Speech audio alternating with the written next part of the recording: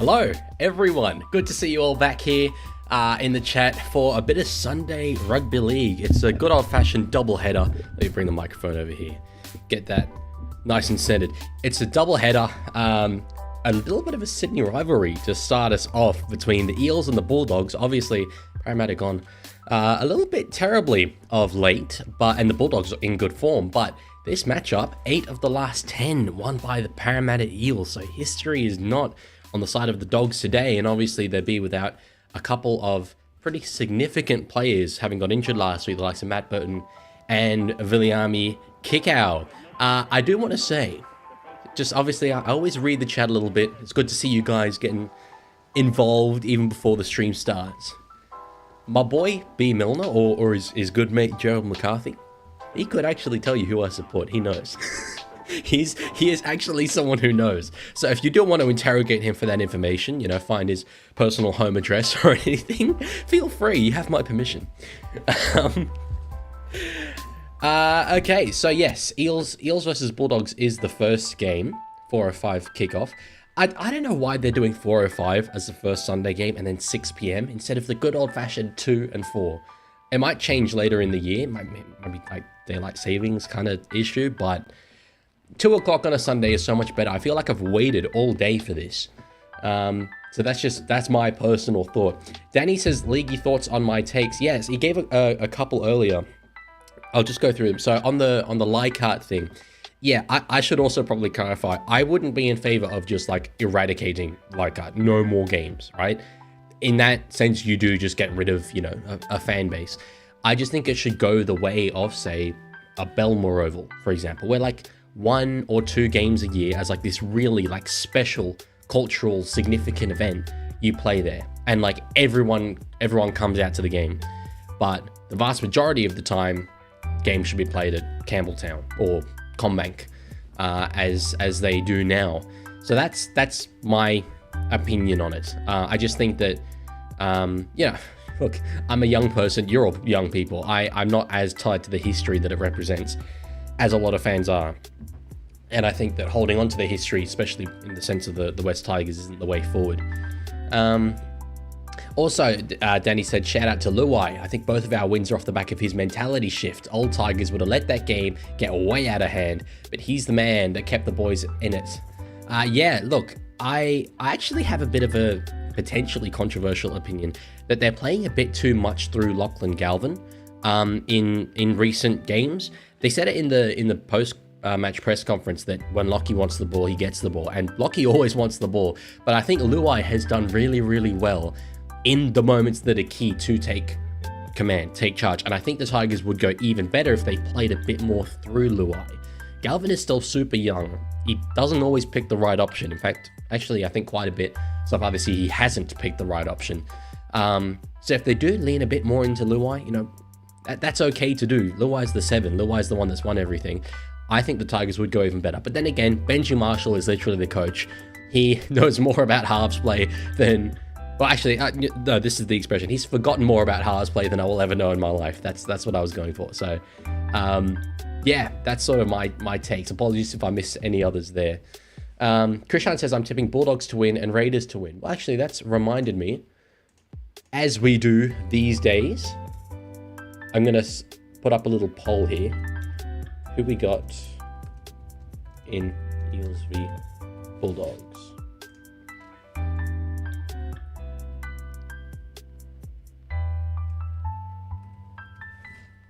Having a little bit of fun with it. Normally I just say Eels and Bulldogs. That's a bit boring. I've gone with Para and I've gone with Doggies.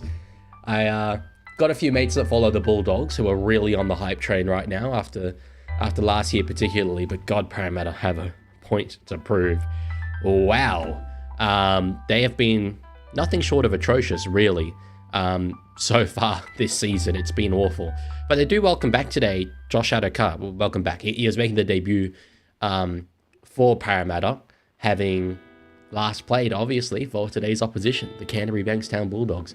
So, coming in to a side that is, relatively young, relatively inexperienced, the Fox has a lot of pressure on his shoulders, but the more his career has developed, the more he's enjoyed taking on that kind of role and responsibility. So I back him to be a pretty solid addition, and his lining up outside of Zach Lomax, which could be a hell of an edge combination for Para.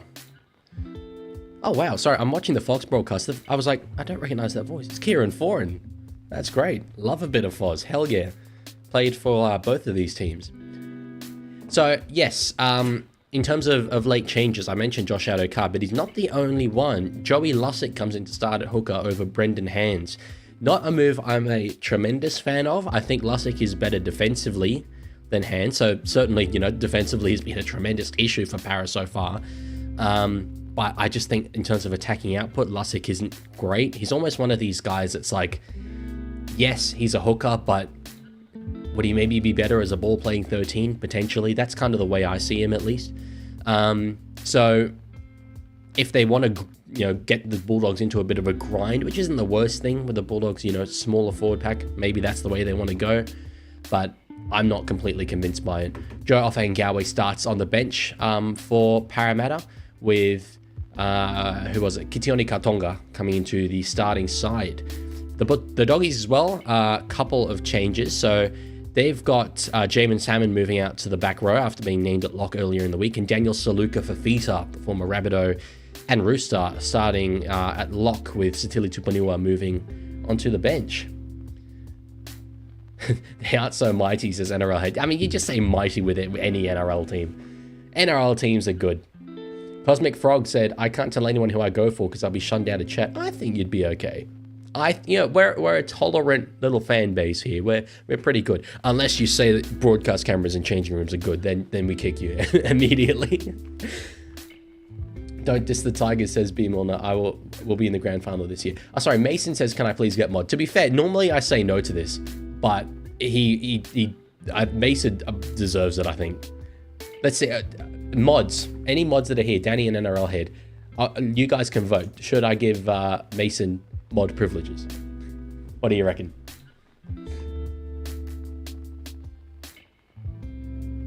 BMX Brody, oh Jesus Christ, is speaking in Dutch. I'll translate this for you. How long will it be before you get angry that we're speaking Dutch? Also, hello. I won't get angry. I'll just get mildly miffed.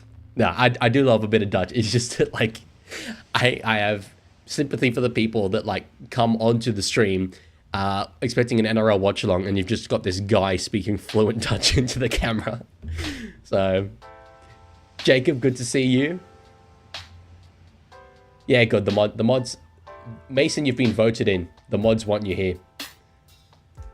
This is a special occasion. I always say mods, mod applications or whatever are closed, but I think Mason deserves it. He's been around a really long time, and especially now that Tiger Walker's off the grid, I think we need a little bit of reinforcements for the mod team, I reckon. Where's Tigers? I take it you mean where's Tiger? He's on a camp. I don't know how long he's got left to go. But it was a 5-week camp. Bro's been away for a long while, so not sure when he's back. BMX Brody, see you later.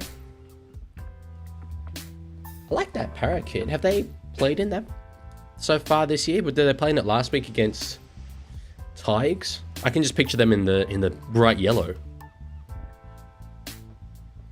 The King's Minecraft says, I was not happy I was not happy after yesterday loss against the West Tigers.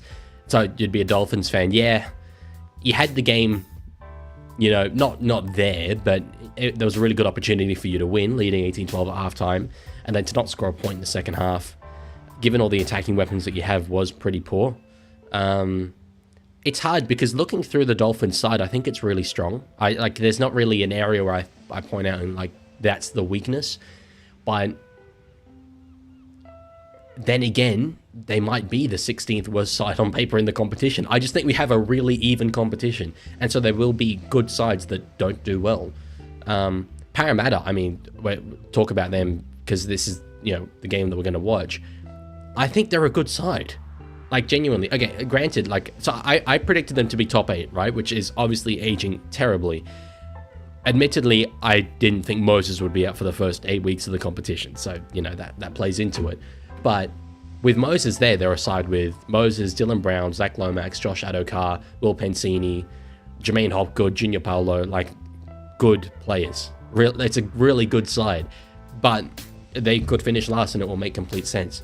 It's just like, you know, when people say the salary cap doesn't work or whatever, I always say, like, name me a competition in the world that's more even than this. I don't think there is one, really. Cosmic Frog said, did you hear about De La Salvata? Not for a few weeks. That's the Roosters player, right? I heard he was hospitalized or coughing up blood or something. Has there been any recent development on that? Let me know if there has.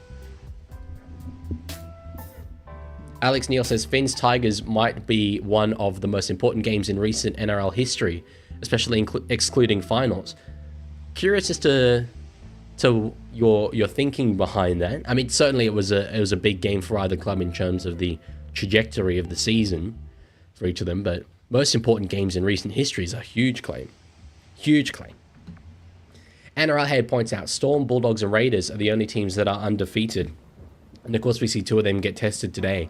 This game, you know, Eels, Bulldogs, not particularly even. I'm obviously expecting doggies to win, and so are you guys, with 81% of the voters saying that it will be doggies. But this game afterwards, Sea Eagles and Raiders, oh man, that is like, that's a blessing. On a Sunday, like normally we get just absolute stinkers on Sundays, but that is a juicy, juicy fixture.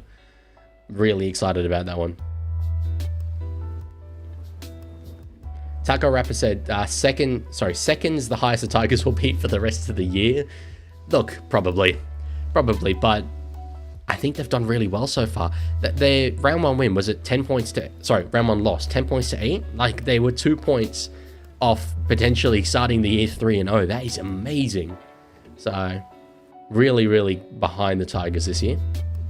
Joseph says, I bet Cowboys 13 at the end of the season. They could still get that. It's early days. And I think their game against the Broncos last week was a step, not last week, a couple days ago, was a step in the right direction. But long way to go. Long way to go, for sure. This charming manatee, that's a hell of a name, says the Tigers have nothing to lose and everything to gain this season. It's feeding time and the dolphin tastes great. That's very well worded. Yeah, I agree. What's the difference between 3 consecutive spoons and 4 consecutive spoons? The only thing is, I mean, Benji certainly, I think, would be under a lot of pressure if they finish last again, because they have the side now. The fact is, while the club, you know, potentially doesn't have much to lose, I think the players do.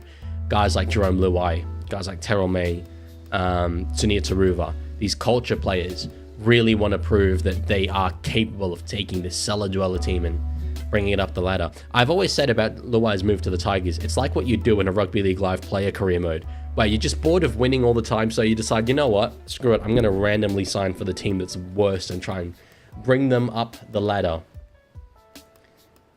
Okay, the coverage has started, and so, time to get the scoreboard up. I won't get agitated about the changing room cameras. I will try and contain my anger.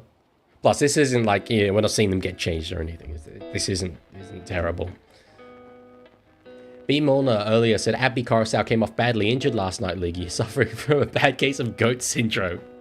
Hell yeah, that try was absolutely brilliant. Loved him in the press conference afterwards, chuckling away, saying it was a set play. It was good stuff. Loads of messages in the chat. I'm definitely not going to be able to read all of them, but I appreciate them all. Thank you very much. I'll touch on what Alex said. Both teams at a crossroads, and it was dead even for 70 minutes. West go 3-0 improve. Their bottom feeder era is over, and even Redcliffe sort of know where they're at. Well, West go 2-1, but yes, certainly go into a winning record, which is brilliant. I back it. Look, it was a very big game. It was a very big game, that's for sure. Bill Bags Clip says, hey, what do you think the Cowboys should do? I don't really think there's much the Cowboys can do right now. Not with the side that they have. They lack a bit in the forwards. They've got Taumalolo tied up there. Means that they can't really, you know, sign many more players. It's hard. I mean, I could talk about it for a long time, but the game's about to start. I should be focusing on that. Stewie says, hey, Leaguie, who do you support? Who's going to tell him? Who's going to tell Stewie? You must be new here, brother. Let's just say. Oh, okay, Cosmic Frog. There is a suspicion of a hematoma that may have, I hope I'm pronouncing that right, that may have caused an infection in his kidneys after a hip surgery. Holy, okay. Wow. Well, hopefully, I mean, all the best to the young fella. I think he played a game last year against South, so it was good stuff. Okay, as usual, I will say when the ball is kicked off. If you want to sync up with me, that's the time to do it. Para and Canterbury, traditional old Sydney rivalry. All right, crowd at CommBank. That's the moment if you want to sync up with me. Caught there by Footy Dean Hawkins, the man that's made the shift from South Sydney, and Junior Paulo, the captain of Parramatta, trying to set the tone early. Lomax playing at centre. Curious, you guys in the chat, let me know, would you keep Lomax at centre or would you bite the bullet and shift him back to the wing where he was obviously so good last year? I'll see what you say and then I'll give my thoughts. Don't want to influence you all. Seeing Sweet Caroline, says Joseph, just because that's a Para game. If Para win, I'll consider it. Let's put it that way. So playing it around the 35. Early kick there from Joey Lussick. 40-20 potential here. I think it's just short. Jeez, that's hell of a start though. Danny says wing. Brungy says wing. Manatee says wing.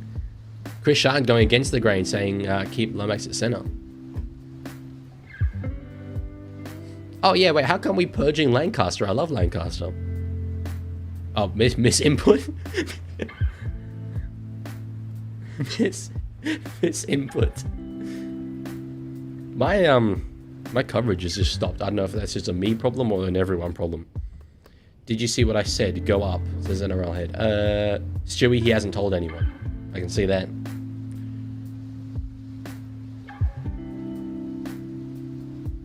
Okay, my string's back. Hell yeah. So with King across the halfway line, Marnie obviously up against his former club, though he's played that a fair bit. I'm really curious to see Sexton so far today, just because Burton being out, obviously Burton is still like the dominant playmaker, is the one that can overcall Sexton when Canterbury are playing, so a little bit more pressure on the shoulders of Sexton with Bailey Hayward in it at 5'8". Did mean, unfortunately, that my GOAT Drew Clutcherson, I think he's done, realistically. I was at Dragons versus Dogs in round 1, and Hutchison played in the reserve grade game before, and literally while the first grade side were playing, I saw him leaving the stadium and like just driving home. So it wasn't a great sign that he didn't stay to watch the first grade team. NRL head hates Drew Hutchison. Hutchison, you know, I'm iffy about, but Drew Clutcherson, my GOAT, that's my man. Cosmic Frog says, I also think you need to trust Will Pensini. Will Pensini's great. I love Will Pensini. He hasn't had the greatest start to this year, but he's got quality. Blake Wilson in the white headgear, crossing the 40 on the third. Now run from Stephen Crichton. Takes it over the halfway line. So I'd say in terms of just territory, decent start for Dogs. They'll be able to put up a couple of midfield bombs to start this game. So Marnie will find Sexton. Puts it up. Chased through by Wilson. Pretty hard. He'll contest this. Nah, not quite. Can't get there, but... Former Dog, Josh Addo-Carr, underneath the ball there. We've got a whistle. Is it an error? I think it's an error. It's a knock-on awful start for Josh Addo-Carr. He's fuming. He's absolutely fuming. Are they going to challenge it? It'll be early. It'll be really early. Nah, they won't. So let's see here. I mean, I didn't see it come out, but we didn't have a great angle. Oh, yeah, a little bit there. Yeah, he wouldn't have won that. Brungy says, as a Dragons fan, we have a disappointing start to the season so far. I'm curious to see how we do after coming back from a bye next week up against Storm at home. That is an awful fixture for you guys to have. The fact that you have the bye coming off... Sorry, as Dogs nearly scored... I'll wrap this up quickly. The fact that you have the bye coming off your last result is not great. Was it the loss to Souths? Just stewing over that for the bye is rough. So, Dogs with a full set on Parramatta's line. Already a tackle through. Now Preston hits it hard. Good early opportunity here for the Doggies. Out to Salmon, finds Hayward, Curran underneath. I love Bailey Hayward as a little middle forward. Very curious to see how he goes at 5'8" today. It is Addo-Carr's first game back, Llewellyn. Saluka Fafita. Oh, what a run. What a run from the young forward. Wow, he's a guy that's been in and out of first grade at a number of teams so far in his career, but that was pretty simple. Gotta be honest. Just straight up through the middle, up the guts, the 25-year-old Daniel Saluka Fafita. So let's see here, it was Marnie finds Salmon, who just, gives it to Saluka Fafita, goes straight back at Jack Williams, who's normally a decent defensive player. That's interesting, but they identified that Hopgood was still caught in the ruck, so just dug back through the middle where Jameed would normally be. Yes, Cosmic. Addo-Carr is listed as being on Lomax's wing. I have been able to tell yet so far in the game. Lancaster says the Bye's most iconic game was the absolute blowout of Souths in 2023. Am I missing a joke there? I do love the Bye though. Easy to be a Bye fan. Guaranteed 2 points every week. Lancaster said earlier, Pensini is the biggest example of the early ball to centre meta being a net negative to all the centres as well as the test of the team. I mean, so he's a damaging ball runner. So obviously, that early ball to centre is exactly what a lot of fans call for. But I've always kind of felt you're disrupting your attacking systems a bit. Okay, give your centre early ball. Hope that he does something. But you're giving the ball way out wide early in the set. I feel that it's pretty easy to get trapped momentum-wise as Stephen Crichton puts the ball over when you do that. But as we said before, in terms of my actual tactical knowledge of the game, I'm very much learning, but developing, I'd say. NRL Head says, being a Bye fan would be ass because you'd never get any points. No, you'd always get points. It's 2 guaranteed competition points every week. Brungy said, I don't know if we're going to beat the Storm as they just beat Panthers, and Storm will now have a big ego after we beat them 18-16 last year in Melbourne. I think they will want blood. Yeah, they'll want revenge for sure, I reckon. It's going to be a really tough task. I mean, I think I predicted Dragons 15th? I can't remember exactly. It was definitely near the bottom, though, and it was because of that Haas pairing.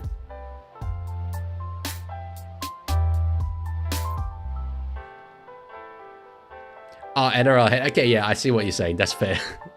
Either way, we're arguing semantics.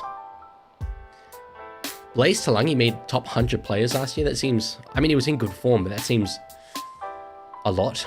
I didn't hear that he was going back to Parramatta. I mean, I think it was mentioned in the Bloke in a Bar podcast, but I didn't know there was anything substantial about that. Not sure if many Para fans would want him back. Good defensive set here for Para.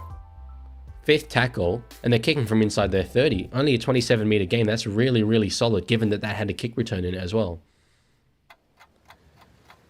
So Ayongi takes the ball up to the 40, and you can see there how important that defensive set was. Parramatta starting... It's probably the best field position they've had so far in this game to start a set.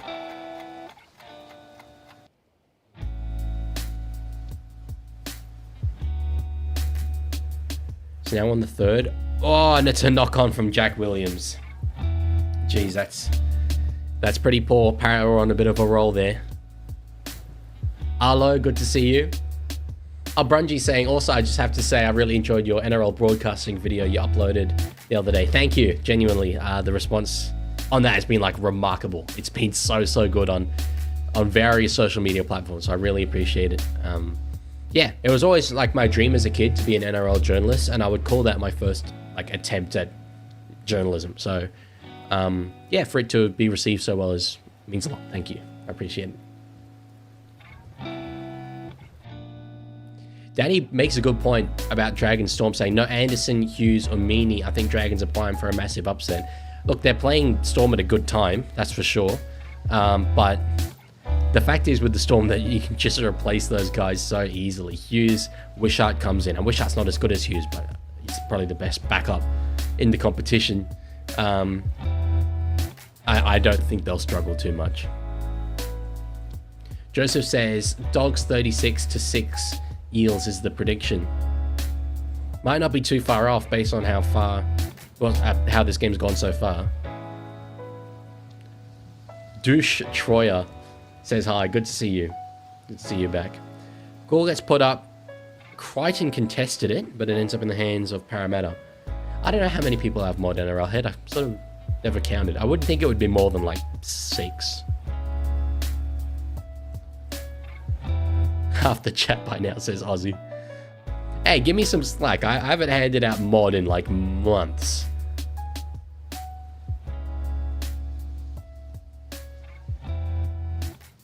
Do you play Supercoach? No, I have a fantasy league, but I pick my team and then I don't look at it for the whole year. So, no, I don't exactly actively play it. I used to be really good at fantasy, but anyway. It changed sort of the way that I view neutral games. Oh, yeah, no, Cosmic Fire. I know I did today. I'm talking before that.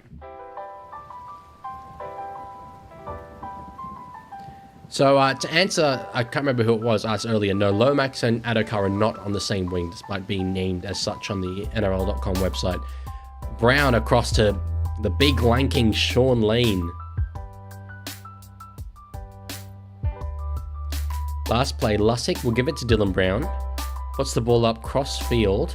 Lomax is chasing. Oh, but Marcelo Montoya up high, but he gets forced in goal. It was a really good catch by Montoya. Lomax was clearly the target there for that kick.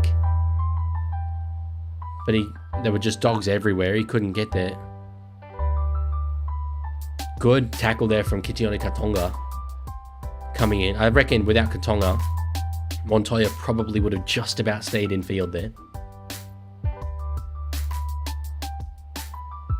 Short dropout attempted. Well, but it's actually, no, it's not all that short. It looked as short originally. That was a weird one. Oh, Ala's watching F1 at 6. Yes, don't tell me anything about the F1. I've been avoiding all the results. I'm watching it tomorrow night. 6 again for Parramatta here. Dylan Brown with a ball. Runs into Jacob Preston and Reed Marnie. Joseph says, what kind of thumbnail was that for the last vid? One that's worked pretty well. It had to be shocking. I mean, but it's hard to convey the idea of broadcast cameras being a breach of privacy in a thumbnail. So I'm pretty happy with it. Parramatta, oh, they've let one go there. Jordan Samrani. It was a slick move in the back line, getting the winger isolated. Still had a little bit of work to do, but ball knocked on. Lancaster says, controversial, but I approve of that decision. Lomax will be a very on-ball centre, meaning he'd only give Josh Adokar ball late rather than good quick service for the finish. Their styles contradict. What, you don't think off the iconic Zach Lomax flick pass, Josh Adokar would benefit? No, I hear what you're saying though. Yeah, I don't disagree with it at all. Lomax is certainly a guy who likes to hold that ball and back himself. So having Samrani outside him, who's not the best winger, he's new to the NRL. I don't think that's a terrible idea. Cosmic Frog says, do you think Radley will be the next Boyd Cordner / Jake Friend? Well, those two are very different players, but if you mean like what they mean to the Roosters, yeah. I mean, he's a local junior. He seems to mean everything to that club, so I think so.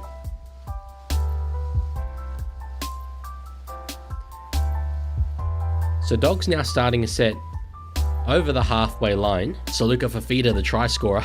If you had Saluka Fafita for first try scorer in this game, that is outstanding. Yeah, Watson is out. He failed his HIA. Leaguie can be cooked if Watson's out. That's okay. It's just a fantasy team. I'm all good. Radley, two of us, Ashek and Hughes are out too. I think I have Roger in my fantasy team. 6 again for the Dogs here. And they have really good attacking opportunity if they just hold the ball.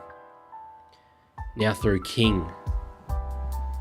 Really underrated front rower. But then again, one of these guys that everyone says is underrated. So then is he really underrated? Sherry coming back into centre field. A guy who I see it at the shops, at my local shops all the time when I'm up in Sydney. There's a try coming, says TMCRK. I reckon that's a good shout. Oh, Caleb, good to see you here. Sexton runs himself, nearly found a half gap. So look at Fafita, ends up on the ground. Now Salmon gives it to Hayward. Across to Sherry. Puts a kick in. The Parramatta knock on. They did, I think. Another set here coming for the Canterbury-Bankstown Bulldogs. Mason, yes, hello.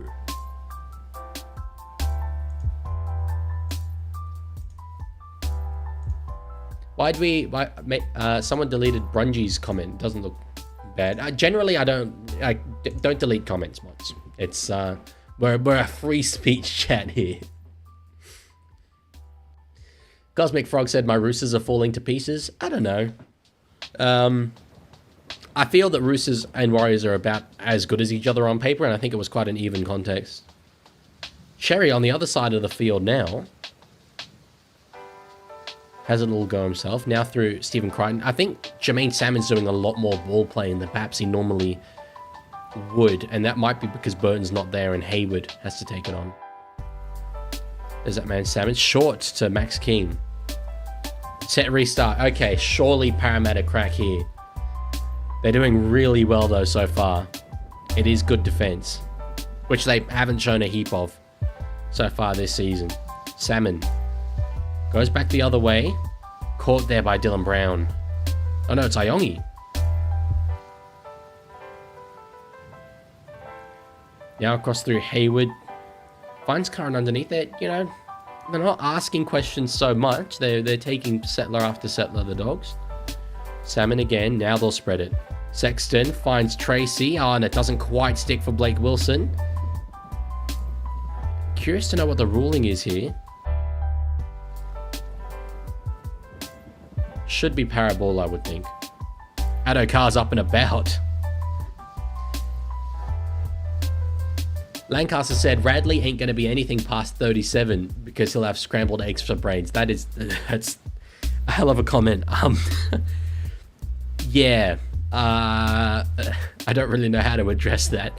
Probably not completely incorrect, but I certainly hope that's not the case.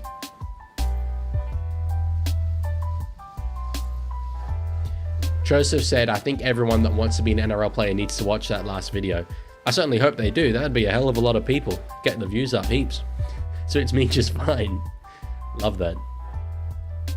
What the hell, Bulldogs? Terrible pass, then you can't regather it.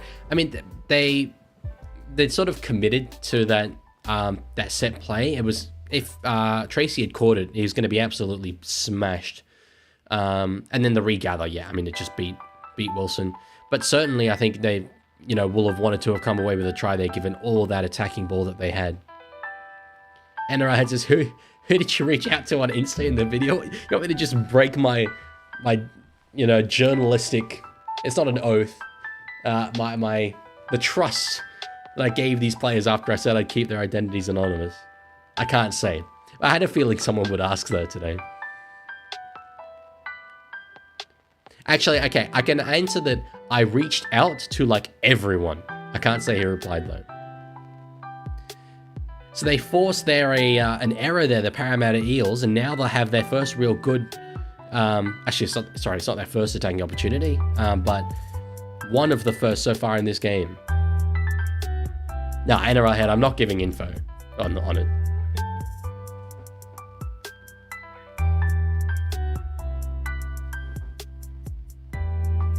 Parrot would take this, I think. So far, they've shown good defense, only a try down, now with a decent attacking opportunity here. They get one on the board, and this game has a very different complexion.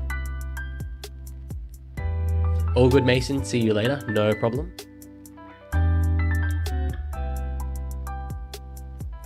Runji says, I'm going to guess and say one of the players was Leaguie that responded. Joseph says, how many minutes left? 21 minutes, 41 seconds left in the first half. Nah, no worries, Mason. You're all right. 6 again. Paolo looks a little bit weary. It's okay, though. Gets up. Hopgood now through the middle.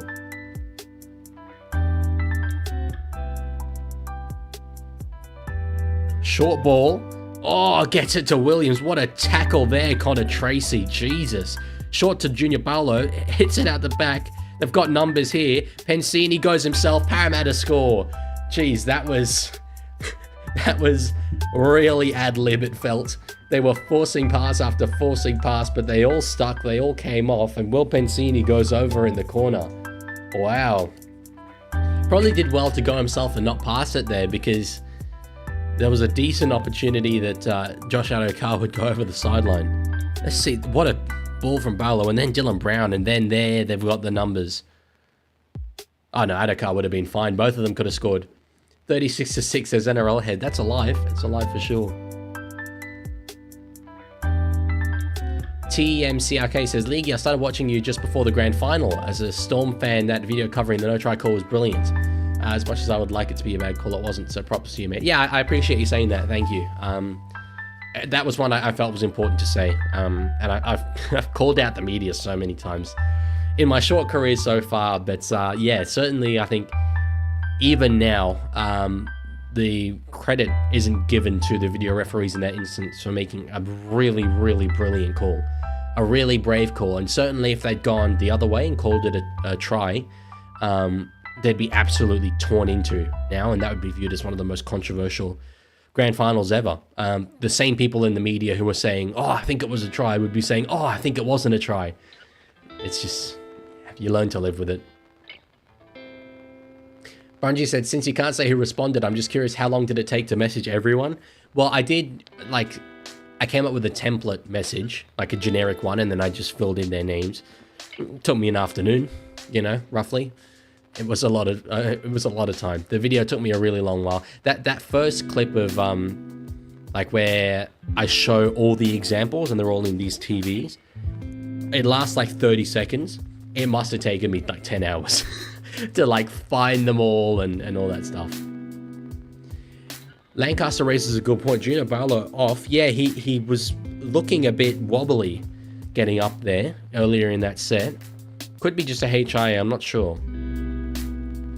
Lomax from the sideline, one of the better kickers in the game though. You'd back him to get it even from this position. Oh, Jesus. Commentator's curse coming in clutch there. That's one of the stinkers of his career so far. Wowzers. Llewellyn says, why do players shave their heads when they get done for drugs? Ponga, Adokar, Mam, and Latrell. What is the purpose of this? Off topic, but something I noticed. Did Ponga get done for drugs?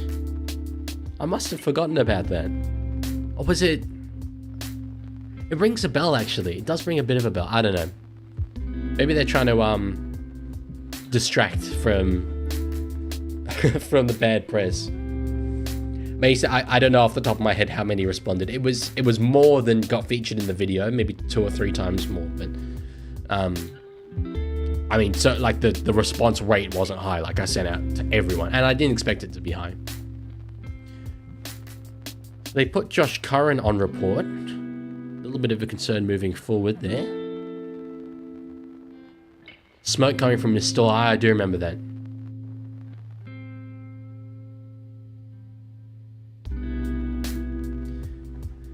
Jack Williams, a guy who has been promoted to the Parramatta leadership group, obviously in his first season at the club. By all accounts, had a really good preseason, but one of a number of Parramatta forwards who hadn't started this year brilliantly. They're in this one though, with 20 minutes gone. Connor Tracy with a solid kick return there. What a tackle he pulled off, man, to save that try earlier. That was crazy. Brungie says Vala Holmes has had a shocking season with kicking goals so far, and I don't get how when he was the best goal kicker in the competition last season. It is weird, but goal kicking is completely a confidence thing. So when you're in a bit of a rut in terms of bad form, it's all very psychological. It can be hard to get out of. I say this as an experienced NRL goal kicker myself. Bulldogs kick from inside the 40, bit of an angle, but Adokar is there.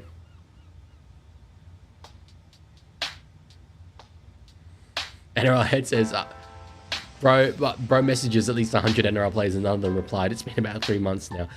So you're saying you messaged them. I don't know. I mean, I like to think maybe after the charity match or whatever, my name might carry a little bit of weight. I'm not sure, but I did cast the net out very, very wide. So just got lucky.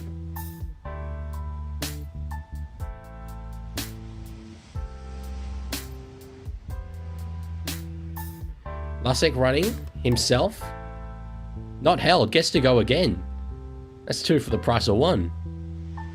Hell of a run there from Joey Lussick. Off a Hengawi, the biggest hooker in the world.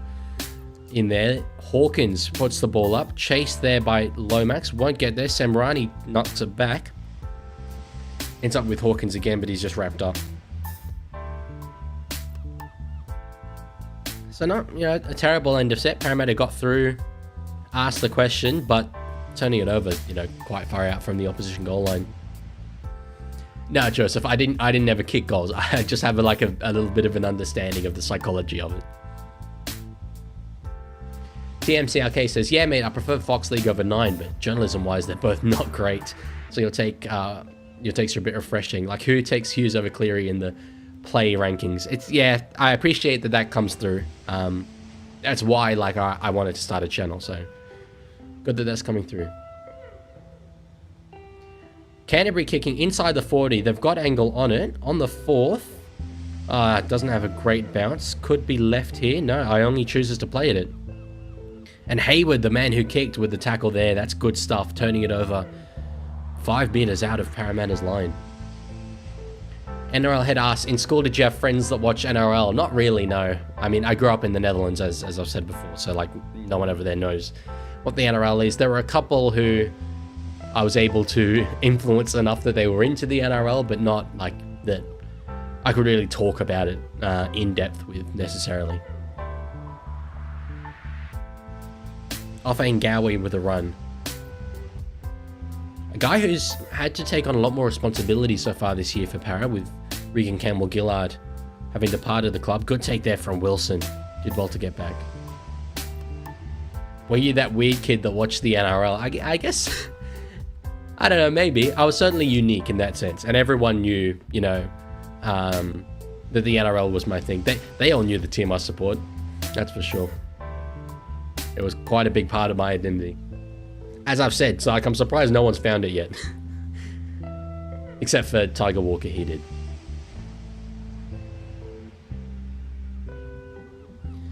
So Stephen Crichton a little bit hurt here.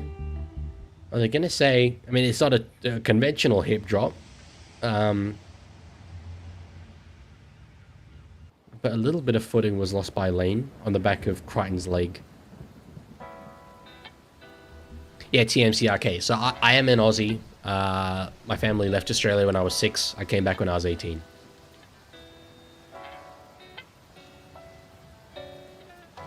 Crichton's still a little bit worse for wear, but doesn't look like there's anything untoward. It looks like he'll be able to continue. Oh no, dangerous contact, they say. Lomax is not happy about it.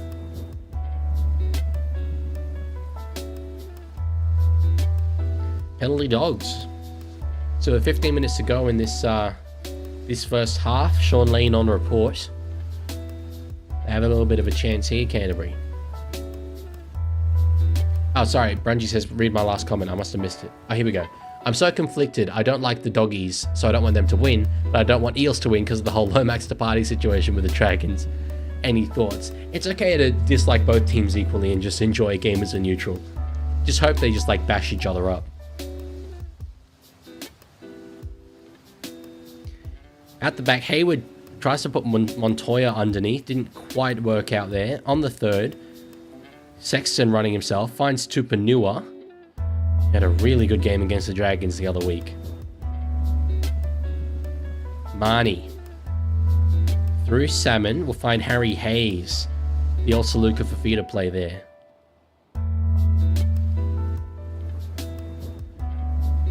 Now Marnie across to Sexton. Finds Hayward. They've got numbers here. Sherry goes himself. Bronson Sherry scores a try. Somewhat similar to the one that Will Pensini scored earlier in the game. And it's 4 points to 10 to the Canterbury-Bankstown Bulldogs. Kick to come. They're celebrating out there. Cosmic Frog asked, does anyone know why Terrell May really left Roosters? Because I heard that he slept with Watson's spouse. I think I vaguely heard that. I really don't believe it at all. I think that just doesn't sound true whatsoever. Granted, I don't know why he left the Roosters, but no, I really don't think that's That's it.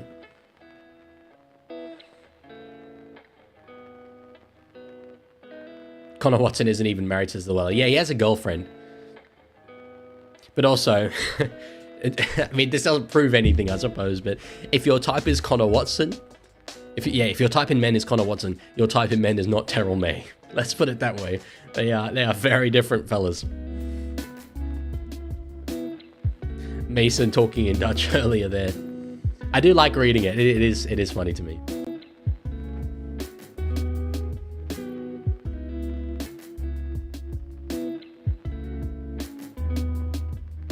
Brunji says, Ben Hunt is loving his return to the Broncos, also probably at the pub watching the Dragons every week, thinking so glad that I left. He wouldn't have been thinking that last week when they lost to Canberra, but yeah, they had a pretty solid win against the North Queensland Cowboys. It does feel a bit right to see him there. It's a real homecoming for him.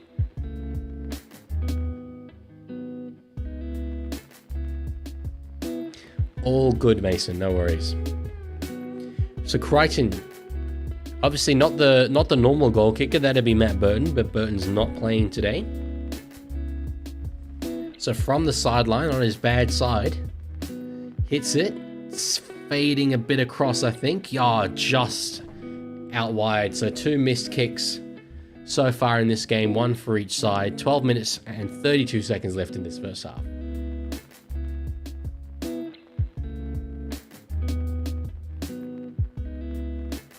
Lancaster said, I've heard that rumour. The official story is that Robbo let him go because he wasn't always fully 100% footy, which honestly I buy. Gus said May dropped out of Panthers Academy program as a teenager for that same reason. And the reason he says he loves the Tigers is Benji's more work-life balance, family-first approach. Now he has that, he's in outstanding form. That makes a lot of sense. And yes, I've heard him say in interviews that, like, he doesn't even watch footy. Like, he plays it, he obviously does the video sessions, but he doesn't watch any other teams. So that does make sense, and certainly I would think that Robbo would be a pretty, like, footy-first kind of guy. So, but it's just really good, like, as a neutral to see him in an environment where he is thriving. And as a New South Welshman, I'm picking him to start in State of Origin 100% this year. You got Terrell May and Payne Haas starting in the front row. Oh, man. Is there any football podcasts you enjoy? I haven't missed an episode of the Bloke in the Bar podcast in like half a decade, so it was always a bit of a dream of mine to end up on there one day. We'll see. Kicking from inside the 40, the Dogs. No chance of a 40-20 though. Ayongi underneath it. There's a little bit of daylight in front of him. Into the line with Preston and Hayes. What about Leaguie cast? Of course, Leaguie cast. That's fair. That's a good rugby league podcast. A couple more episodes of that to come soon. I'm working on that broadcast video. It took up a lot of time. Geez, good hit there. Who was it? Marnie and Satili Tupanua on Riley Smith.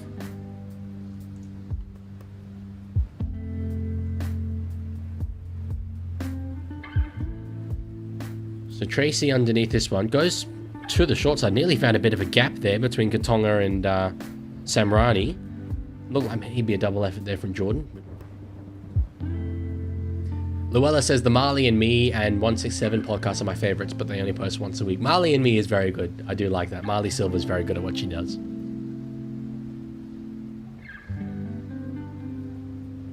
Lancaster on Terrell May says, no doubt, I'd say he's probably the form front row in the comp so far. Payne Haas excluded on account of probably not actually being a flesh and blood human. In my first year of uni, I had to do a statistics course, and I did a stat... Oh, sorry, as we see Junior Paulo passes HIA. Yeah, I did this statistical analysis of props in the NRL and how good they get relative to their age, like at what age do they peak. And basically... Payne Haas existing just completely screwed up my entire results. Like, they didn't make any sense, and it was because you had this 22, 23-year-old that was just miles better than anybody else when props are supposed to be peaking at around 29, so...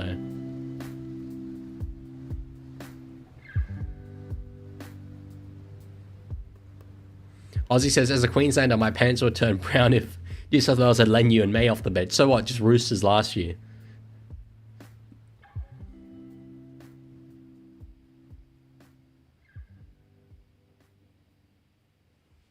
Papa Clay asked top 5 fullbacks. Off the top of my head, Edwards, Tedesco, Trbojevic, Pappenhausen, Ponga. I'm definitely forgetting people.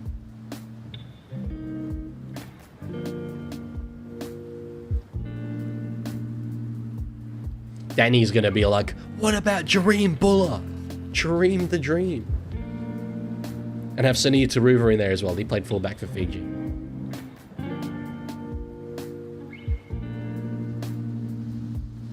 TMCRK says, Leaguie, is it crazy my parents named after Cooper Cronk and I didn't even like rugby apart from going to the games when my dad worked there until about 4 years ago? Cooper's a cool name. I quite like that. If you're going to name your kid after an NRL player, Cooper Cronk's an outstanding one to pick. NRL says, Leaguie at halftime, can we watch my newest video? I guess, is it a short? But you know, you don't really gain much from that process. People should go to your channel and watch it. We've got a knock on here, Parramatta, after a bit of a line break from Samrani. It was a half line break. Yeah, NRL head, we can watch it.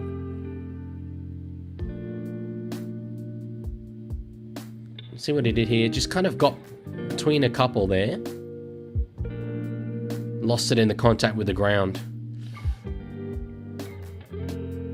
Good effort there, Josh Curran. And now, the key for Parramatta is keeping this scoreline, I think, till the halftime break.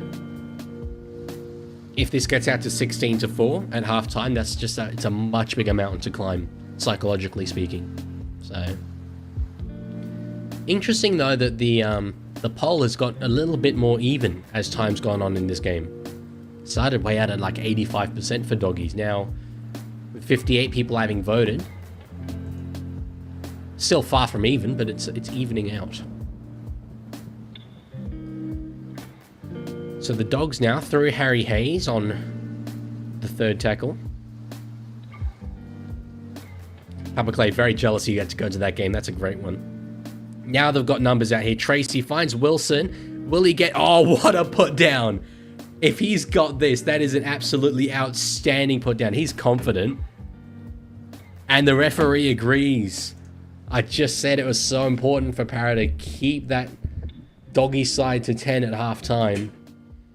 Wow, though, he had so much work to do. I thought the pass came a bit early and that he was going to go over the sideline for sure. Tracy got the 2-on-1, but Pensini was coming across. Iongi was coming across. He jumped from a long way out. Let's see here. Has he got it? Watch that sideline. Oh, that is textbook. That is textbook from Blake Wilson. God damn, that's good.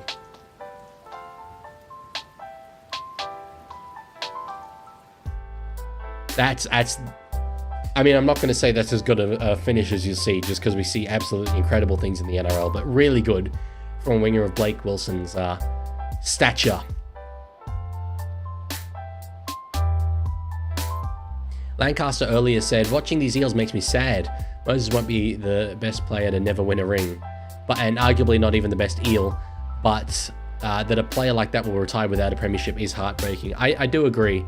Yeah, he'll have the grand finally made, but obviously they didn't really compete that much in that. I'd say, without saying the obvious, probably Nathan Hindmarsh being the best Eel to never retire. Sorry, to retire without winning a comp, but yeah. It shows that this is a brutal game. Not everyone wins. When I was making the video and found like the little Brett Morris, Josh Morris bit, it dawned on me that Josh Morris retired without winning a comp. Like it's just so weird. He's one of the best centers in the NRL era. Arguably the best. Given that GI played fullback a lot, if you're looking at just centers, Josh Morris was so up there. But never won a comp. Crichton from the sideline hooks it a bit much. 14-4. Only one successful conversion so far in this one.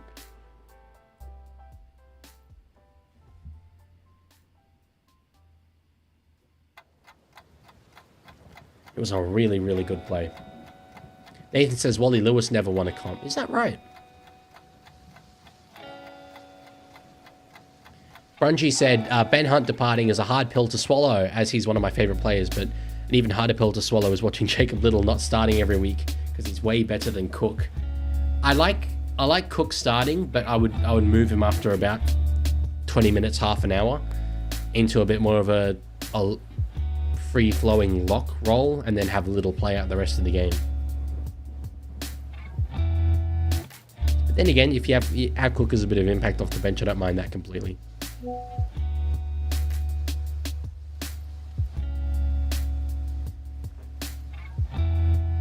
Aussie says, Leaguie, who's better, Toto or Brett Morris? They are the two.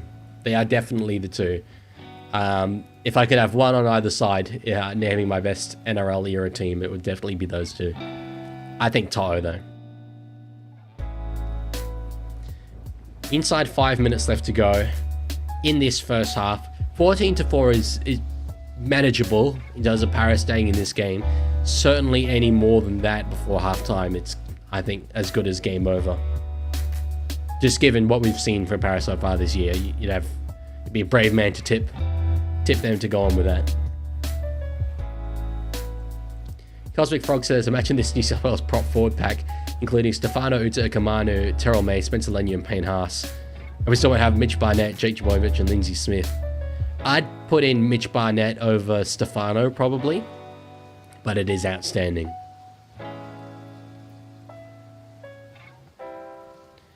Right here from Kitione Katonga, I believe former Dog.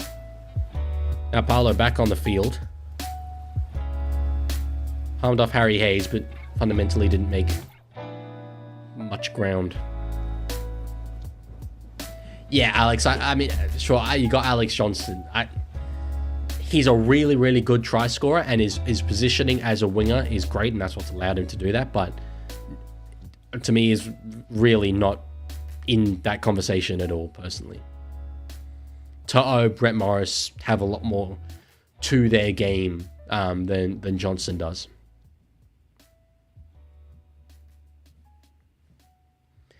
TMCRK said, I know I'm not alone on this because you like Paps Leaguey, but wasn't it great seeing him kick again? Oh, it was.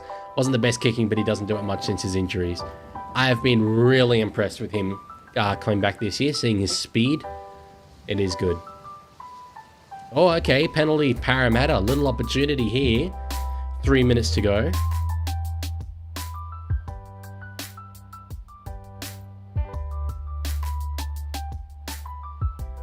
What have they said?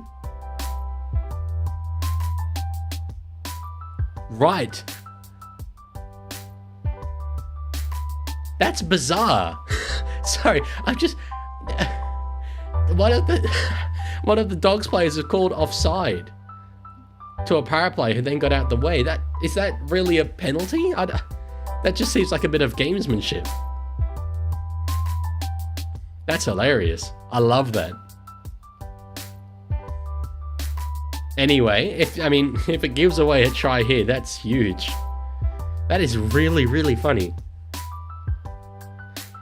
Through Hawkins, now Dylan Brown. They got numbers. Goes up wide though. I don't know if that cutout pass was the way to go. I might have gone through the hands there. Now Brown. Gives it to Williams. Runs it to Tupanua. We'll have one more here.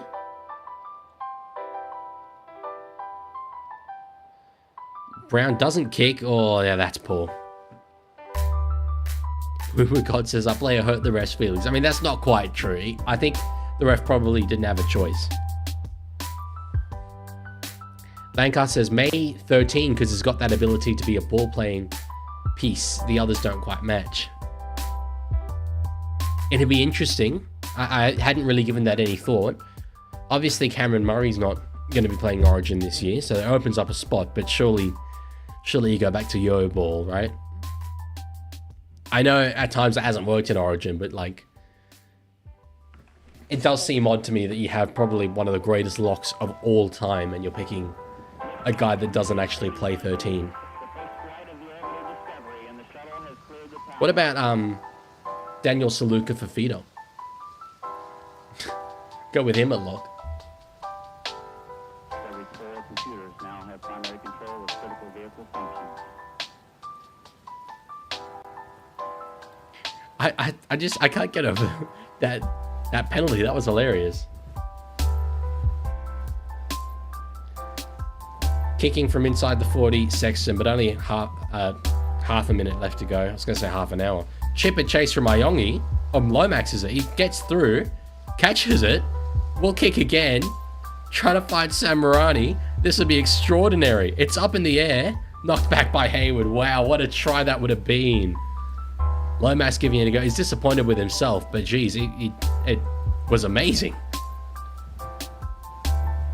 No, NRL head, I am not saying that the refs are biased. I am most definitely not saying that. I would not ever say that. I'm saying the referee didn't have a choice.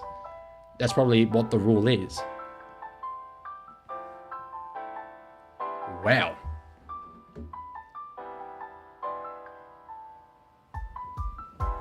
Mason said, what will you give me if I speak Dutch for the rest of the stream?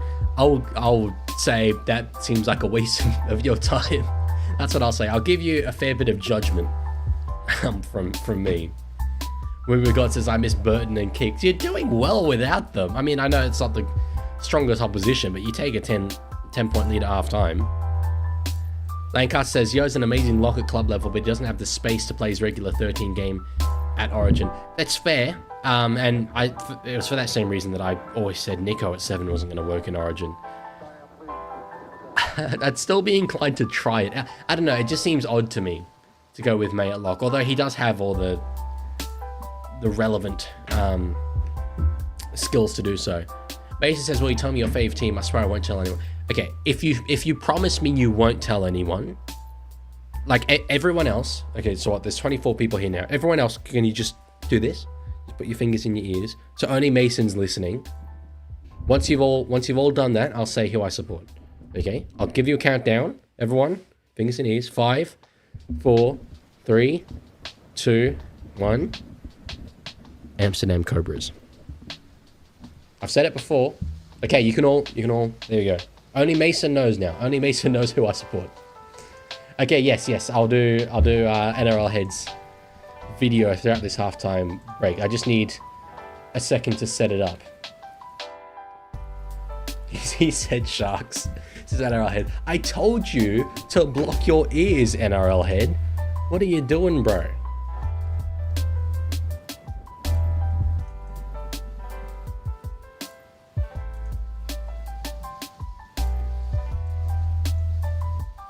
Amsterdam Cobras, says Danny. Yes, Amsterdam Cobras.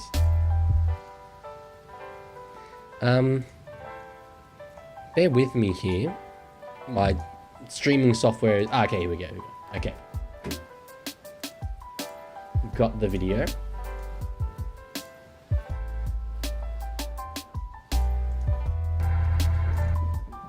Looks like a little edit we got here. Okay. Last time I did this, I got accidentally muted, but I think we'll be okay. Let's see what we got here. Hang on. It's back.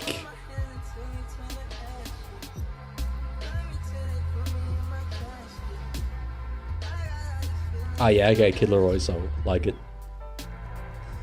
I love edits like this. I'll give that a like. You guys, I mean, if you don't already watch NRL Head's content, he has really good edits, and I just love stuff like that, you know, because it promotes the game. It's good. Get a bit of excitement, a bit of energy going around. Yeah, it's good stuff. Good job, my man. Subscribe to NRL Head. Fundamentally agree. He's Leaguie endorsed. I am the Leaguie, and I endorse this message.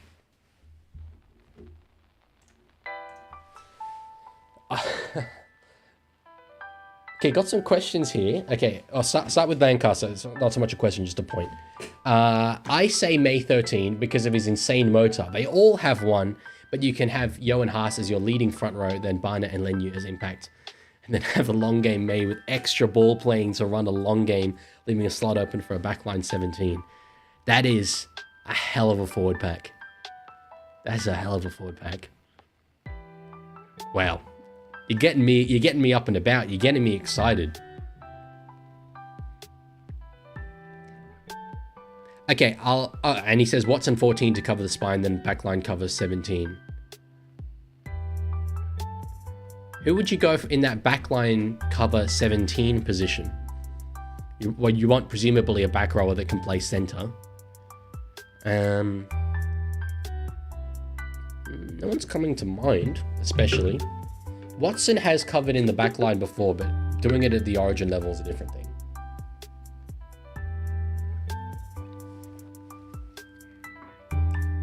You said well pick Sean Russell, that's great. Earlier, someone said, I can't see it anymore. It was about Campbell Graham. Oh, here we go. Do you guys think Campbell Graham will play Origin? I would have thought, like, I mean, he's certainly been one of the form outside backs in the competition at points in his career. Now, though, I don't know where he fits. Particularly with Zach Lomax doing what he did last year, sort of being the incumbent on the wing. It's hard to tell, with it being a new coach, the direction that we'll go in. Do they pick, potentially out of form Lomax because he's the incumbent? Okay, let's put it this way. Dylan Edwards will be fullback. Brian To'o will be one of the wingers. Tom will be one of the centers. Tom Trbojevic. Depending on how Latrell Mitchell comes back, I wouldn't mind him at center. I wouldn't mind Bradman Best at center. Stephen Crichton at center. Actually, surely Stephen Crichton's got to be in there. I'd probably go Stephen Crichton over Latrell at center. So Tommy and Stephen Crichton in the centers. You've got that wing spot that belonged to Lomax. I guess you could go Campbell Graham there. Oh, Dylan Lucas is actually an okay shout, I think, for that 17 position. I like that. Who would you guys pick in that last wing spot that's currently occupied by Lomax? Would you pick Lomax? Oh, sorry, Brungy. If I've been missing your messages, that's not intentional. There's so many. I can never read all of them. Sorry. Okay. Brett Morris and Jason Nightingale are the best wingers, in my opinion. A bit biased. Anyone agreed or nah? Can't agree. Agree on one of them. Nightingale, nah. Kiraz winger over Grain. Kiraz hasn't even played this season. There's no form to go off. Aussie says, I'm going to help New South Wales out here. Don't put Tom at centre. Why? Cosmic Fro reckons Lomax. You're going to end up putting Watson there after 10 minutes. He will get injured. I think surely, though, you have to pick based on the fact that players won't get injured. Cover for it on the bench by all means, but you can't be like, I'm not picking Tom Trbojevic for that reason. I would say anyway. Ronaldo Mulatalo? Nah, he's Queensland. Well, actually, he thought he was Queensland eligible. Turns out he wasn't Queensland eligible. He's not a New South Welshman, though. Any changes to your ladder predictions? I mean, certainly there would be. I don't know them off by heart. Para would definitely be a lot lower. I predicted them top 8. I think I predicted Cowboys maybe 8th as well. At the time, I think all my predictions are pretty reasonable. Like, Cowboys have the side to be doing it, but I do still back, like, I had Dragons pretty low, Dolphins pretty low. Knights, I still think, will struggle later in the season. So, like, no major changes, but a couple. Trell and Best are probably who they need more than Tom taking injuries out of account. Yeah. I don't know. I think if you have Tom Trbojevic, you pick Tom Trbojevic. Imagine after game 1, if New South Wales lose, everyone, and I mean everyone's going to be like, bruh, you had Tom Trbojevic. Why didn't you pick the guy who produced the best form ever in the NRL?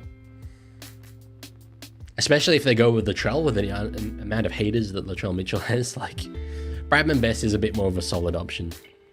I really liked, and this is an unpopular opinion for some reason, I really liked Matt Burton when he played centre in Origin, and I thought it was great that it provided us with a third kicking option. It was so good that the Queensland were watching Cleary and Luai, and then had Burton as well, who was the one actually taking the kicks. Admittedly, it's been a long time since he played in that position, but and I would pick Best over him. I'd pick Troll over him. Troll can kick, but yeah, I really liked him in that role. Mason says, "Who's your fave 7 of all time?" One of my favorite players of all time in terms of his personality is Cooper Cronk.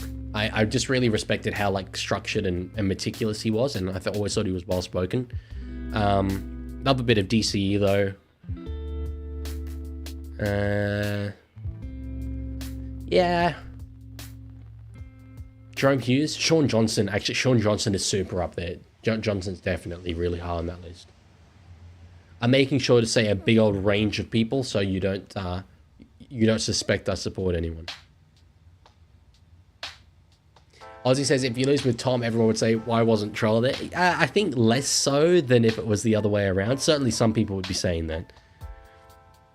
Could you have Troll at center, Tom Trbojevic on the wing? Maybe. You get the good kick returns from Tom. I think Tom debuted on the wing. Or at least played there when he was first in the NRL. I know in Rugby League Live 3, he's listed as a winger. That's what I'm basing my information upon. Could do that. Then your back 3 in terms of kick returns. Brian Toto, Dylan Edwards, and Tom Trbojevic. Jesus Christ, who are you kicking to there? No good options.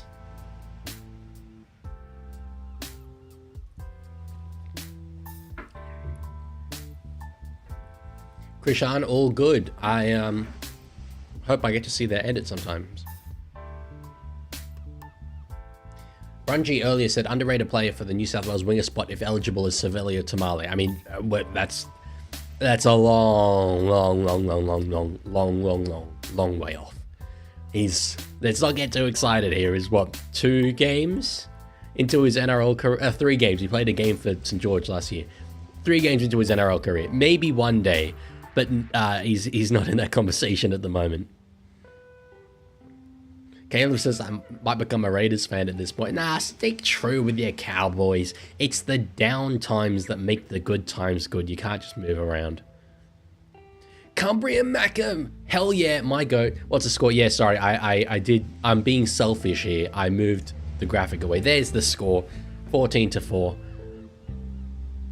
Good. I love seeing that Sunderland logo in my chat, man. Gets me all up and about. Gets me all excited. Although it's been a bit of a stinky couple of games from Sunderland.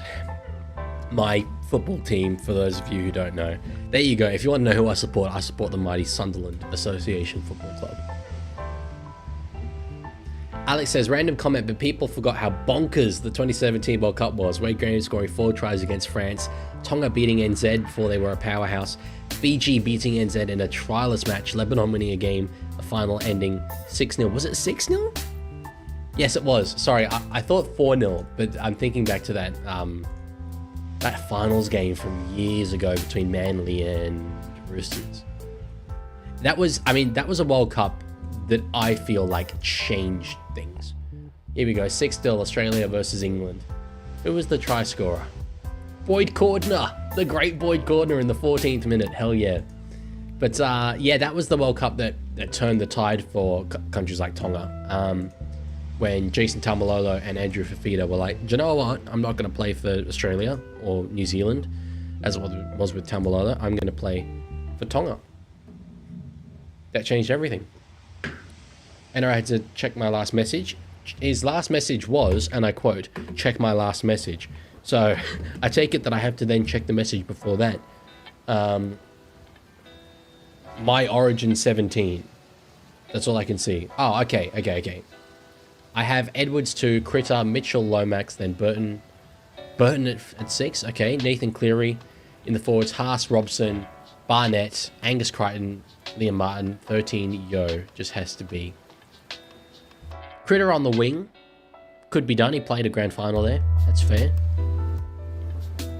Not sure that's the way I'd go because I think he's such a good defensive centre. And I would definitely be going Luai alongside Cleary. No doubt about it. Luai was so good last year in Origin. Leaguie, guess how old I am? 12, 13, I don't know. It's really hard for me to guess because if I get that, if that's like too low, that is super insulting. So I don't know. I just said the first number that came to mind. Lancaster said, if we do Turbo at 5, which I can work with if he has a roaming license, that makes Troll 3 and Critter 4. Can make Lomax 17 as backline and back row cover and move Ola out. Then Martin at 11. Moving Ola Kawatu out. That's... I mean, in Origin, it's all tough calls. It's all tough calls, but wow, that's a big call.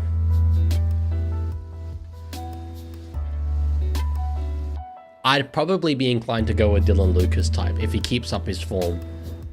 Because at least he is a back rower, right? Lomax, like, he's there only really for cover. You know?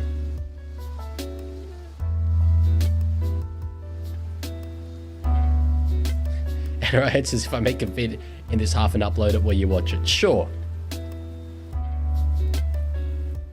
Aussie says, New South Wales, make your hearts pairing Ilias and Chad Townsend. I'm helping you here.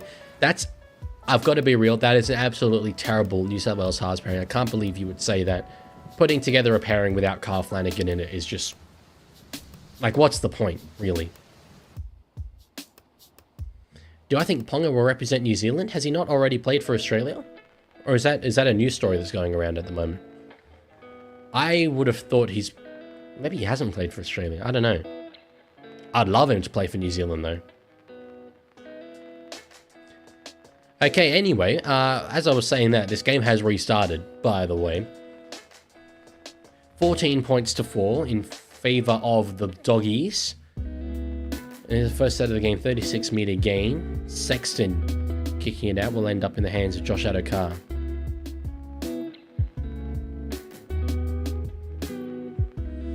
Mason, just make videos, bro. Make good videos. Make good content. And Caster, how on earth do we fit this entire Blues squad? I have no idea. The Blues are stacked to the high heavens if we're safe from injury. It's very true. And look, there's a long way to go before Origin. There's a lot of injuries that will play out. But yeah, it's a hell of a side. If only our coach wasn't Laurie Daly, we might actually have a chance. Offahengawe across junior pilot. So Brungy sent a couple of messages. Oh, about Tamale. Yeah, I mean, as I said, he's just... I mean, I take it wasn't a super serious comment anyway. That's interesting. Cumbria Mackey. I certainly hope he plays for Kiwis. That would help balance things out. Montoya, geez, he really braced there before hitting the line. Giving it to Dury. I think Dury did well not to retaliate there. Lancaster says, I'll coach the Blues, crush that pesky NRL record. I'd back you over Laurie.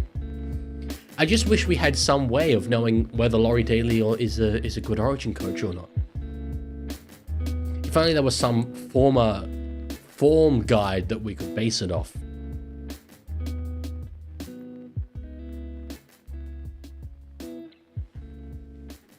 Ala said, I've been to Combank 2 times, an honestly underrated stadium. Who's underrating it? Isn't it regarded as like one of the best stadiums?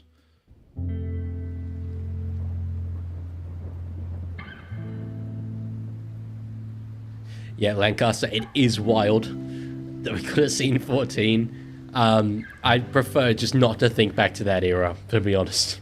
It just makes me sad, and I don't want to cry on stream. You'd all screen record it, and that would make for great content. Alex is probably why so much hating on Laurie Daly. He was coach when Queensland had all the immortals and it was only whitewashed once. I get it. I understand it. And I certainly think that, you know,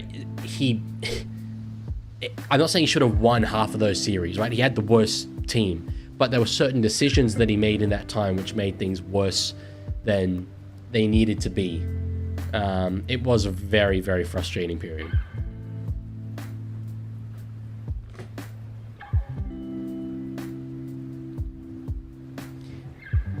Danny's given his team looks pretty much like what you'd expect. Terrell May starting in the front row. Dylan Lucas in 17. But yeah, otherwise, same as last year's squad, which I like. Draw a penalty here. The Bulldogs. For it looks like it was a little second effort.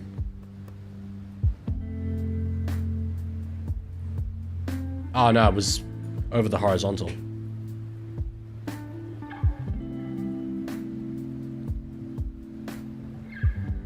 And poor little Kurt Mann.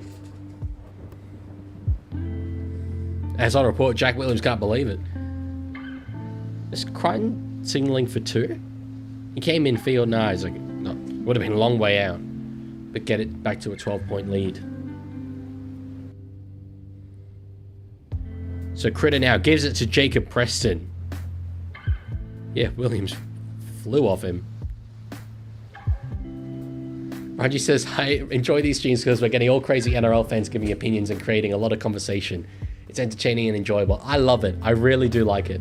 And it gives me a lot to bounce off. But then like 5 minutes will go and I'll be like, I haven't mentioned the game that's on. It's so long. As Tupanua loses the ball, there we go. I can mention that. Mason says, Leaguie, how many subs have you got in the last few months? I'm not too sure. I think that I can see over the last month. I'll tell you in a sec. Could I please check? I will check. Last 28 days, I got 264. Riley Smith with the headgear. Hell yes. There's not a great amount of color coordination. Parramatta draw a penalty there. I was going to make a joke that he was penalized for the lack of color coordination with that turquoise headgear. It's striking. It's very striking.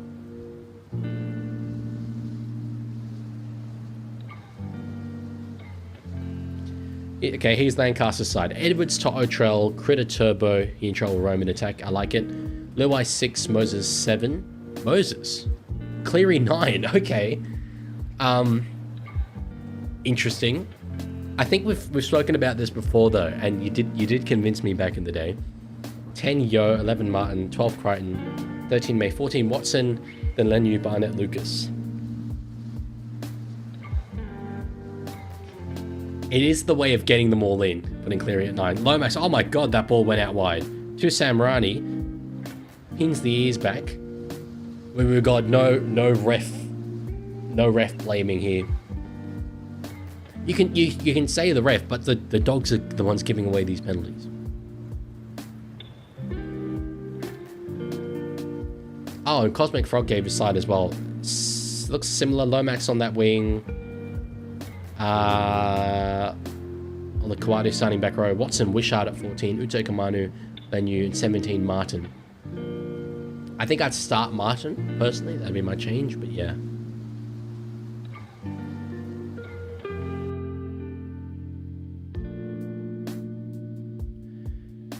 So Connor Tracy on report. Lomax taps it, gives it to Riley Smith.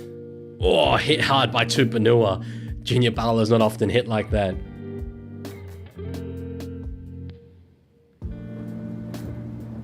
Now through Dylan Brown. Joe Offahengawi. Mason said, let's get bro 500 for verification. Do you need 500 subs in the last month to get verification?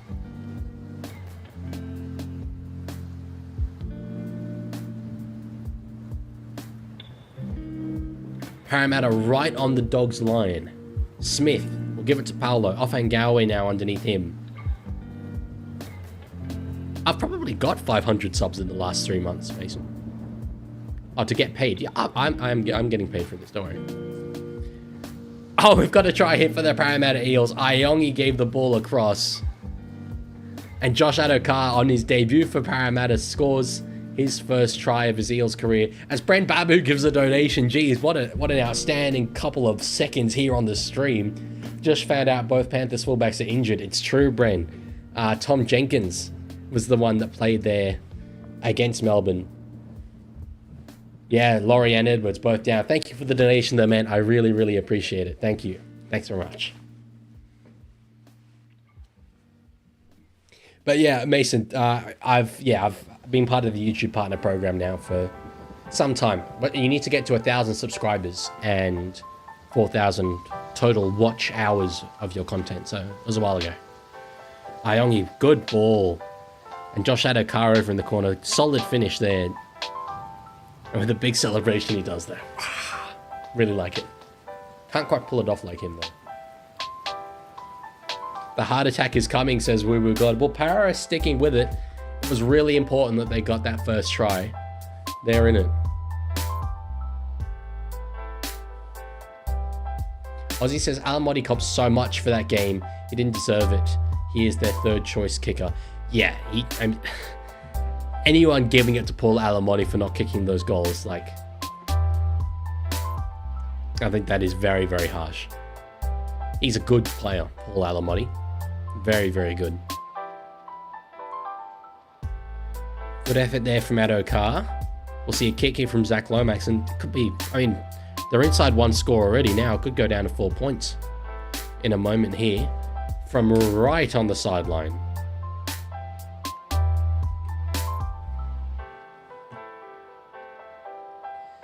Tough kick. Hits it. Starts it way out right. And this one hangs back, which the one before didn't, but neither center can kick the goals so far today. Cosmic Frog said, someone said before Radley's out, does he have another head knock? I'm remembering something that went wrong in that Roosters Warriors game for him.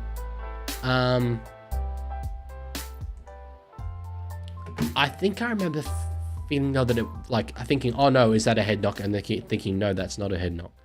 I'm looking on NRL.com, which not understandably, but predictably has absolutely no information.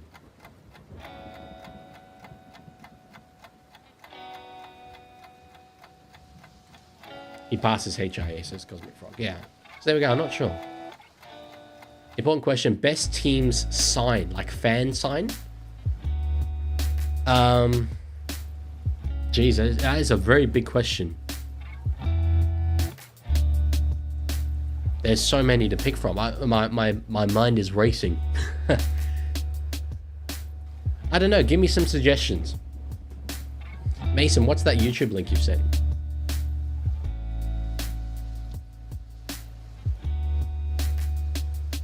Yeah, Dylan Brown running himself up to near halfway. Hasn't, I mean, there's so much pressure on him now, right? Ever since he signed that deal, but still hasn't been great in my opinion. Pensini catches it, kicks it again, ends up in the hands of Connor Tracy quite easily. Is hit hard there by Junior Paulo. Meant to be team song. In my opinion, as a fan of sort of rock music and such, it's got to be the Canberra Raiders. Wow, I never get that right. I never put the finger up and actually get it on, but that was banging. Canberra Raiders. Their songs are banger. Bad and Mean Green Machine. Hell yeah. Does that mean I support the Raiders though? Is the follow-up question. Guess we'll never know. Only a 24-meter gain there for the Dogs. Para have aimed up a lot more in this game. Now inside half an hour left. It's a step in the right direction. They're showing a bit more. It's been a really slow start to the year, but they're showing something. Up Cronulla is really good. That's actually really iconic. I will fully admit that after yesterday's win, I was sitting here in this very seat, at this very desk going, up Cronulla. It's a really good one. Glory to South Sydney. Equally iconic. I think though, sorry, kick from Hawkins. Has it got the angle? Not quite. I think one thing we could learn a lot from the AFL is more use of those team songs though. Like, if a team wins in the AFL, they play on the broadcast the team song, right? It is a bit weird though, like, so after an AFL game, the team that wins goes into the sheds and it's like, it's a routine, it's a rictual. They all go in and they huddle around each other like this and they sing the song and it's broadcast. Like imagine, but like a chorus. So like the Sharks players all going in and be like, up, Cronulla. It's so weird, it looks so forced to me. Like, where's the Powerade? Where's the jumping? Where's the... Yeah, it just seems really, really forced. I don't like that, but I do think we should play the songs more. Like us, I do enjoy the Penrith song, even if it's way overplayed. That is true. I used to never hear it. But that's a nice one. It has a good melody. League, I love the Melbourne Storm song. What is the Melbourne Storm song? I know they play Thunderstruck when they run out. Langar says, I can accept the Raiders as your team. The Viking clap is something amazing. I do love being part of it here in Canberra.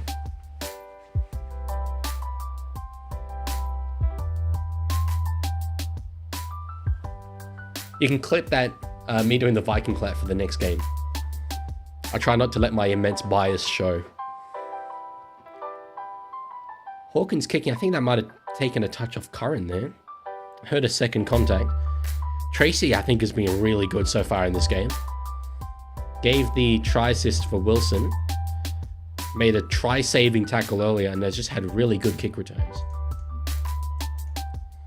Let's have a look at his stats.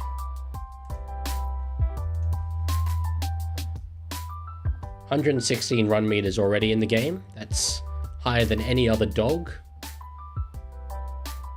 Only Zach Lomax has more. With a line break assist and a try assist.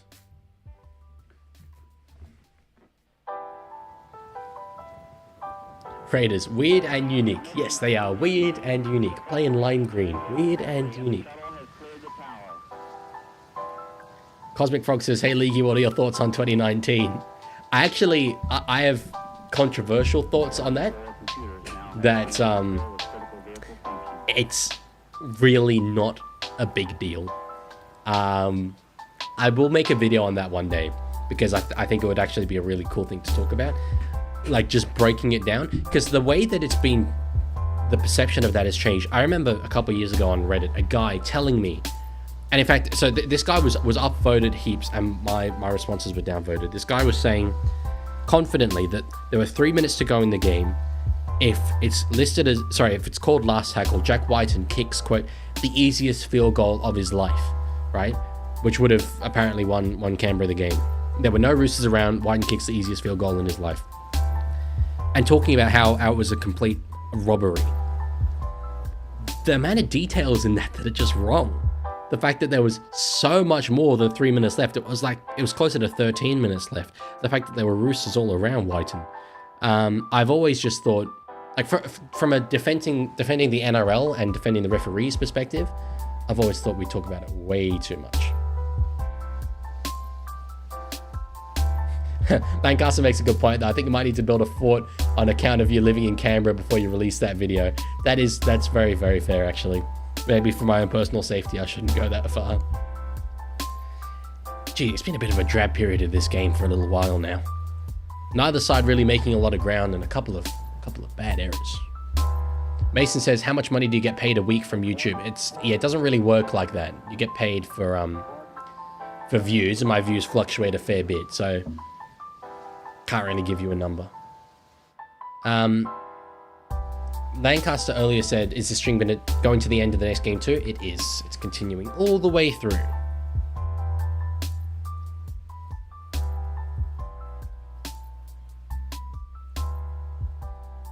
Second half possession, gee, 60% Eels. I mean, it does feel a bit like they've had the majority of it. They've been a lot better, I think. Parramatta, I'd be pretty content with this if I was an Eels fan, despite Burton and Kickow not playing. Mason says, say you get 1,000 views, how much money would you get? So again, that varies over different times of year, but I'd say about $10. It's not a lot at all. I don't do this for the money, that's for sure. Lancaster said, my view is that it was a genuine clanger and an unacceptable one at that. That being said, Canberra had been camped on their line for like 12 minutes, including with a sin bin during that period. And I'll let you finish that comment before I meticulously tear it apart.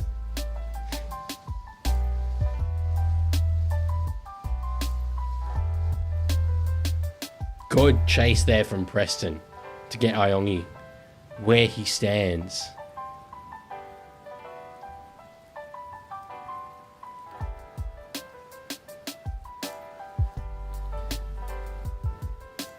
I still can't get over Riley Smith's headgear. It's just beautiful. Okay, here we go. And since they didn't manage to crack them then, and Roosters managed to break them almost immediately, so the result I think would have been the same anyway. Yeah, I agree with that sort of second half of it. It was certainly unacceptable what happened. But I believe the right call was reached in the end. So while the referee shouldn't have changed the call, I think the injustice is mitigated on that, given that the Raiders would have received a new set unjustly on the Roosters line, given that Tedesco didn't touch that ball. That isn't disputed.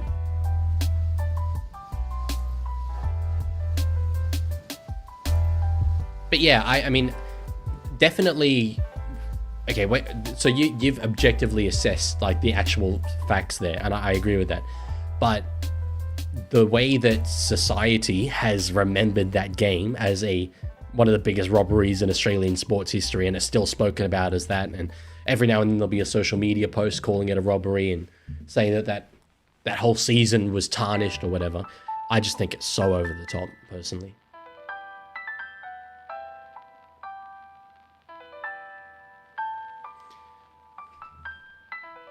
Cosmic Frog, who is a Roosters fan, said, I feel like we scored that so quickly because that was a bit of shock, which isn't really an excuse, but I don't know. It wasn't on Whiten's side of the field, but yeah, they would have been a bit rattled. Ozzy said, if he made the right call in the first place, people would still find something to complain about, though. Just like, I've played this video before, but there's a great interview that Yui did with Ben Cummins about the fact that he was afraid to leave the house after that game. He couldn't sleep. He was having thoughts about his life that were negative. Like, you know, all that kind of makes you sit back and think, okay, there's a lot more to this than Sports Bible Australia being like, this was the biggest robbery 5 years ago in the NRL and all that.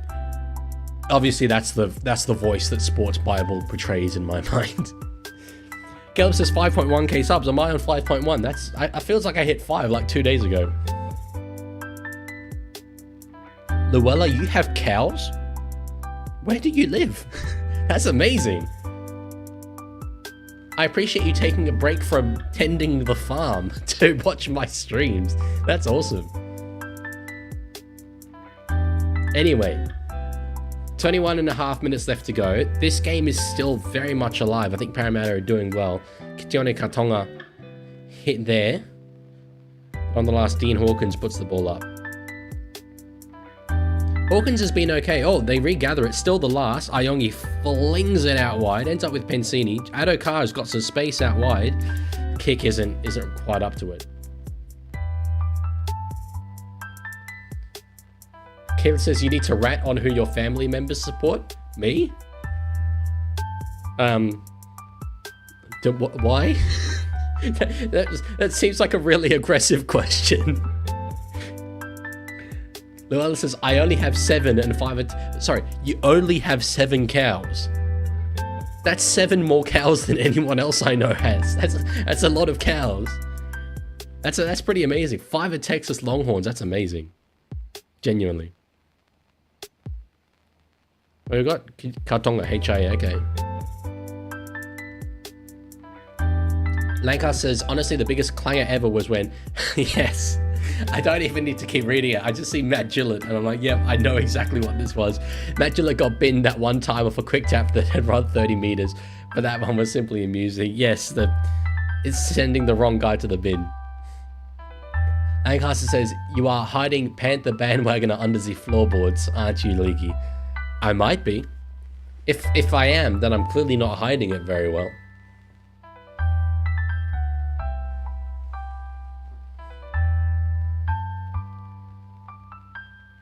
Kayla says, you said when you hit 5k subs, you'd rat on who your family supports. Did I? I feel like I probably didn't actually commit to that. Because I've been very careful about not making commitments. I still haven't actually ever properly said that when I hit 10k, I'll reveal what team I support. I've said I might. I've teased it, for sure.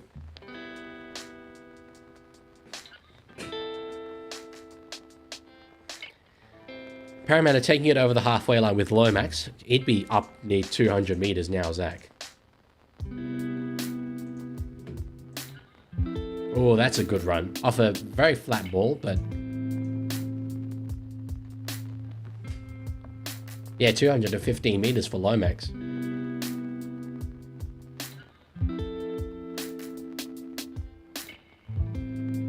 So on the last, Riley Smith gives it to Dean Hawkins. Puts it up. Oh, could be caught in goal. No, not quite. Montoya catches it. Yeah, Lomax tried to get him in goal. I think it would have given away a penalty in doing so. But Para flying off their line now. They know that this is a pretty integral moment of the game.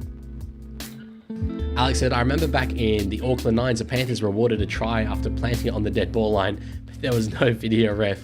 Oh, I've seen, so I went to Magic Weekend in the Super League a few years ago, and they had a curtain raiser, which was a championship game, a second division game, at St. James Park in Newcastle between Toronto Wolfpack and Toulouse Olympique. And a conversion was kicked and awarded. Flags went up, and on the replay you could see the ball just simply did not go through the post. It was nowhere near. And I remember watching it live and thinking, wow, that went in? Really?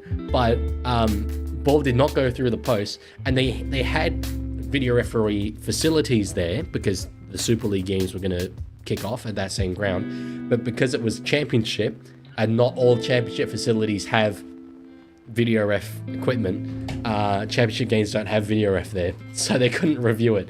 It was amazing. Everyone watching on the screen, this ball clearly not going through the post, but they couldn't do anything about it.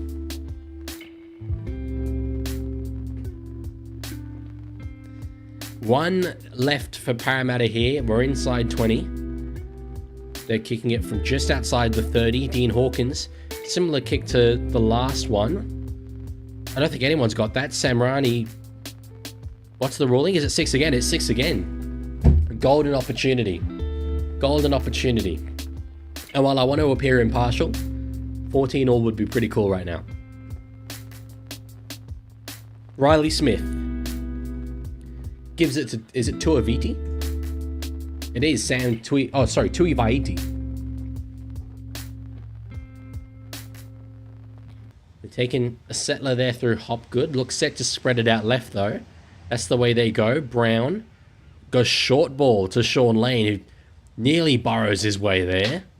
On the fourth, Smith keeps going that way. Kick in. Oh, Hayward, I think. Or is it Marnie? Marnie's recovered it. Wow. The former Parramatta hooker. On the fourth, Smith went. That's pretty brave from the rookie. But that was great play from Reid Marnie. Wow. Marnie try-saver, yeah. Footy Dean really is standing up today. Relative to Ronald Volkman, for sure. He's not been too flashy. He's not that player. But he's been very solid. Yo, Leaguie, what's your opinion on Shibasaki? Sorry, hang on. I'm trying to turn on one of my lights here. I've been surprised with him this season. Positively surprised. I didn't really think he was up to the NRL. Nah, my lights aren't working. Oh, Pensini goes himself. Tries to palm off Preston. The sideline's right there. Ball is there for any Bulldog to dive on. Jamin Salmon does. Do you think Shibasaki will stay in 17 for Broncos? I doubt it. Oh, wait, they've still got Stags to come back, so yeah, surely not. Damn it, Pensini, you did not need to run towards the touchline there. It was a bit all or nothing, and certainly given the lack of support he had, not the right way to go. Woo Woo God says, we're going to pass, or are we just going to gift them field position? I feel Canterbury have done well to absorb a fair bit of pressure in this half, though. One left. Sexton will put it up from just outside the 30. Being chased hard there by Hayward, I think it is. Iongi, though, gets it. Oh, ball comes free. Oh, geez, if Montoya doesn't knock that on. Could have been a good chance, but Dogs will get the ball. Sorry, we saw the referee. He was awarding it the other way. Must have been a double knock. Wow, Burton's beard is strong. Holy. That's gone up by magnitudes from when I last saw it.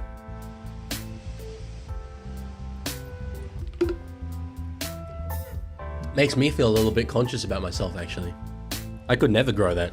I'm just not, I don't have the facilities. Sound like a Broncos fan. This is Aussie. Word from Madge is that Mariner is the one who will be filling in for Stags, or who is finally filling in for Stags and will be dropped. I won't dispute what Madge says. What's Shibasaki on the wing then? Because is he not playing center at the moment? Tracy gives it under to Crichton, who has to stop because King was in the line. Woo God just given the whole Hail Mary. No, it's not the Hail Mary, it's the Our Father. My bad. Sexton puts the kick in. Sam Riney's got it and they force a drop out. Okay, they're checking. Whoever says that he should get a Payne Haas beard? I can't. This is the extent of what I can. I mean, granted, I shaved my cheeks a fair bit, but yeah, this is the extent of what I can go. Yeah, Shib has been in the centers. Yeah, that's what I mean. But if Stags comes back, oh, sorry, Mariner's in the centers. I gotcha. I'm with you now. Sherry is incensed here. We were God calling for both a penalty try and a sin bin, which can't happen, although I think it should.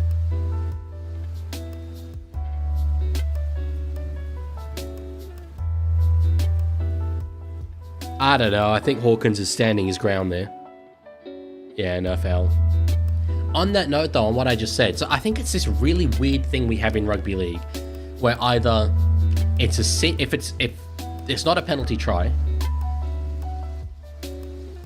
Sorry, I'm just seeing the ruling. Yeah, if it's not a penalty try, it is a sin bin, and if it is a penalty try, it's not a sin bin. To me, a professional foul is a professional foul. If you commit that act, whether or not the referee, thinks the player was going to get to the ball, doesn't really matter. It doesn't change the act you're doing.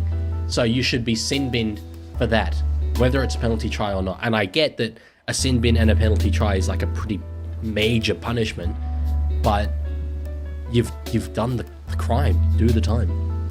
Sutton is in the bunker. Bro, woo God, you get into the refs a fair bit. Is it a joke, or I'm not a huge fan of it personally. That's the right call that was just made there, to be clear. I will sin bin myself from this game. If you like, I can get one of my mods to sin bin you if you feel like you should. Not that I'm threatening anything, I'm just saying if that's what you're into. On the fourth, flat ball there to Hop, good. I will, yeah, Mesa, hang on, I'll save that link there. Please do it, says we got God mods, sit and bin him, give him 10 in the bin.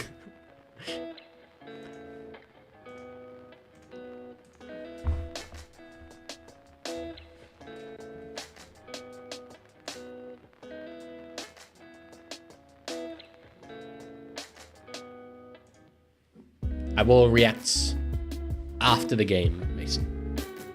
So Para challenging here. Zach Lomax is the one who was aggrieved. That poll's just reducing for doggies. How long? There's 12 minutes, 55 seconds left in this game.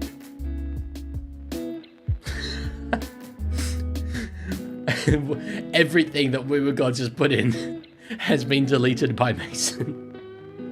I'm sorry, Woo Woo. That's very funny though. I should make like a little yellow card. The ruling is a knock on there, Lomax. Challenge unsuccessful. Para do not get the ball back. Still only a converted try in it, but given Lomax hasn't been on great kicking form, you can't guarantee that a try will be 6 points. How are there 89 votes in the poll and never more than 20 people watching in the stream? People must just come and go all the time. It must just never be the same 20 people. Gotta say though, the total views on this stream so far for just an NRL Sunday is pretty good. I'm quite happy with it, if I don't say so myself.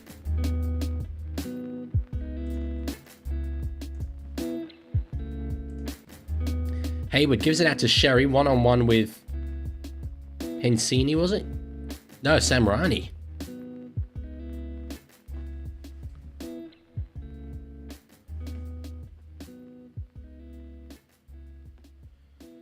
30-meter gain, gives it to Sexton. Bit of a juggle there. Does get it away in time. Geez, there was a bit of pressure on him. It's a good kick, though, in the end, down to Wyongi.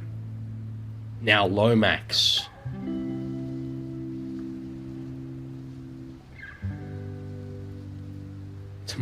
Sorry, Maddie and Kronk. Scheduled for tomorrow. It's just such a blunt name. Matty and Kronk.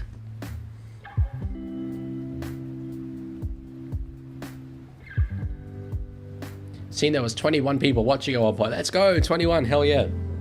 More than 20, love that. Lane across to Pensini, had the Fox outside him. Cosmic Frog, see you later. And Pensini again shows the ball to centre. Meta is a meme. Oh, jeez, that's disjointed there from Para. Knock on by Riley Smith, but didn't really have much opportunity to do anything other than that, poor Riley.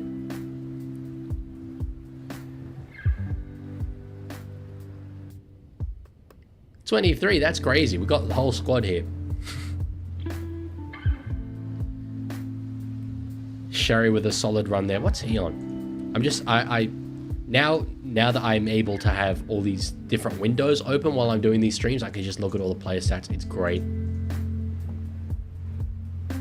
Red card. There's a red card emoji. Sharon on 154 meters. That's good. Second highest for the Dogs. Fourth tackle now through Sexton. Gives it back to Hayward. Finds Curran underneath. It's a very Penrith thing to do. Just players underneath. Players underneath. Take a shot at field goal, says Lancaster. He loves his field goals. Probably actually a good option at this point, though. That's a good take, and Crichton nails him in the in-goal. Nails him. Gives him a little bit of the pat on the head, New South Wales teammates.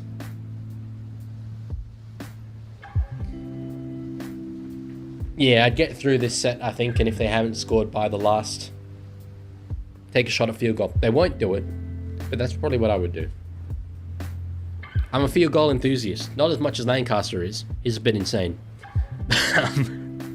But I do like him.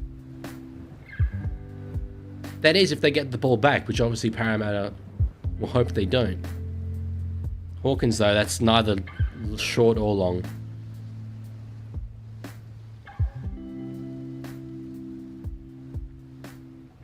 So Hayward gives it to Satili. Oh, Satili Tupanua knocks it on. Jeez, he's incensed with himself, but he has that in him. Satili. There, it was almost a field goal in the Tigers game. Yes, but then Coruscant... Was that the Coruscant try? Jeez, yeah, I was just looking up when he caught it.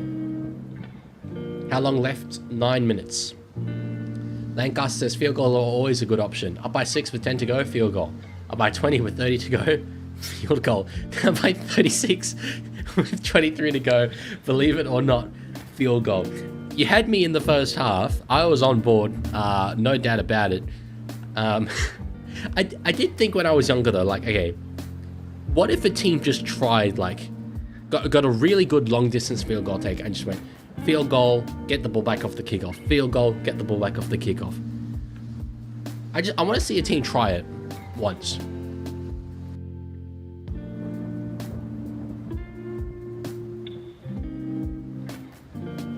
Yeah, Danny, that was the try I was thinking. So Para not making too much ground. Sorry. Oh, I've had a few terrible nights of sleep. Hawkins kicks from just inside his own half. It's Tracy underneath. Lomax initially was going to try and contest that, but then just went to nail Tracy. Say what you want about Parramatta, but Lomax has competed so hard in this game. He has really gone after this win. I really think you can't question his effort. How long left? 7 minutes, 48 seconds. Alex says, I once refed an under 14 game that finished 48-1. I'm amazed an under 14-year-old can kick a field goal. That's very impressive.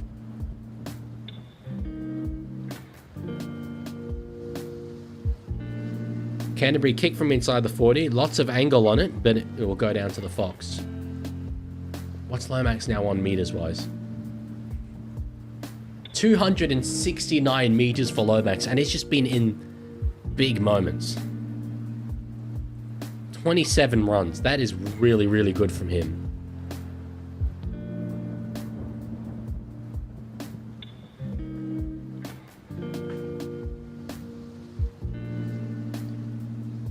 Smith. So Lussick doesn't look like he'll get back on the field. Smith has been on for some time. Lancaster says, it's been tried. It's why the 2-point field goal was removed to begin with, because South played a ridiculously possession-focused field goal strategy after the limited tackle rule was introduced. Yes, no, I do know that history. I just thought, try it again. Obviously, they won't. Oh, Tracy knocks it on. What's the ruling? Penalty. Goes the way of Para. Here we go. Here we go, ladies and gentlemen. They took Lomax out on the kick chase and... Okay, challenge from Canterbury. I mean, understandable. You have the challenge up your sleeve. But if this is unsuccessful, this is the best chance that Parramatta will get for the rest of the game to level up the scores. A golden point could be on the cards and we could have that beloved field goal for Lancaster.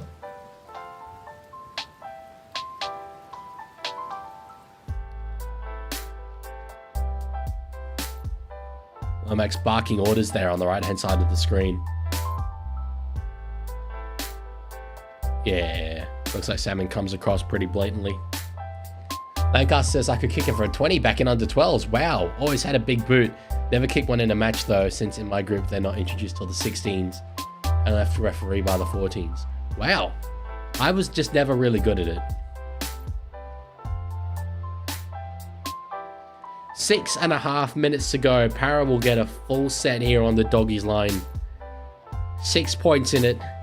This is the game here, folks. This is where it is, ladies and gentlemen.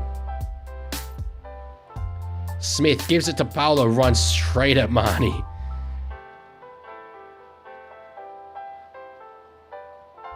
Now through to Dylan Brown. Out the back to Hawkins. Oh, short ball to Lomax. Nearly found a way of poking his nose through there. Quick play the ball. Goes himself there to Zayongi. Is cut down. On the fourth, they've burnt through tackles very quickly. Hawkins shovels it onto Hopgood. Oh, here's a bit of a set play. Brown. Oh, and it's ended up in the hands of the Dogs. Jeez. That all unfolded so quickly. It was a set play, but I think the Dogs read it a bit. They came up pretty early and it meant the Para were rushed. Disappointing for Eels fans, and now Dogs well on the roll. First tackle on the 35-meter line. Preston hits it up and is approaching halfway. You have to think that might be the moment. Like I said, lol, I was bouncing full-size game backs off the family warehouse's roof at 8 years old. It could have been the pertinent replacement if I wasn't shied at the rest of the game. Hayward through. Gives it to Satili Tupanua. One-on-one with Ayongi. Gets past Ayongi. Gets past a bunch of them. Still pins the ears back. Jesus, Satili. Making up for that error earlier. 2 tackles left here for the Dogs. Marnie gives it across to Sexton. Puts a little kick in. Hayward was chasing through. Ends up with Kautonga. Good effort there from Kitioni. But Parramatta, without wanting to state the obvious, like this field position is not good enough for them. They need a penalty. Or a line break. They need the Fox to fly, potentially. Lomax, another run. He's a joke. Smith runs himself. That was pretty solid. Tried to get the markers, I think, offside, but did end up finding his way through. We'll go to Paolo. Gets it up to the 40. Oh, offload. Nice. Crichton rushed up. Now Lane gives it back to Brown. Did well to control the ball there. We'll take it to halfway. Why does Paris 14 look eerily similar to Marnie? They have mentioned the similarities between Marnie and Riley Smith. Ball goes up really high. Caught by Lomax, who kicks again. Now being chased through by Kautonga, but Sherry's there. Okay. Oh, no, it's Montoya. Caught by Hawkins, plays it. Okay. Not terrible field position, but Para need to defend for their lives here. Gives it to Sherry. An error here is what the game needs.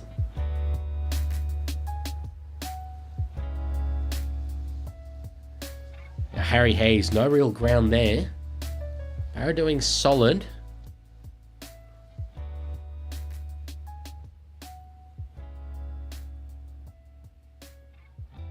On the last, they'll kick from just outside the 40. It's low, it's long, it's angled towards the sideline. Sits up for Iongi though. Dummies to give it to Adokar. So it's outside of their 20. It's not great, but it might do. Pensini goes himself. Again, I feel that they need a penalty or a line break.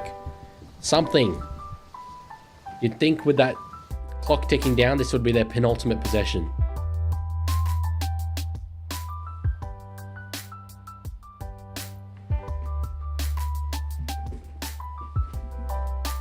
Sorry, just readjusting my chair. On the 4th, goes to Dylan Brown. Oh. Only a short ball there for Jack Williams. Now on the last. Hawkins. Lancaster says, Brown, you needed to go out the back. The opportunity was there to spread it. The opportunity was there. Geez, how they give it to Tracy. He pins the ears back, finds a gap. It's just the field position isn't good enough here for Para.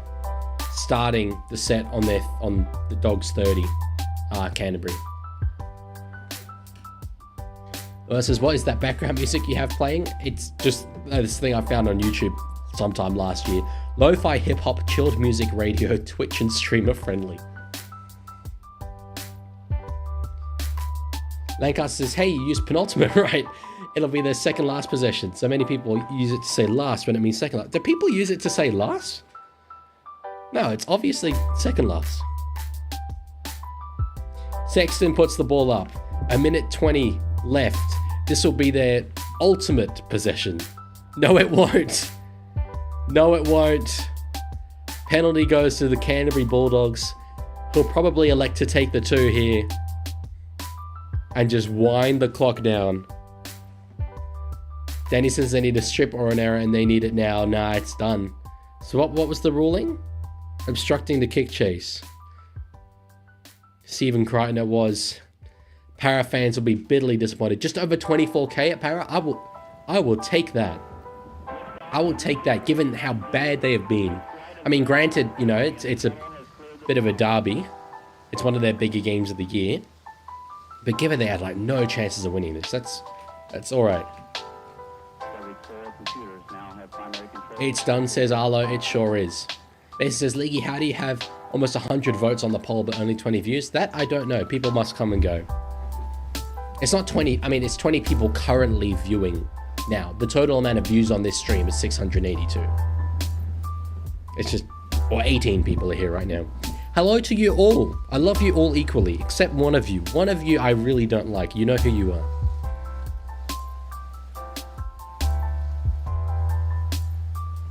And the clock ticks to 0. It is done. I mean, we haven't heard a whistle yet. Obviously, Stephen Crichton's got to kick it. He can take his time. He can take all the time he wants. Lachlan says, Penrith at Combank had 12k. It's interesting to see there's double for a washed Para team. Yeah, I think people just from Penrith don't want to make the trip all the way out to Combank. And what game was that? Was that the one against Roosters? Because that was also a Friday, which is hard to compare. Woo Woo God's happy. He's up and about. Let's go. This is our year, he says after beating the side that are at the bottom of the ladder. I hope you feel great about yourself, brother. Crichton hits it. It wasn't flush off the boot, but he does it well. 14 points to 8. Doggies take it out. Sorry, 16 points to 8. Doggies take it out. And can I just say, ladies and gentlemen, as the Dutch would say, dames en heren, I love a game that finishes 16 to 8, a low scorer. I love it. Sure, it was scrappy, but we've had a number of them this year, which we haven't had in recent years, of just like 10-8 Knights versus Tigers. This one, 16-8. Low scoring games. Love them. All about defense, all about grit. That's what rugby league's about to me. But you can... Well, was it last year? Was it Dragons? No, Dolphins and Roosters in Perth was like 38 to 36 or something. That ain't rugby league, fellas. That ain't rugby league. Okay, so we got a little bit. How long do we have until this next game? How long do we have? Kicks off at 6:15. Oh, damn, solid 20 minutes. Okay, well, we do have some things to react to. I do love how, like, this has just become a reaction channel, which I maybe one day I'll really make a point about this. But I could genuinely talk for 3 hours about reaction content and how much I hate it. So I very much like live long enough to see myself become the villain. In fact, last week when I reacted to a couple of videos, my mates took screenshots from the stream and like put it in the group chat and were like, what have you become? Because they all know me as like a super anti-react content person. But if it's what you guys want, I'll do it. I'm not going to make a big habit of it, but you know, you asked so nicely. I'll do it. Okay.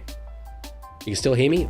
In times in the past, I've accidentally muted myself in doing this, but I think we're good. So this is the one from Mason, which was he the one that made it during this stream? I can't remember. But anyway, a Roger Tuivasa-Sheck edit, one of the best players in the recent history of the NRL. Obviously spent some time over in Union, but the iconic side steps that he's done are incredible to watch. So let's see what Mason has come up with.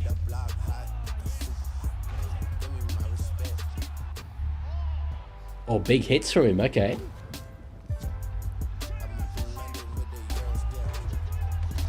Jeez, the tackle. He's such a strong player, Rog. Good finisher. I'm really excited to see him more on the wing this year. Good take. Jeez, out jumping Warbrick. That is tough. So we're going to try there in Canberra.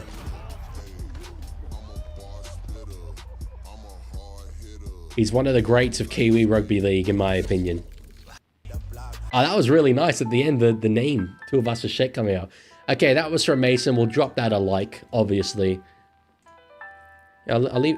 Luella, the GOAT. Sorry, I'm blocking it. Luella Morris has commented on this. There we go. Tuivasa-Sheck is number 1.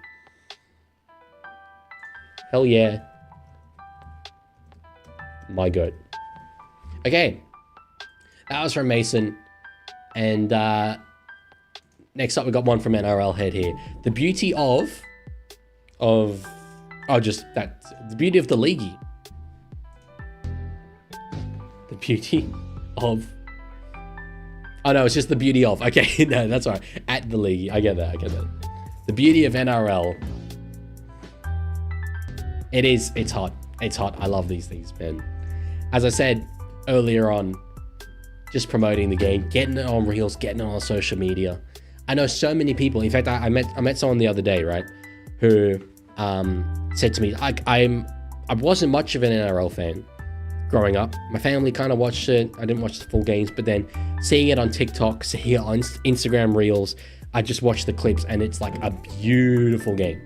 So it makes a difference. We're spreading the rugby league gospel, ladies and gentlemen.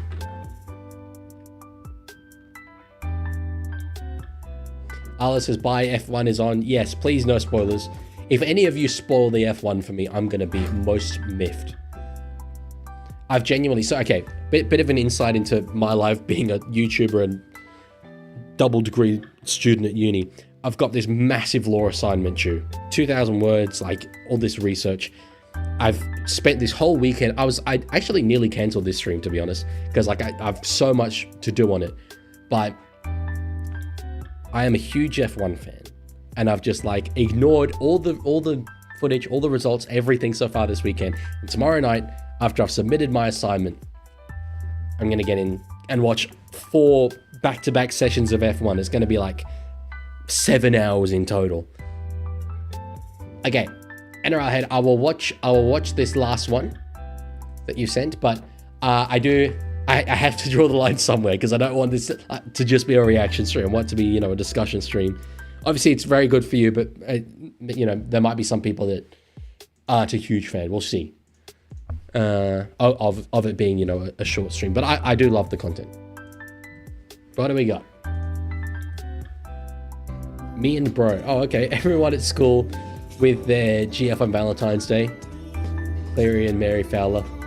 Me and bro, we are each other. You know what? Actually, you know, I relate to that very fundamentally hard. I've been a chronically single individual throughout almost the entirety of my life. But no, me and bro. Bro might be watching actually. I don't know what time it is over in the Netherlands right now. But if the bro who I have in mind now, he knows who he is. He might be watching the stream. We'll see. Okay, so the game kicks off in 15 minutes. Sea Eagles and Raiders at Brookvale Oval. Yeah, last year, Raiders got a win against Manly at Brookie. Hudson Young had an absolute stormer, to my memory. Unfortunately, I don't think I could show the highlights of it. I would get DMCA'd into oblivion. Yeah, here we go. Round 9 last year. I can show the NRL.com page. That's not copyright protected. Let's have a little look through this. I'm covering up the Raiders logo, but anyway, you can imagine it's there. 24 points to 26. Round 9. 5 tries each. Jeez, the conversions. It's not outstanding. Wow, 20 points to 6 lead at half. So, second half was 20 points to 4. That's a hell of a flip script. Elliot Whitehead with 2, and yeah, Hudson Young, I remember that try there at the end. The GOAT, Nick Chotrich, playing over for Catalans right now. So hopefully we see another game like that. Albert Hopewadi at fullback. All right. Don't mind that. Kaio Weeks at 7. Yeah, Jamal Fogarty obviously being out. A lot changes over the course of a year in rugby league, guys. A lot changes. But I really do think this will be a good one.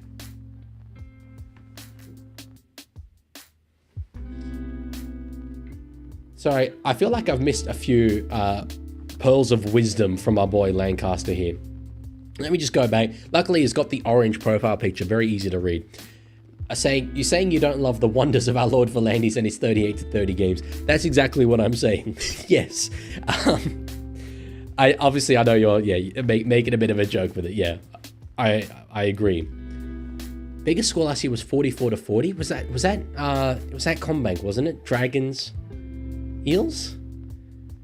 Absurd. No team should score 40 points and lose a game. You score 40 points in the NRL, that's a commanding win. You know? Absurd.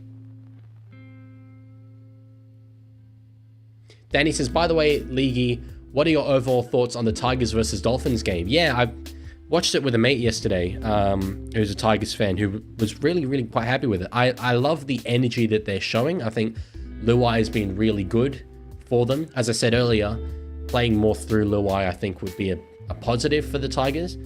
The first half was a little disappointing from the Tigers' perspective, given that it would have been less than what they expected going into it. But given the context of the way it played out, I thought they were actually quite fortunate to only be 6 points behind, and then they were obviously able to go on with that in the second half. So I'm really positive about the Tigers. I think it's Warriors they have in Campbelltown next week. Tough test, but, you know, Warriors probably won't be a top 8 team. If the Tigers want to be in that top 8 race, it's a great litmus test for them. You know, if they can beat the Warriors, go 3-1 to start the season, awesome stuff for Benji and the Tigers. And, you know, I really like both of those teams, but I'm on the Tigers bandwagon. That is, of course, unless I'm always on the Tigers bandwagon because I am a Tigers fan. Highest losing score in history was that 40. Yeah, crazy. Lancaster said defense was not only optional that game, it was outright forbidden upon pain of death. They had Volandis just like standing up there in Combank, watching over, being like, the old Russell Crowe. He completed a tackle. Execute them all. I'll let me change the poll, because this one is such a tight game. It won't let me start a new poll without ending the current poll. Okay, start a poll. Out of curiosity, hang on, wait, experiment here. Danny, I'll get Danny to do it because Danny's here. Are you being a mod, are you able to start a poll, or is that only something I can do? I'm just curious.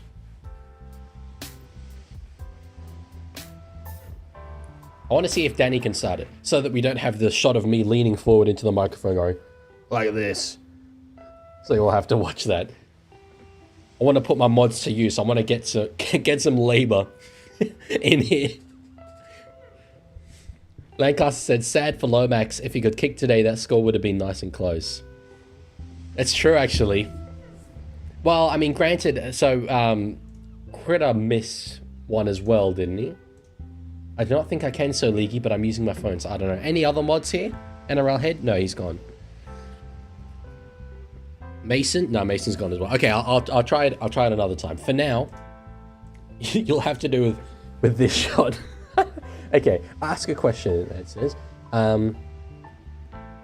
who wins this one?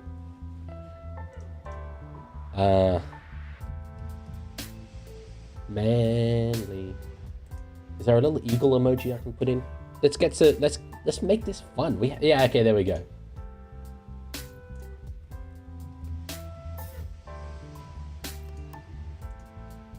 Do they have a Raider emoji or a Viking emoji? No, they do not. Oh wait, hang on. Hell yeah, clapping emoji. Boom, boom,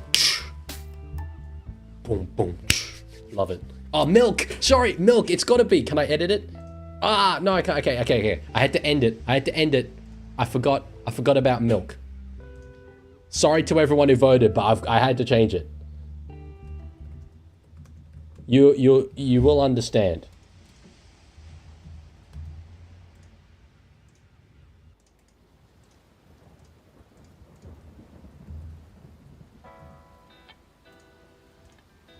Milk.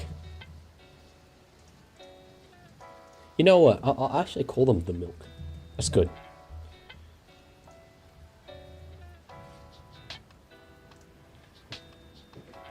Okay. New polls up. Llewellyn says, did you see my last comment? I did not. Oh, here we go. The Knights and Raiders hold the record for the most points scored in a single game, combining for 102 points in 2006. St George appears on the list too, with their 91-6 shellacking against Canterbury. That's good research from you. I like that.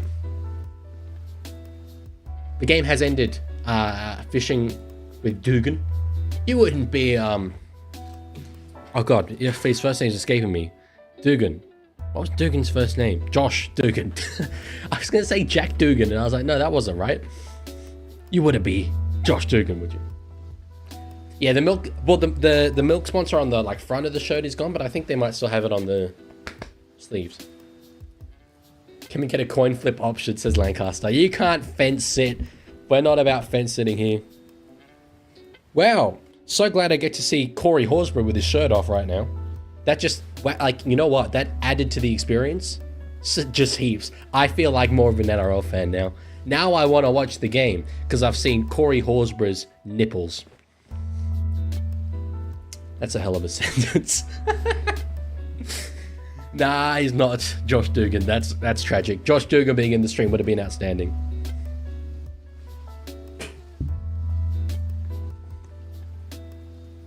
What? What, he says? There were a few allegations in the comment sections yesterday being like, what a weird topic to make your video about. Like, what are your one guy said like you must have really weird fantasies, which I think completely misunderstood the video. But if he joined the stream now and saw me being like, I'm more of an NRL fan because I saw Corey Horsburgh's nipples, I would not be beating the allegations. It would be so over for me.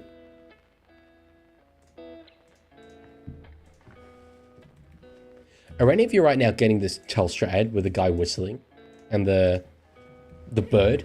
This melody is ingrained into my brain. I can't escape it. It's so catchy. But the thing is, this ad has nothing to do with mobile plans. I don't get it. It's just like a really nice vibey ad. Danny clipped it? What, me talking about Big Red's nips? Or me being like, it's ingrained into my brain. What does the KFC FLG song say? It's like, I can't remember it. If I hear it on the ad, because I get different ads to you guys in New South Wales, because I'm in the ACT.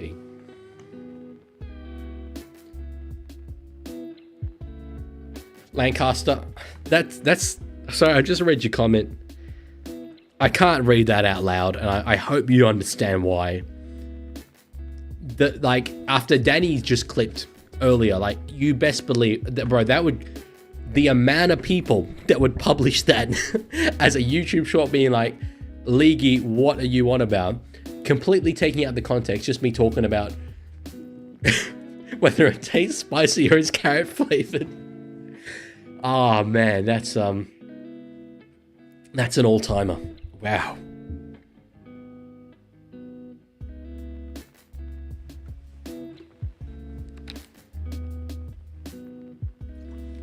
Oh, should check the teams actually. Let's have a little look-see, ladies and gents. Any changes? Oh, Leaguie. Yeah, okay, we did know that actually. We knew Don Trebojevic wasn't playing. Leaguie Hopewadi, shown, is a more than capable fullback over the course of his career so far. Had some awesome moments for Tonga last year. Which means Clayton Falalo moves on to the wing. Really? Sorry, is Tommy Talau injured? What's up with my boy Tommy T? Talau, not Trebojevic. I go to the casualty ward, but this never tells me anything. Yeah, no. I'm really surprised Tommy Talau's not listed on the wing, though. Raiders looking normal. Trey Mooney coming in at lock. Where's Morgan Smithies? Oh, okay. Smithies will start on the bench. Interesting. I back it, though. And otherwise, Manly unchanged. So a fewer changes than that last game we just had. Players playing everywhere. But no, that's good stuff. Both sides pretty strong, I reckon. Josh... Oh no, it's Tarpany that's out. Tarpany's still out injured. Sorry, suspended. Matty Nicholson, geez, he was good last week. Got a couple of tries. Did the Englishman. And he's still young as hell.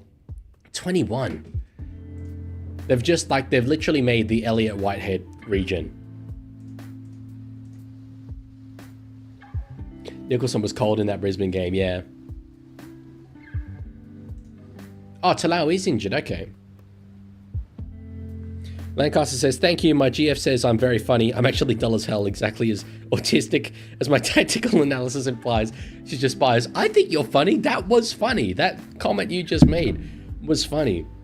Oh, God. Sorry, I've just seen... I don't want to ruin this for you guys, but we've got to watch the Bulldogs again. We have to watch the Bulldogs again in this game of rugby. We just watched the Bulldogs, and now we've got to see them play against Manly. Because they're playing in their Bulldogs jersey. And the Canberra Raiders. And from in front, it looks okay. You can see... Oh, you can see the yellow bar. But from the back, they are the Canterbury-Bankstown Raiders. What are you drinking? I'm drinking little bits of lemonade. Solo, to be specific. Music still going? Yeah, good. Sometimes, because I can't hear the music that's playing, I'm listening to the broadcast coverage. Sometimes it just stops and I have no idea for a long, long while. Woo God says, Raiders are my second fave club because of their jerseys. I love their green. It is, and I quote, weird and unique. But, well, actually, no, I can understand. Sorry, I've just clocked why you like them, because it's dogs and you're a Dogs fan. It really, really just looks like a Dogs jersey. Is this the first game at Rookie this year? I'm inclined to say it's not. Nah, played Cowboys there. Yeah, so... Sorry, they're talking about the passing of the young Manly fan. I'm gonna be completely honest, I know nothing about this, so I won't really comment on it. But looks like Bo is his name. Looks like he was a child who was sick. Big Manly fan. And so they're playing for him today, which is a really nice touch. Curious to see that the chat so swayed towards Canberra. If you want to sync up with me, that's the moment just there. Jason Saab underneath it. Now, Siasiwa Taukeaho, the two-time premiership winner, who's had a much better start to his Manly career than I anticipated. He's credit where it's due for Siwa. Last game of the round. Gotta say, I loved yesterday. 3 games on a Super Saturday.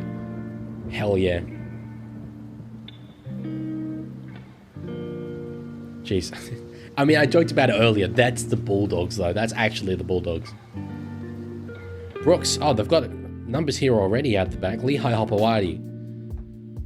Didn't want to link up there with Tolo Taukola. Sunday's the best footy day? I can't agree. I mean, this Sunday is okay. This matchup is good, but normally, like, Sundays of Titans versus Knights, followed by Parramatta versus the Tigers.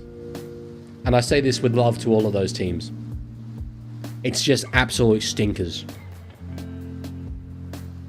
Is it on 9? No, this one is not on 9. This is exclusive to KO and Foxtel. So Raiders with their first possession now. Matt Timoko hits it up. I was under the impression that the Brayley signing was going to be immediate. I'm glad it's not, because I think Tom Starling has been really good to start this season for Canberra. And I reckon Owen Paddy coming off the bench has been pretty solid as well. Like us, Sunday afternoon footy under the sun at a suburban ground is literally the best footy can be. It's hard to argue with that, to be fair. We're talking about different things. I'm talking about, like, going about your day and watching 3 games back to back. That I love. On a Saturday, the whole day is footy.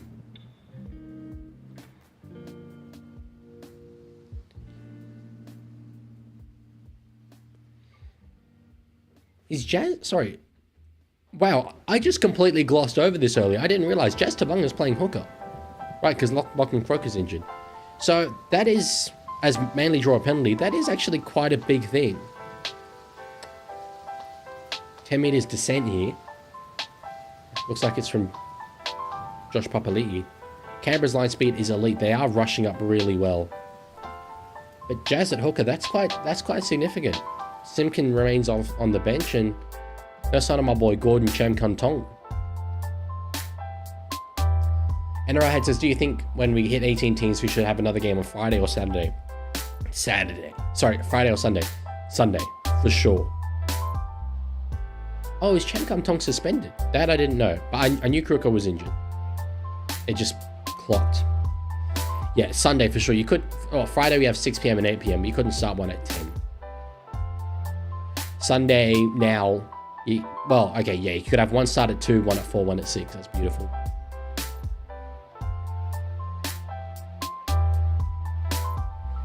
Monday, says Lancaster. It's a rogue shout. I don't mind it.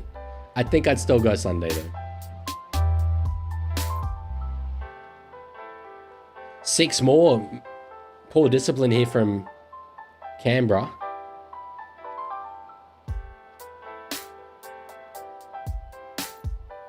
Jake Chawoy, dummy half, gives it to DCE, finds Olakawatu underneath, runs at Starling. Jeez, he's broken a few tackles, gets over the line, but doesn't get to the ground.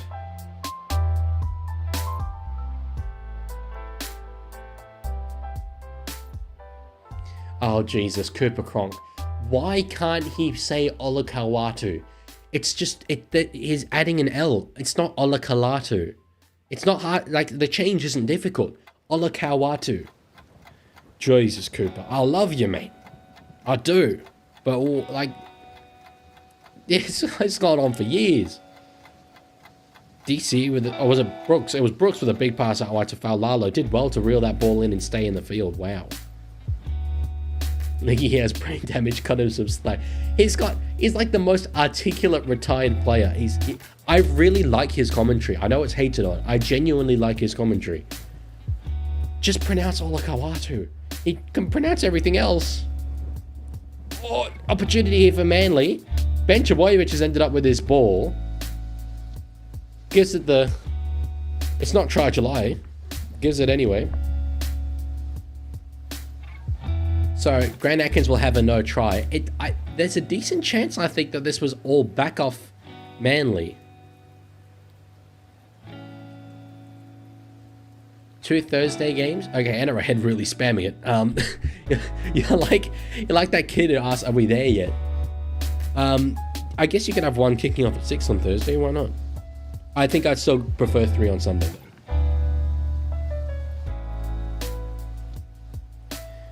Knock on Manly. You know who's going to be absolutely devastated about that? Haumole Olakalatu. He's going to be so sad that they didn't get that try.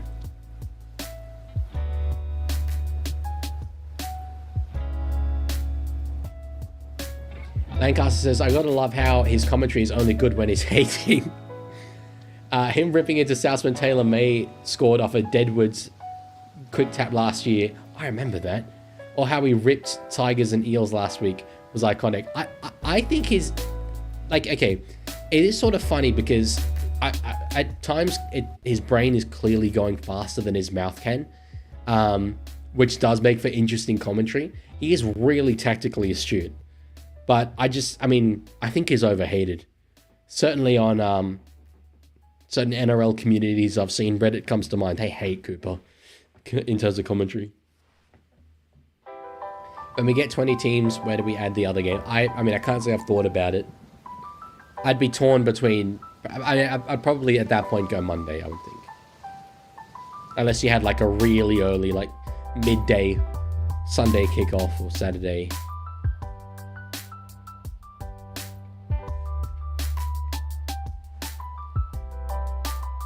Yeah, Luella, I'm not sure. That's interesting that Chan Kum Tong's avoided disciplinary action. He wouldn't have chosen not to play. But he has been like kind of waiting in the wings at Manly for years now. I wonder if he's just on the outer at the club. He's a cult hero, but maybe he's not, all that good. I've been impressed with him when he's come in. 23 years old now. Still super early days for him, but like...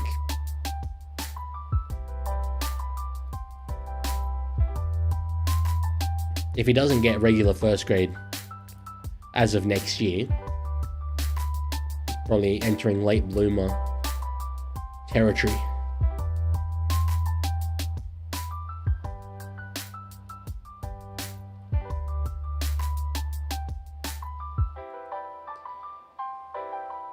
He's a cult hero, but he's genuinely not that good as a 9. Yeah, maybe. To be honest, I can't really remember having watched him. It's been that long.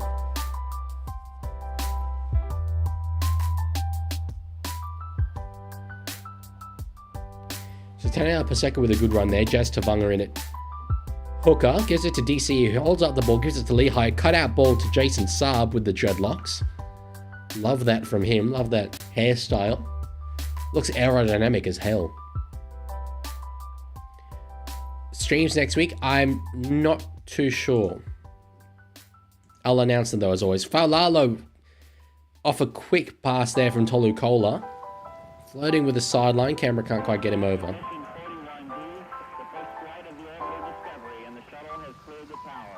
Yeah, NRL head, I'm not sure because there might be a couple of games next week that I'm going to, but I don't know.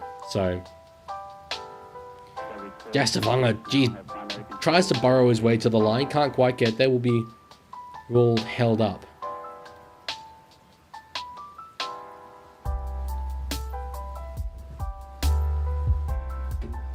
I'll probably also do the 2 Sunday games though next week, because I think this is a good little time slot to do it in. Brooks, dummies, it's on the last. Tries to get an offload, but will just die with the ball. Bit of a breakdown there.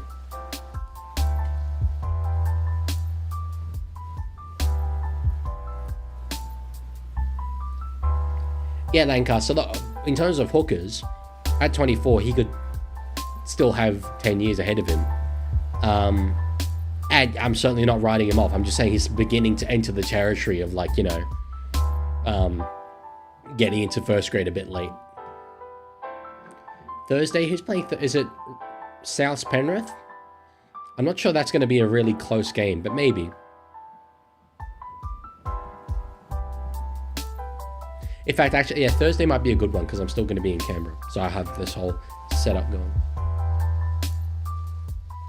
Kick from just outside the 40 from Jamal Fogarty. Just hangs in the air for a while. League underneath it. Tackle there by Nicholson. Lancaster says Manly need to score in the next 5 minutes, IMO. Otherwise, they're going to be rattled in attack and Raiders will take a huge defensive boost out of it. Need is a strong word, but I hear what you're saying. Raiders will take in confidence defensively. Who do you go for in Origin, says Dugan? New South Wales. What games am I going to? There's a couple of options. Could go... No, I can't go to the one on Thursday. Might go to the Roosters Titans at Allianz, Dragons Storm at Cogra, or Sharks Bulldogs at Shark Park. Those are like the ones that are all kind of in my vicinity.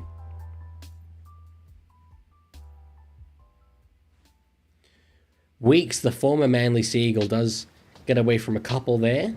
Gets it nearly to the 20-metre line. Now Xavier Savage can't get away there from Faulala. Oh no, he does eventually.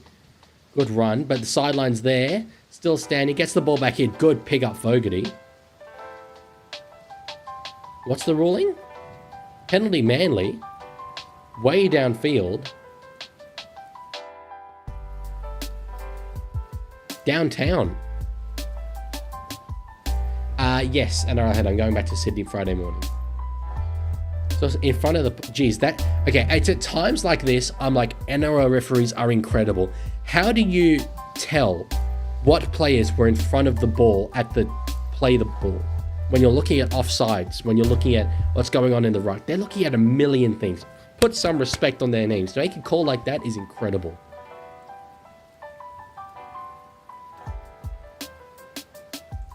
Don't go to the Dogs game. It says NRL head. It should be an okay one, but I would guess that Sharks will win.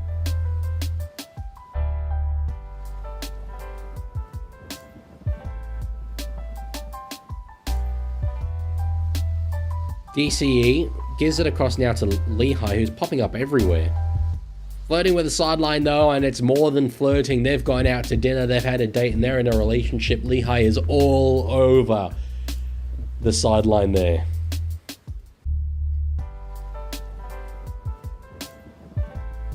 Big Red is defending on the edge. So... that's weird. Watch. Maybe Maddie Nicholson at lock and Trey Mooney starting front row.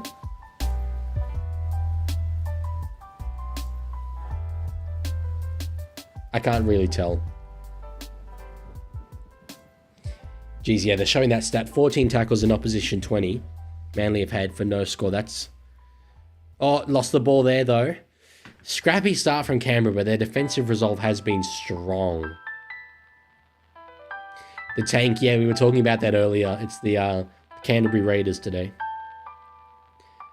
Lancaster says, wearing the 10 and taking the customary hit-ups, but is defending one in from Strange, presumably as his bodyguard. There are worse bodyguards to have.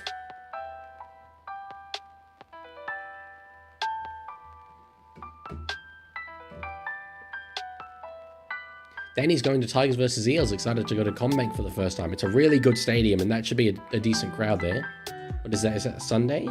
Oh no, that's... I'm not sure what week that is. Canberra defense 2 OP, please nerf, says Puppeteer Pandas. If you've jinxed them here, everyone here in Canberra is going to be absolutely devastated.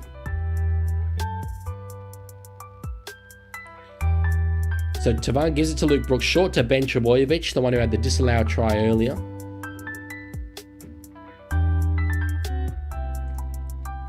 Cooper Cronk says Olakatu again. We should have, I mean, I don't want to promote alcoholism, given that I have a particularly young audience, but it should be a drinking game. Every time Cooper says Olakatu. Oh, it's a Monday game at CommBank. That's cool. It's public holiday. That crowd will be huge. Penalty again on the 4th. Oh no. It's to Canberra. Geez, they would have been under serious pressure there if that was a penalty given away by the Raiders. Woo Woo God says, we live in a world where 3-time wooden spooners and 74-0 losers, Tigers, have better defense than the Panthers. I never doubted Benji Marshall and his coaching credentials. Lancaster says, interesting how the size and strength of your half will determine if you want a sizable 11-12 or a small agile one. It is fair. Yeah, the bodyguard aspect of it. I always used to think with the Roosters with Sam Walker, like the back row that plays inside him, like that's just the focus in defense. He has to almost defend 2 positions. Walker's got a bit bigger though. And Krishan's going to game 1 of Origin. I am very jealous. I unfortunately am not. So Canberra with their first, it's not even really a proper attacking opportunity, but it's the best one they've had so far. They're about to be tackled inside the 20 for the first time. Raiders fans in the chat rejoice. Fogarty gives it out to KO Weeks. Wow, the poll has flipped now in favour of Manly. It was quite heavily Raiders earlier. Matty Nicholson gets it on the last. We'll try an offload. Not a great last tackle option, but again, good place to turn it over.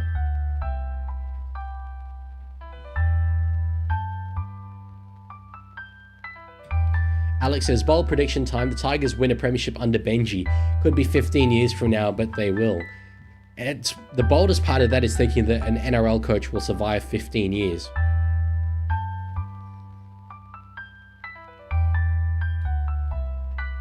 So working it out of their own end now, Manly, through Siwa Taukeiaho. Canberra will be pretty wrapped with this. Puppeteer says, Leaguie, what's your opinion on how quick the media is to blame a coach, speaking of Benji? I swear anytime a team loses a game these days, the media calls for the coach's head instantly. It is pretty ridiculous, the speed at which they do it. And then there's certain coaches that have relationships with the media who never really get put under any pressure. I do think it's absurd. But look, okay, I say absurd. It's kind of not, because their objective is to sell papers and get people reading stories, and you have to be sensationalist to do that. It's a balance I've really had to be careful with in my career, because yeah, you can clickbait, but you're not going to be truthful in doing so. Starling, good run from dummy half. So they're essentially creating drama where there isn't any, so that people engage with them, the media, which is their job. It's not good though. Next vid, not too sure. NRL head, got a couple of ideas, not sure what I'm going to go with. I will do a Leaguie cast though.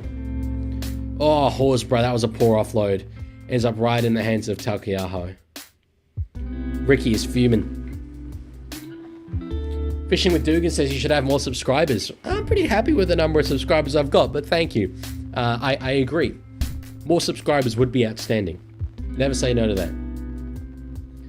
Penalty given. Is it a penalty? It sounded like a penalty whistle. Saab looked happy. But no, it's just to play the ball.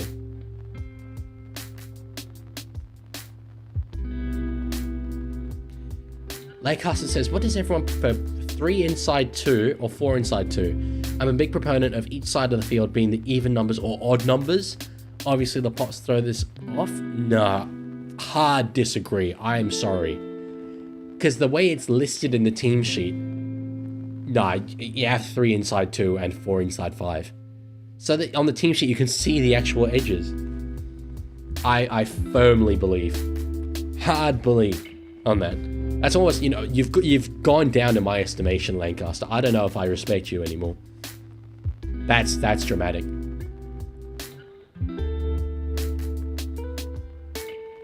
Luella says, Google tells me Saab is injured. I can assure you he's playing.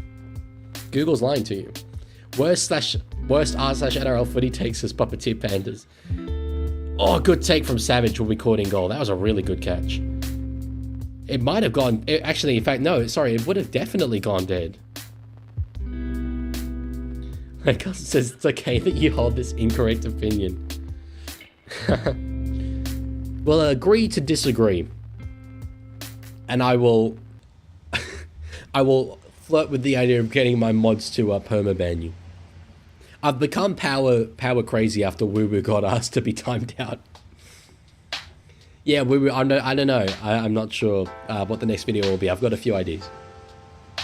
Oh, good take there from Saab.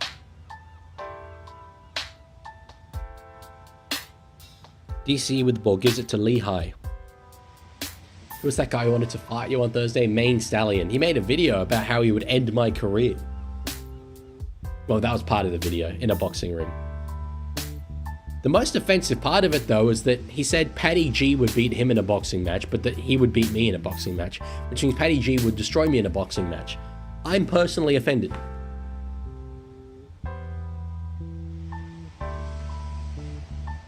Manly. Great chance here. They're inches from the line. Still a few tackles up their sleeve. Tabanga gives it through to DCE.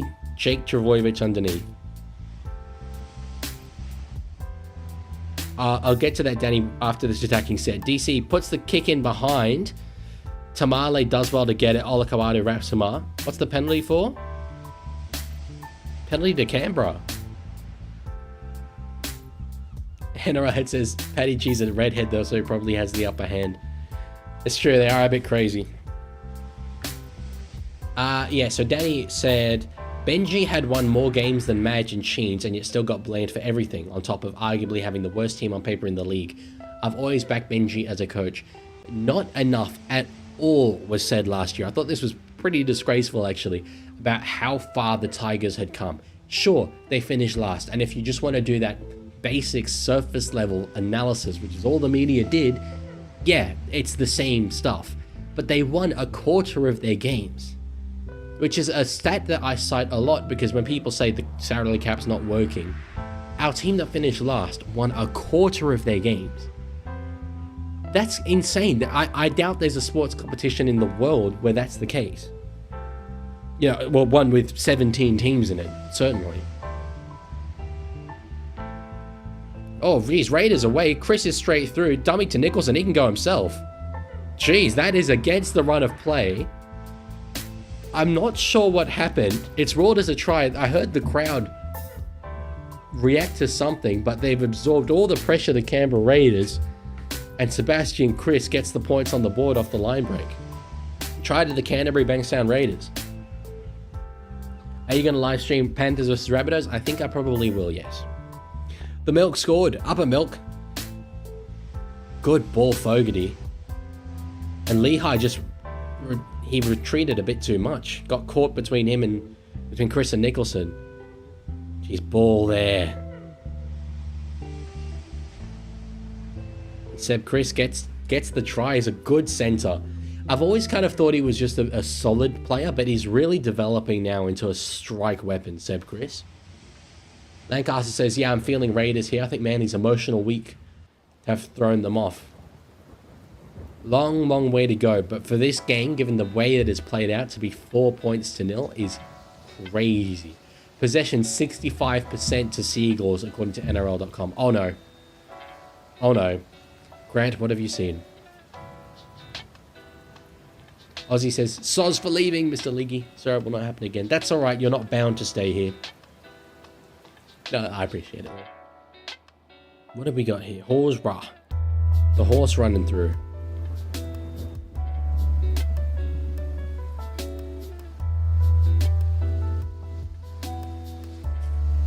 Ruled as an obstruction. Manly fans rejoice. Good call, says Lancaster. I have to agree. It's a very technical one. I don't think it would have made a difference as such to the line break. I'd have to maybe see another replay to make a call on that. But it's the right call.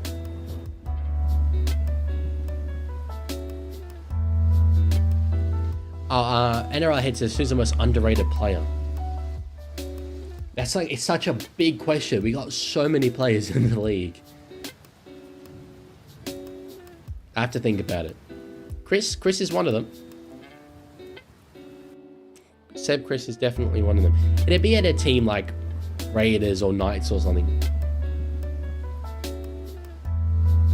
It would have, says Lancaster. Yeah, as I said, I need to see another review. Abdi says, I will the match. See, not you. Haha. Not sure what you mean, bro. You want to see the match, not me? That's okay. Understandable. Have a great day. I can't show you that, though.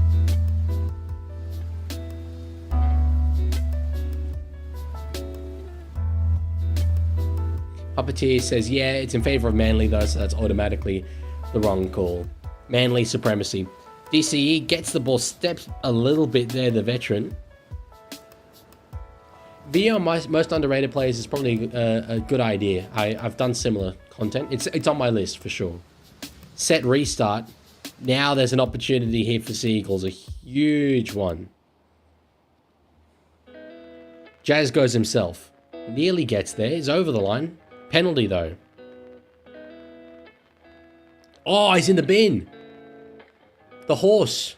The horse, bro. I mean, I kind of get it. It's a professional foul in the sense that it stopped the try and he was offside. Damn. Horse isn't having it.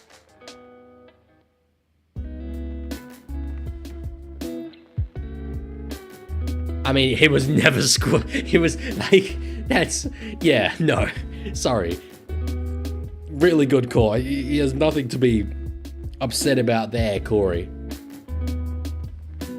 Thank you for saying that, NRL. No, it is. It's a professional foul, Aussie. He might not have known, but that penalty stopped a try.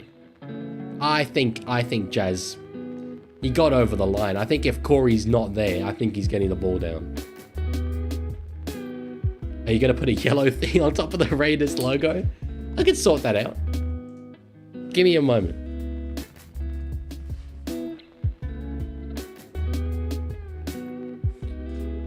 I'm 100% going to forget to take it off though.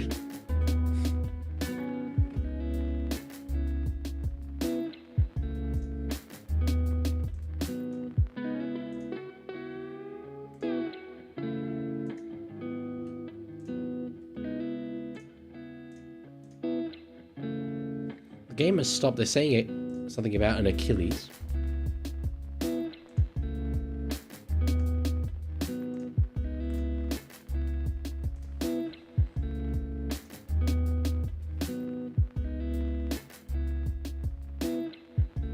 Lancaster says, if I was reffing, it would totally be up to the horse if he was going to the bin.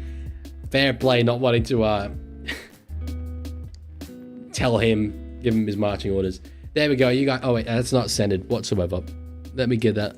Let me get that little move. There we go. You happy? We got a yellow line. Ozzy says, I'm probably just mad because he's on my fantasy. He's on mine as well. Bigger grub, horse or moose? I really didn't like Josh Maguire back in the day. From a New South Welshman's perspective, club level may or may not have been a different thing. But Moose did really annoy me. I think though, Josh Maguire is like a really good person. Post-career, I've listened to a few interviews with him and he seems like a really good guy.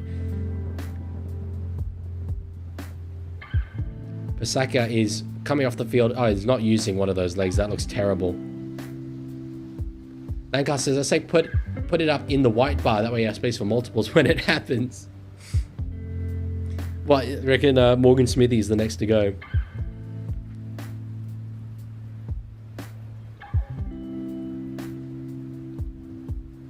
Surely they crack here with a man down. The ball comes free out the back. Matty Nicholson with the tackle. Aloye short. Oh, Bullymore. I love Ethan Bullymore. I always say this, but I love Ethan Bullymore. Jazz Tavanga goes out the back to DCE. They're spreading it now. Lehigh Hopewadi goes himself. Had Saab. I reckon a cutout ball could have got a try there. They go that way again, though. Garrick gets the ball to the line. He's put it onto his back. Oh, hang on. You know what? I've been lax with the scoreboard. I'll accept this. Last game as well. I think I made an error with it. It is 4-0, but it's to Manly. That try was taken off camera, of course. Ozzy says, who's a bigger grub, Luai or JWH or Marnie or Josh Reynolds? JWH stands out there. He's a different category to the rest of those guys. Yeah, Lancaster agrees. JWH isn't that much. Sorry. Luai isn't that much of a grub. Marnie's just a pest. Reynolds was a bit of a grub. Yeah, JWH is the worst. Definitely. But he was that guy. Like, he never claimed to be anything other than that. So I do kind of... I respect it. I gotta respect this.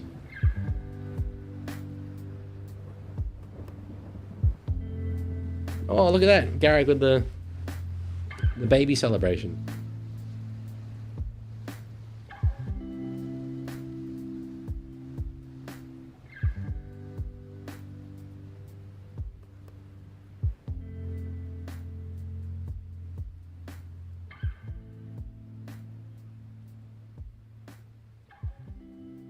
He's looking pretty chiseled these days, a bit war-torn. Gets the ball. Oh, that's a good kick. It looked like it was just about to sneak inside, but it bended around well, got right around the middle.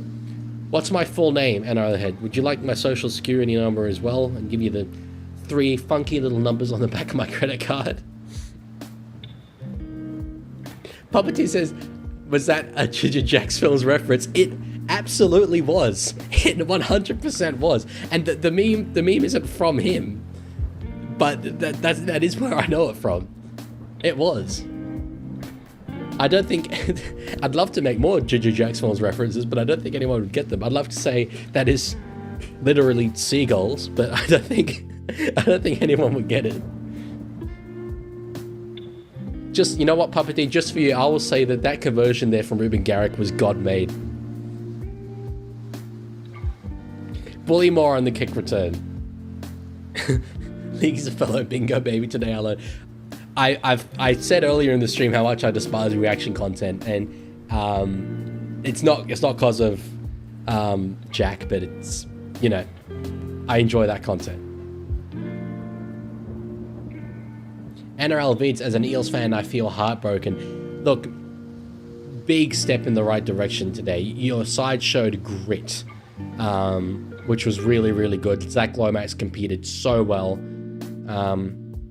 I think green shoots. Still, a loss is a loss, but green shoots. Who do you have next week? Let me have a little look.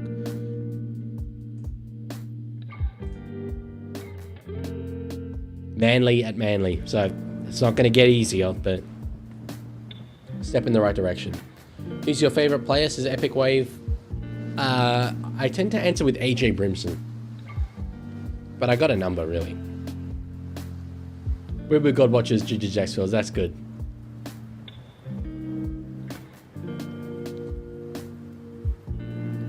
Beep beep, we've got another NRL update, to quote Jack's Films. Ginger Jack's Films. I still think Raiders would be very happy with this scoreline so far, given the balance of play in this game, the sin bin. Smithies gives it on. 72% possession goes to Manly so far in this game. Like, yeah, 6-0, you take that. Only a couple minutes left to go as well in Horsburgh's sin bin.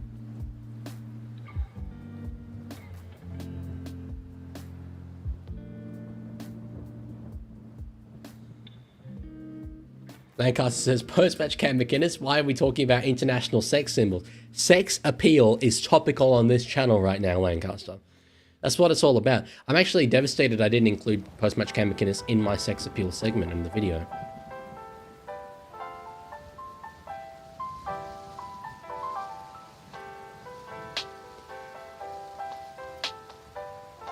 So on the 4th, Olakuatu crossing the halfway. I might need to take a bit of a break at halftime. My voice is going. It's struggling. Big kick there from DCE. KO Weeks doesn't get it. Try on offer. I think that's, yeah, Ethan Bullymore. He just has a habit of flying in. He hits everything at 1,000,000 miles an hour. KO Weeks really didn't make much of an effort on that ball at all. It left the opportunity. Luke Brooks couldn't get there, but then it was knocked backwards by Canberra, and Ethan Bullymore dived on the loose ball. Love Bullymore, says Lancaster, one of my favorite average players. He's so intense. My favorite thing about Ethan Bullymore is that he works part-time as a finance consultant at a firm in Sydney. It's so random. I love it though. just accelerates and gets then. Geez, that crowd goes up behind the goal line. So the post got in the way of Brooksy. Fogarty couldn't clean it up. That's actually really poor from Jamal as well. Garrick with the kick from right in front. And now that has really extinguished what I think has been a really solid first half hour of this game for Canberra. Makes it 12 points to 0. Horsburgh will come back on the field soon, within the next minute or so. But disappointing start. There goes my perfect tips. Disappointing start for Canberra, I should say. There goes my perfect tips. Says we got. It's certainly not over. It's 2 tries.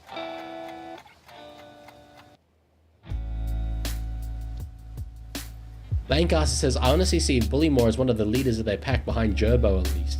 In terms of energy, I could see him just being one of these infectious guys.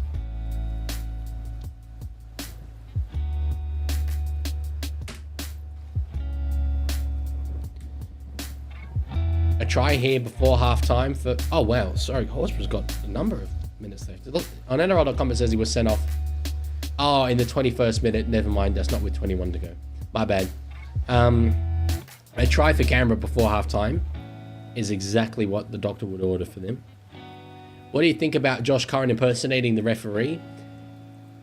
I've never seen anything like that, but I think the referee didn't have any option but to penalise it. That would be in the regulations in terms of penalties against, you know, the spirit of the game.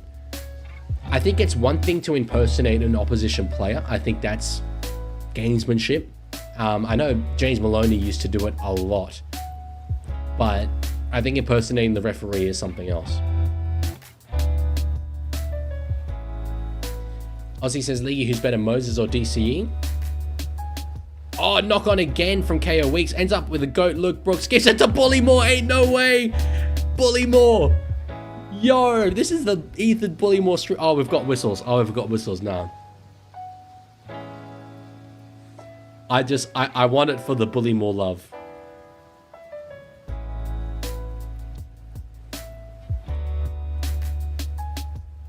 Let's see what we got here.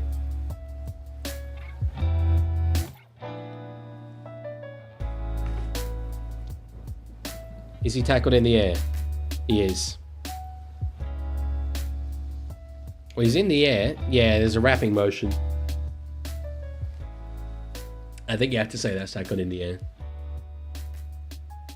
No, sorry, I was wrong. No, I was wrong. That angle there, I thought his arm wrapped around the back of Weeks. I'm completely wrong. I take that back. They are both playing at the ball.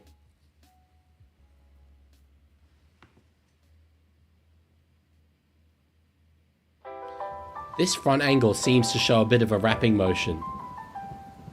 But the back one, I think, shows that there is none. Play on. Kohler picks it up. Gives it to Brooks. I thought Brooks was going to score. From that angle, looks like Brooks is going to score for sure, but he gives it on to Bullymore. And our GOAT. Ladies and gentlemen, stand up. Put your hands together for our GOAT, Ethan Bullymore. The finance bro. As Lancaster said, come play for Manly on unders and I'll teach you how to max your super for free. Love a bit of Ethan Bullymore. Michael Jellicoe says, go Raiders. You've joined at a bad time, my friend, but I admire the support.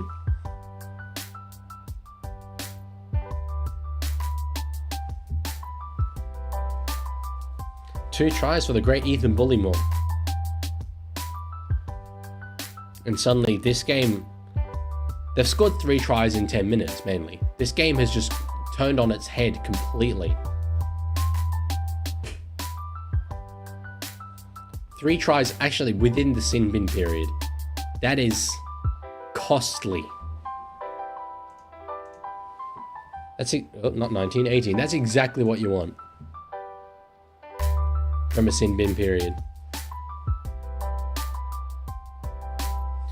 Ozzy says, Mr. Leaguie, sir, can you please answer my previous question? Sorry, yes, I got to that, but then I was sidetracked. You're picking between two outstanding players. I think in terms of their careers as a whole, DCE has achieved more as an Origin legend, in my opinion. At the moment, if I was building a team to play a match tomorrow, I would pick Moses, I think. Moses is currently better. Oh, geez, that's 25 miles out on the full. Goes from bad to worse for Canberra. Luella, I missed a question for you. If you call Jake Gerbo, then why is Ben not Burbo? Burb is... The Burb is Burbo. Ben Burbo Chaboyevich is Burbo, that's for sure. I call him Burbo. Respect the Burb. Sportsman went to Eels versus Bulldogs, and you're home already? Damn. Oh, jeez. Ola Kalatu again. I need to not let this get to me. The spray they're going to get. Was it at Brookvale that Desi took the door off the hinge? I think Ricky could do it. Ricky Stewart drove past me the other day. I was at the stoplight down here in Canberra, and he drove past. There was a heap of traffic, and he was fuming. He was really, really angry. So I said I wouldn't want to be a part of that. Gerbo, now in the hands of Burbo, who I'm going to call Burbo now to make a point.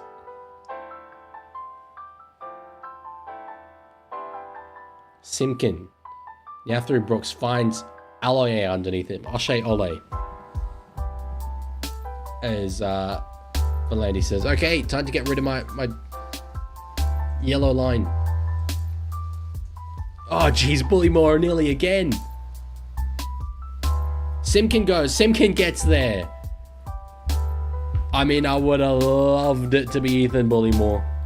But nonetheless, as Grant Atkins ducks away from the ball, this is getting ugly. Joseph says Manly 40-12 Raiders. Jeez, Bullymore got close.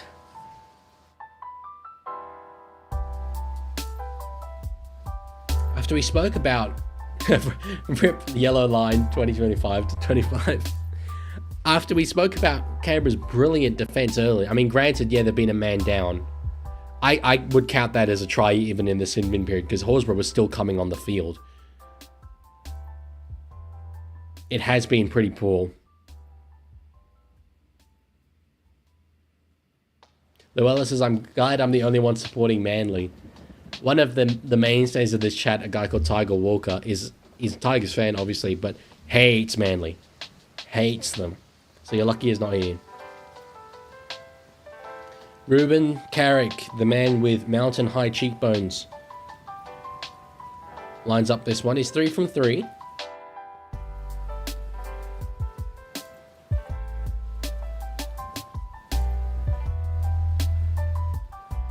Hits it hard, hits it true, and it's 24 points to 0.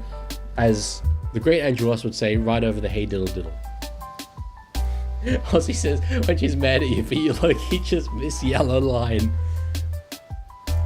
That's funny. I quite like that. I mean, if you want to... No, wrong side. It's... Yeah. No, I can't have it back, though. Yellow line has to mean something. I might make yellow line a bit of a mainstay, though. I've got the file now.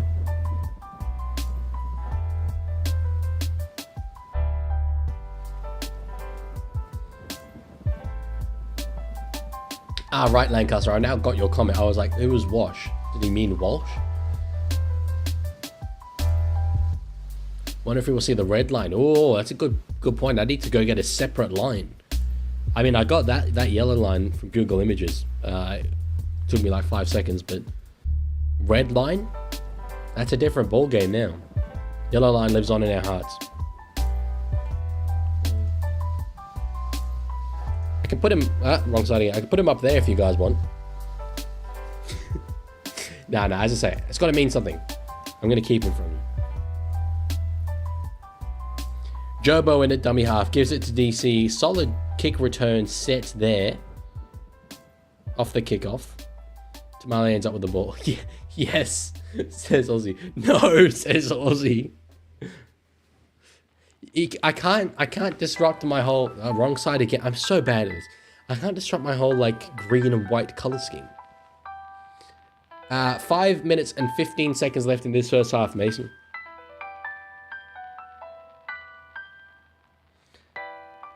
Manly cooking. I agree with Sportsman. Why did you take him from me? The Leaguie giveth and the Leaguie taketh away. Lancaster says r/NRL having a meltdown over some of these calls, expecting an all-team sticky presser. As one of the mods on r/NRL, it's kind of my job to be moderating those comments, but I did tell the guys, like, you know, I live stream as well, so I can't really do it. Raiders game over, says Sportsman. You'd have to think it would take a bit of a miracle to come back from 4 tries. NRL.com, by the way, still has listed that this game is 4 tries to 1. Oh, okay, no, just refreshed it. It's changed. Raiders have done it once, they can do it twice. They can't concede again here. Manly have just got 6 again, right on the Raiders line. DCE goes short to find Corey. No, it's not Corey Waddell, it's Ruben Garrick. I don't know why I thought that was Waddell. Now Simkin gives it to Aloye.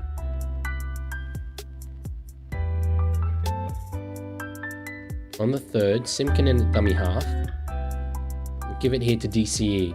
Puts a kick in behind, being chased hard. Corey Horsburgh knocks it dead. It was a little awkward. Where was that running through? Couldn't tell.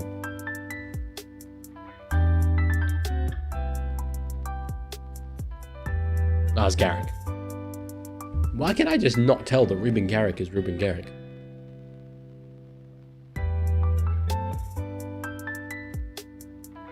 Yeah, nearly halftime.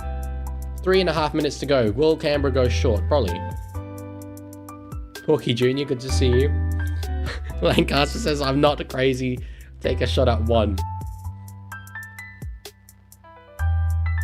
Oh my god, NRL here knows who I go for. No way. Ain't no way. How's he done this? How's he done this?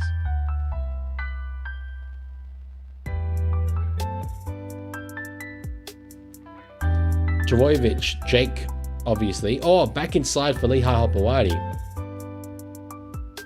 I like Lancaster's idea. Go the field goal.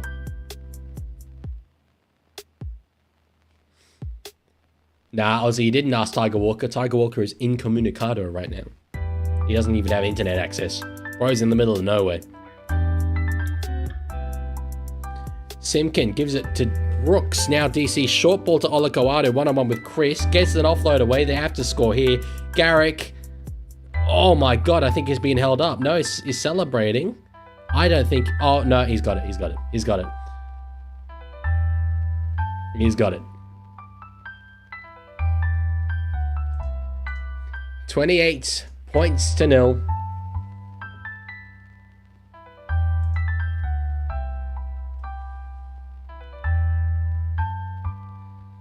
Still a kick to come. 2 minutes to go in this half. Anola Kalatu, he says again. Ruben God says, I believe in the comeback, don't worry.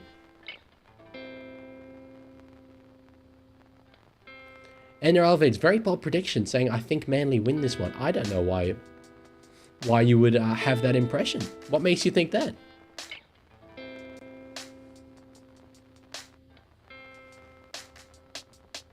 Yeah, there is. There is quite clearly ball on ground there.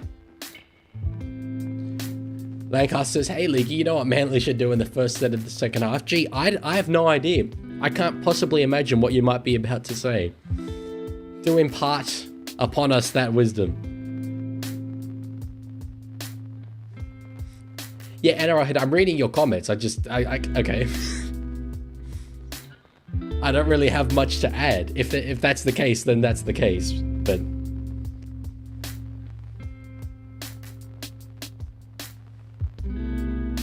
I can't check Insta NRL head. I'm doing a live stream.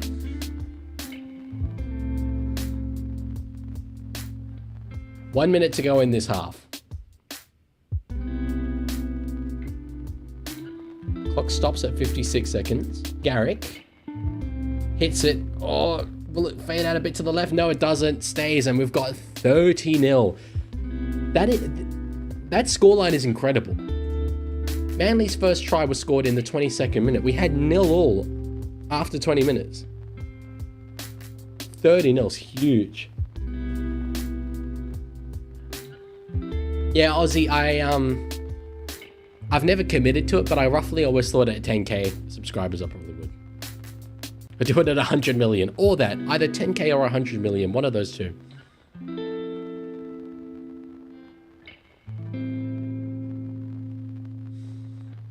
Now they should get 16 at full time, says Sportsman. That's up there. I doubt they will.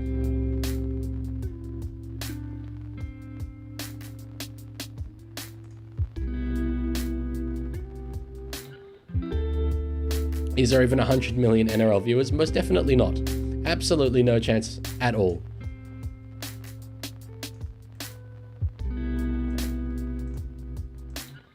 Olakawatu's through. Got DCE inside him. Got Saab outside him. Surely goes Saab. Goes himself. Saab overran him. 11 seconds left. Big kick out to Clayton Falalo. Surely. That's the way they go. 1-on-1. Clayton knocks it back in. Oh, Burbo's knocked it on. Try goes begging. Burbo bombed that. I nearly read Berto bombed that. Berto bombs on my mind. Yeah, wow. Guys, he goes for Sharks as NRL head. No! The secret's out. Maybe. Okay. I quite legitimately, though, actually need a halftime break because my voice is going hard. I'll take a few minutes and yeah, be back in a moment. Trying to figure out what I should actually show you guys in that time. Okay, yeah, we'll go with this.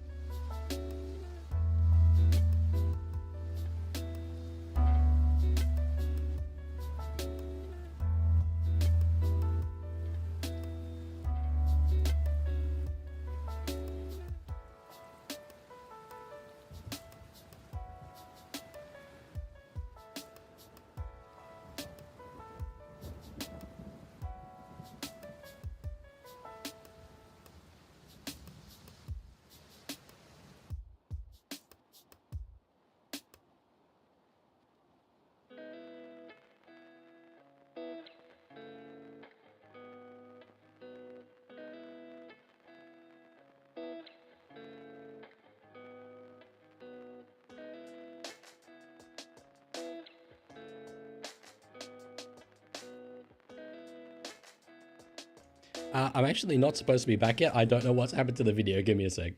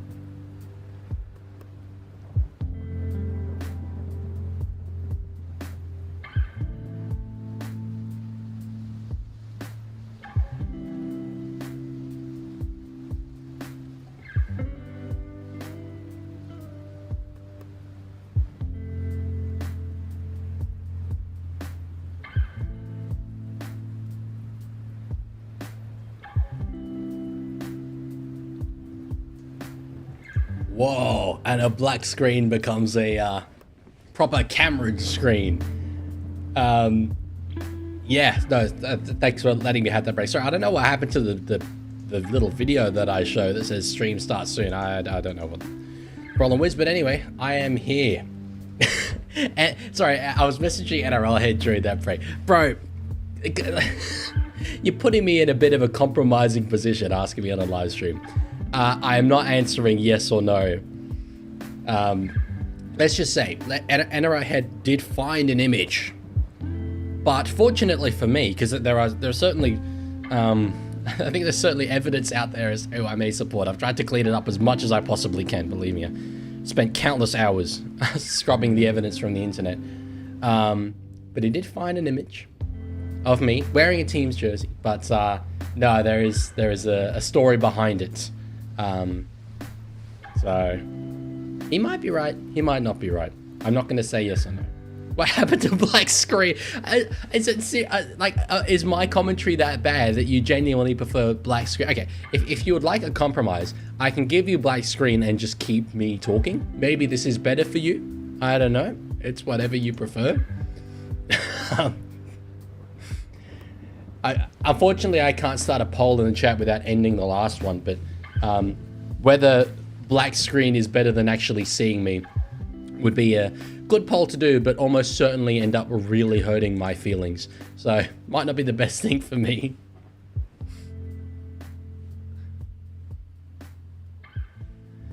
$30-0. Wow. The try. Okay, so Ruben Garrick, according to NRL.com, scored in the 22nd minute and then scored his second try, which was the last try, in the 37th. So that's 5 tries in 15 minutes. What a period. Like, Canberra will just be shell-shocked. Yeah, Aussie, I am very sorry. Okay, you know what? We've still got some time. Still got a little bit of time here before the second half starts. I could give Aussie what he wants.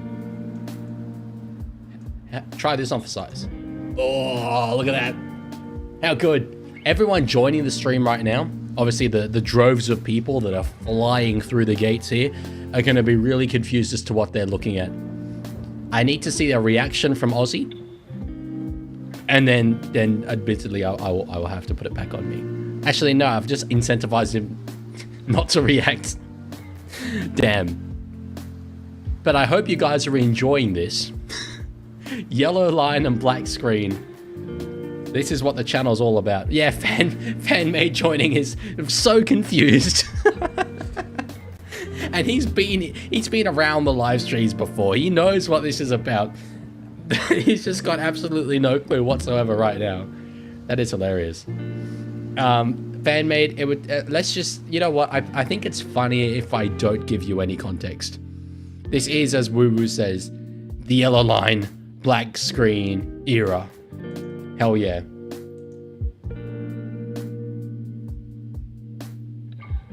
No, it's not quite centered though. There we go. I think that's a bit better. Okay. I'm going to have to give a countdown because, guys, I have to come back on the screen. So I'm going to let you enjoy this. But in 5, 4, 3, 2, 1, and we're back. Okay. Don't cry, Aussie. Don't get emotional, please. 2, 1, 0. Go on, give me the -1s. Let's go negative.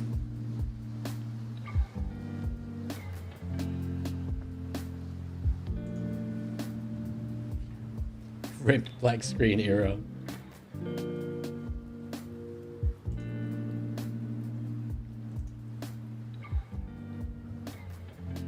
I'm in the Foxtel hold music right now. It's such a bop.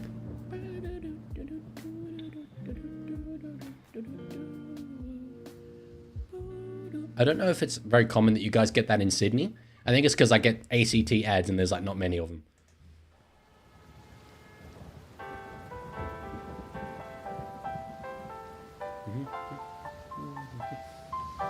I'm just seeing numbers in the chat.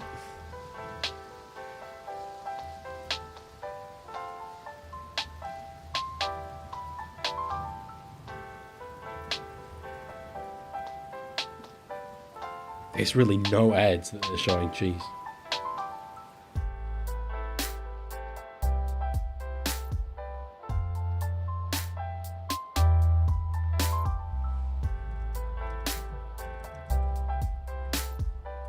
Sorry, give me a moment here.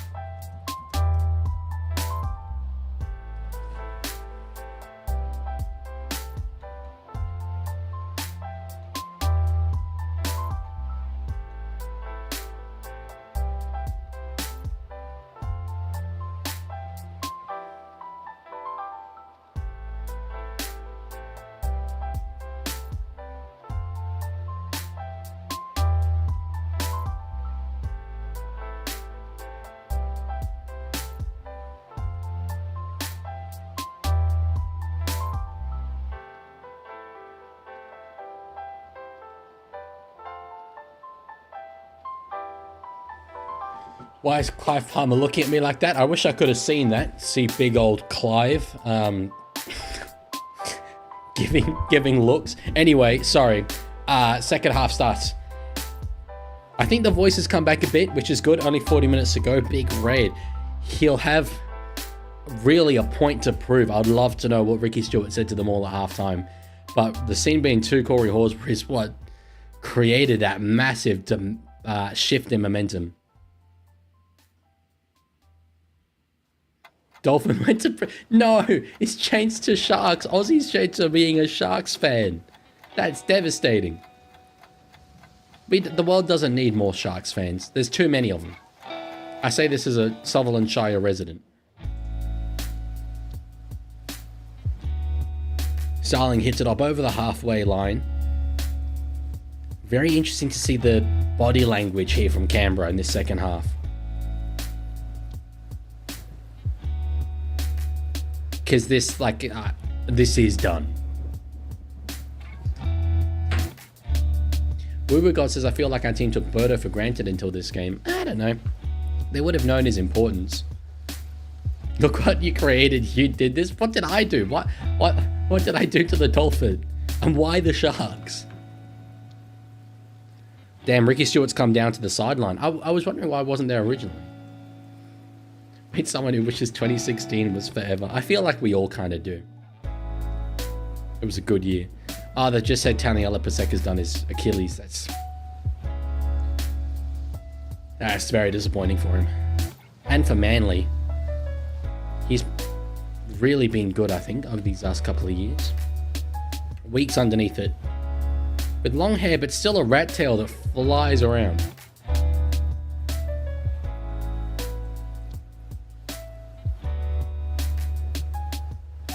Papa says, I feel like I cursed Canberra here. You weren't the only one.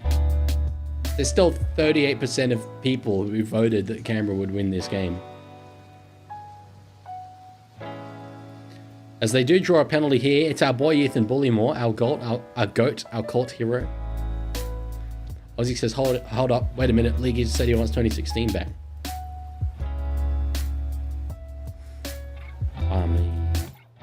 I mean, who knows?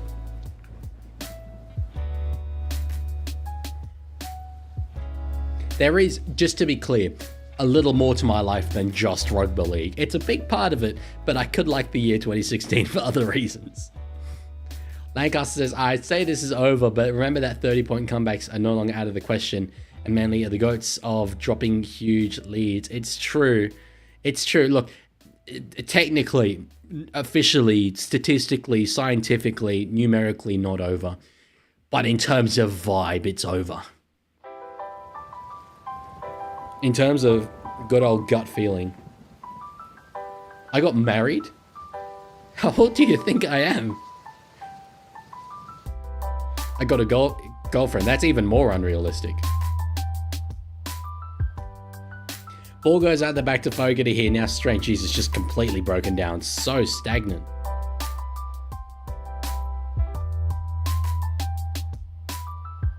Such a different side to the one that played Brisbane last week. Ball up by Fogarty. Brooks underneath it, will be forced in goal. It should be unfair that under the current salary cap, Manly are able to fit in two absolute GOAT players in Luke Brooks and Ethan Bullymore. Surely Peter V'landys can't allow this to happen.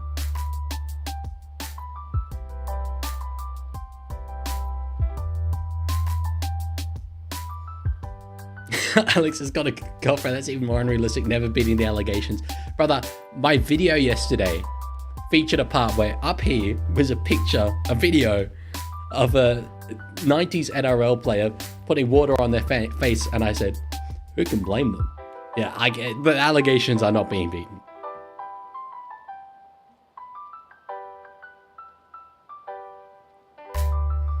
Starling in a dummy half. Gives it out to Fogarty. Now Ata Mariota has a little run himself. Out to Fogarty. Dummies goes himself. Will be stopped by Aloye. Now Starling. Short ball. Try to find Trey Mooney. Now Nicholson. One to go in the set. Starling to Fogarty. Gives a little grub up, but Lehigh Hopewadi's comfortably got that.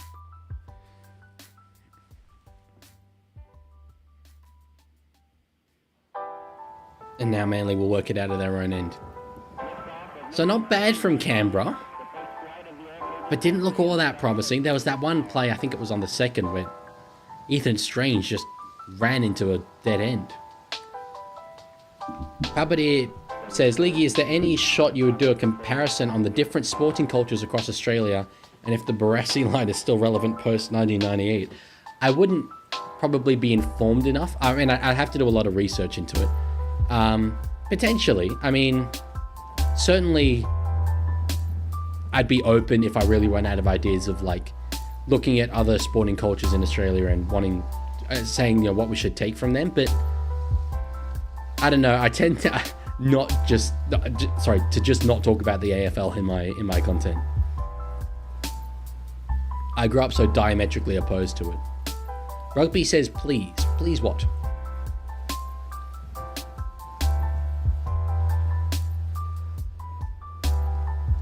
Aussie, I can't quite see your profile picture. I think it's too small. Is that post-match Cam McInnes?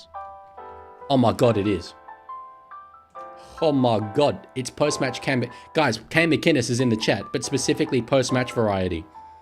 As Canberra not gonna. He is post-match Cam McInnes. He has become post-match Cam McInnes. My voice is really going again. It kind of, you know that feeling where it like hurts to talk a bit in the back of the throat? I think I can survive another 33. I don't know if I could handle the proper Raiders comeback though. I think I'd have to get a bit too loud. Completions 10 of 17. Holy. That's dreadful, that. Still 68% possession to Manly.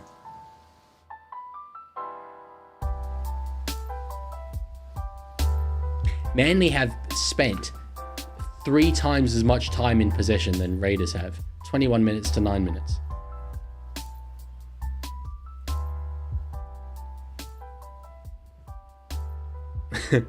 NRL says, let me get one thing straight. Do you go for the Raptors? So this is about my Instagram. Not really. I had a Toronto Raptors jersey.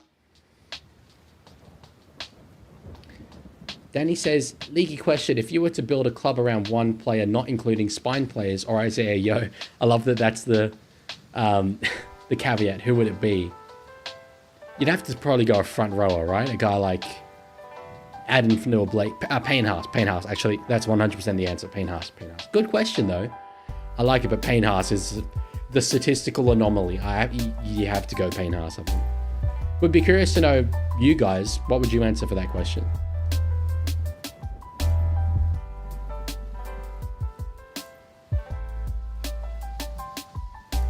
So Blake to Simpkin, now DCE.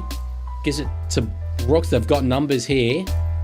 Goes back the other way and Hopewadi, sorry, not Hopewadi, Kola is smashed by Satangi. Probably had an opportunity there if Brooks kept going through the hands, but they were running out of space. Gerbo just takes a hit up. Answer is also Haas. Yeah, it has to be. DC puts a kick in behind. Garrick's there. Garrick's got 3. And it just goes from bad to worse for the Canberra Raiders.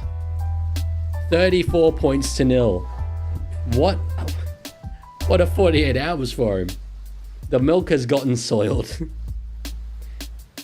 I hope you mean spoiled. So, because having soiled means something else. Wouldn't be surprised if Ricky has, though. Just in behind, and yeah, there's no fullback home. The 2 Manly mascots were sitting down. The milk has spoiled, actually, yeah. Try confirm. Garrick will convert his own try, you'd have to think. It's a clinic. It's a good old-fashioned rugby league clinic. Spoiled. Is there any streakers yet? No. I mean, if anyone wants to go and hit 4 Pines Park and take the clothes off, I won't endorse you, but I'd certainly enjoy the content. Okay, here we go.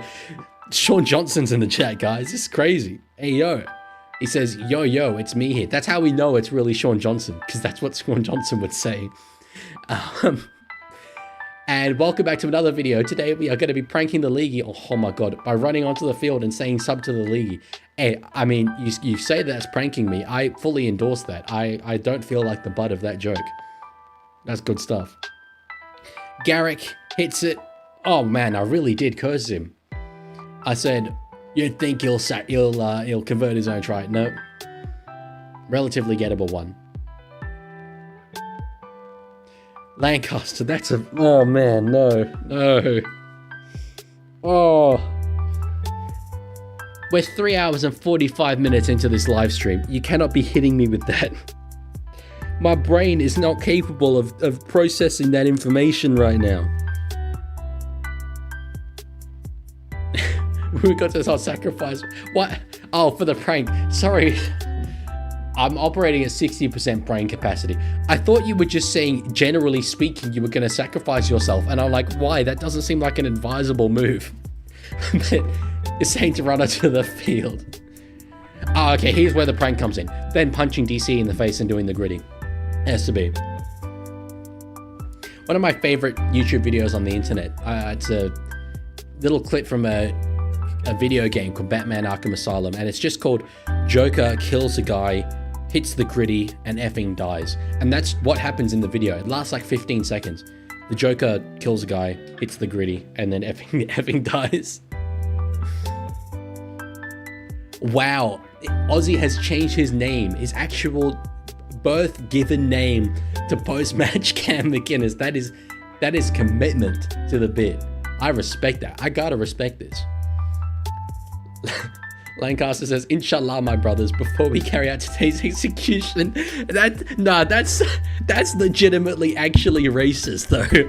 That is racially charged. That is no, I can't read out the rest of that. There's a game of rugby league on here. Ruben Garrick has just scored his fourth try, and I'm dispelling racism allegations. Holy. Ruben Garrick. Anyone here have him in Supercoach or Fantasy? 4 tries, Ruben Garrick. He's got 70 fantasy points already, and he's a center. Weeks has had a bit of a stinker under the high ball, though. My boy Kayo. Boy, is there? Yeah, which one is he? Is that one? That one, that's him. Has had a bit of a shocker. Post-match Cam McInnes is a better goal kicker? Dunno. Taco Rapper says weak. But he said like the duration of time weak rather than the relative strength. I just lost because of him. Jeez, this is huge. Raiders could get faded here. Could have 50 put on them very easily. The 2 converted tries away. Rugby says, Leaguie, can you watch the YouTube short I made? I did not know that you could do that in the chat. Okay, I'll be real. I like have to go immediately after this stream is done. If it's just one short, I can do it, but I'm watching no more. One short is what I'll give you. If you send me the link here now, and I'll set it up. But I'll watch it after the game's done. Garrick. Surely he gets this. He missed the last one. Started it out to the right, but he's got it. It's 40 points to 0. No, not 400. 40. As I said, operating at 60% brain capacity right now. It's not the most blessed time. Sunny one, yeah, okay. Manly to put 50 on and end the Raiders season in round 3. Lancaster says, look, all I'm saying is that I'm amazed we never got an ad read for an ISIS beheading, saying, before we begin, I'd like to talk about the sponsor of this video, Raid Shadow Legends. Is that a sketch from somewhere? I remember watching like a dubbed video of Putin back in the day, being like, the Russian defense budget is low, and so therefore, I'd like to welcome in today's sponsor, Raid Shadow Legends. Unable to send message. Okay, it might be because you're just trying to send a link. I don't know the rules on YouTube. It can be a bit funny. People have posted links in the chat before though. Try again, otherwise I'll just go to your channel.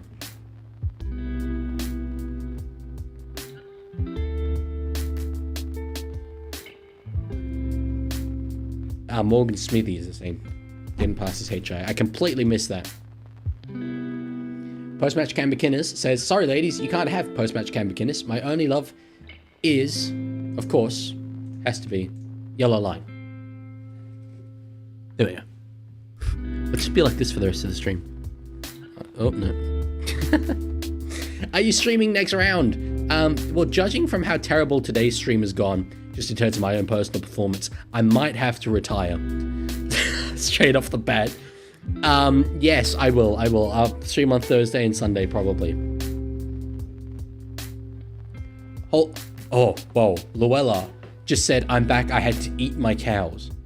Not the Longhorns. Not the Texas Longhorns. You kind of told me you have 7 cows, 5 of which are Texas Longhorns. And then give me that. Disgraceful.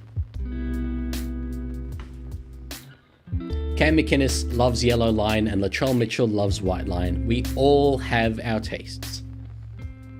Did it show up? No, it did not. It's okay. I'll go to your channel. Although, well, actually, if you have multiple shots, I won't really know which one.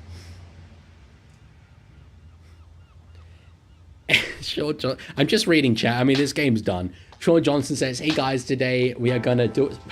We're gonna stab a coach. Nice. And punch a wall and do backflip and buy food and no. Luella says on the cows, we plan to eat 2, but they are too cute. I've eaten many roosters and lambs though. I mean, they do taste good. I'm more of a chicken man than I am a beef man. I'm so, like, normally I could do 2 games in a row, but I'm just flaking right now. Yes. 40-0. Like, Manly have been beating the clock. It's crazy. Ruben Garrick. He's on a mad run. Is it a 40-20? Nah, just needed a slightly better bounce. Red Bull. I do not like the taste of Red Bull. I know I had... Oh, sorry. Wait, you mean get a Red Bull? I'm not quite there. Did you answer my Raiders jersey question before? I don't. I don't rightly know. I have no idea. How long before? I'm scrolling. I'm having a look. What was... Oh, answer my question when you come back. Okay, we're getting there. What was the question, though? I'm still scrolling. This is just great content. I can see why you're here. Here we go. For all my Raiders fans, I watched a video the other day mentioning all 5 teams with yellow in their jersey. Nice. The Raiders were mentioned and Penrith wasn't. The Raiders are orange, right? No, I'm pretty sure it's yellow. I don't know, but I've always thought that it's yellow. Very surprised Penrith wasn't mentioned though, because they definitely have yellow. How about Monster? I actually have never had a Monster. Do you recommend? Ruben God Sam's, I think Manly will be the inconsistent team of this season. I predicted them top 4. So I'm liking what I'm seeing here. I like the orange line, says that. Don't give Aussie, don't make him put me, don't make him make me put an orange line on the screen. Although it's not like I'm actually commentating the game, so to be fair, I have time. Mason's back. Mason, you've missed nothing important. NRL Head says, you jinxed it. You said the other way around. You said it was Manly versus Raiders was going to be close. This is true. No, this is actually true. I really did think this was going to be a close, gritty game. I think most people did. It's been pretty amazing. He missed yellow line? Did I miss something? Oh, sorry. Yeah, he missed yellow line. Yeah, Mason missed yellow line. Dang, I said Raiders to win. So did 37% of people in the poll. Sean Johnson, the real Sean Johnson, says, I'm Sean Johnson, which is how we know that he's the real Sean Johnson. And I don't know why people like me shirtless. Sean, I know, because you're a decent looking fella. You know, I'd say a solid 7 or 8. And then when you add in a couple of good old-fashioned rugby league goose steps, flick passes, side steps, that's where you get the appeal. I'm never beating the allegations. I'm just rambling. I'm still new to live streaming. Okay, I've done it for like 6 months. I don't know. Lehigh Hopper Whitey gets the ball. This is good. We've got some rugby league happening. Oh. Rugby says I think Johnson's drunk. I think I'm drunk, and I don't drink alcohol. I'm just counting down the seconds. You know what blows my mind? And I guess like this is all thanks to you guys. How the hell are there 17 people here watching this? How? I'm not doing anything. I've given up. Lancaster says, SJ, can you confirm if you did indeed score that night? Leaguie still has an AVO on him after he broke in. The 2024 rewind reference. Yes, Rugby, I will give my honest reaction. I still don't have the link though. If you can't send it, you can't send it, and I'll try and find it on your channel. Oh, okay, you've only got one short. Okay, this makes it easy. Okay, I will show it after the game.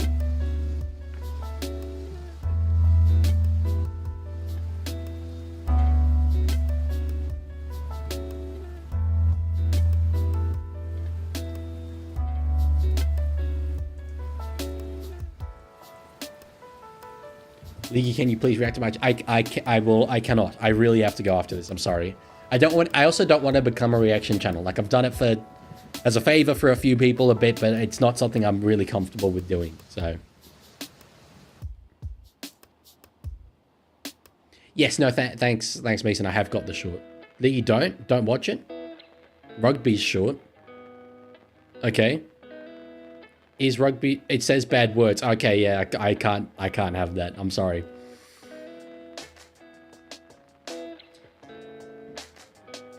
Sorry, Rugby. Christian, did I not react to your edit of RTS, or was it Mason? Yeah, sorry, Rugby. It's just like I've put certain parameters on this that it's all family friendly in the YouTube backend. So I can't. I really have to go after this game. Maybe next time. But yeah, I don't. As I say, I don't want to be a reaction channel. Storm fan Rengad Top at. That's a hell of a name. But hello, hello. 18 minutes to go. Raiders attacking. Is it 6 more for my goat Owen Paddy? Yeah, it is. What are you doing after this game? Knuckling down and writing a law essay about native title and how it relates to Australian property law. Like us, since I got too spicy with the league. You did. You well and truly did. And certainly at this stage, with my mental well-being having gone for 3 hours and 58 minutes, it's a lot to take in. Post-match Cam McKinnon says he has to go because I'm a basher for taking yellow line. Yellow line is here. He's just hiding. Look, he's here. I just, I can't have him there all the time. I've got to use it sparingly.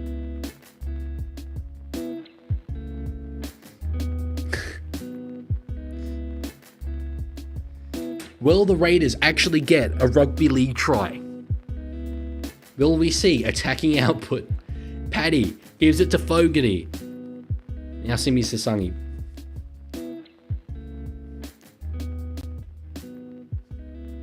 Now, you don't need to apologise, Storm fan. It was very funny. Paddy goes himself. Nearly got there. Post-match Cam McKinnon says, your brain is cooked. How on earth are you doing a law essay? Unfortunately, I don't have the option to not do the law essay. I would certainly like to have the option. But yes, my brain is cooked. I'm going to have to go on a walk or something. Kick for a folk. Oh my god. Oh my. Ain't no way. Ain't no way. Guys, something unbelievable has just happened. The Raiders have scored a rugby league try. A try of the rugby league variety. A 4-pointer. He didn't get it down originally, and his arm did kind of get close to the dead ball line, but I think he's done it. A yellow tie needs to be added to your suit in honor of the yellow line. I like the tieless look. I don't know. I think it makes me look still a bit casual. Yeah, he's okay. Chris is okay. He's got it down.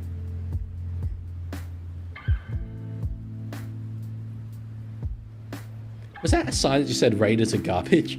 That's just mean. That's so rude. Why? What is the yellow line for? The yellow line was for when Corey Horsburgh went to the bin, and they wanted me to put the yellow. I mean, it was a lot smaller at the time. They wanted me to put the yellow line on top of the Raiders logo like that. And it just became a bit of a cultural icon of the last 20 minutes. Lancaster says, anyway, boo, 40-0 is the most iconic Manly scoreline. That is true. It would have been pretty vibey. Fogarty with an actual kick attempt. He can't believe it. He can't believe he's got on the board.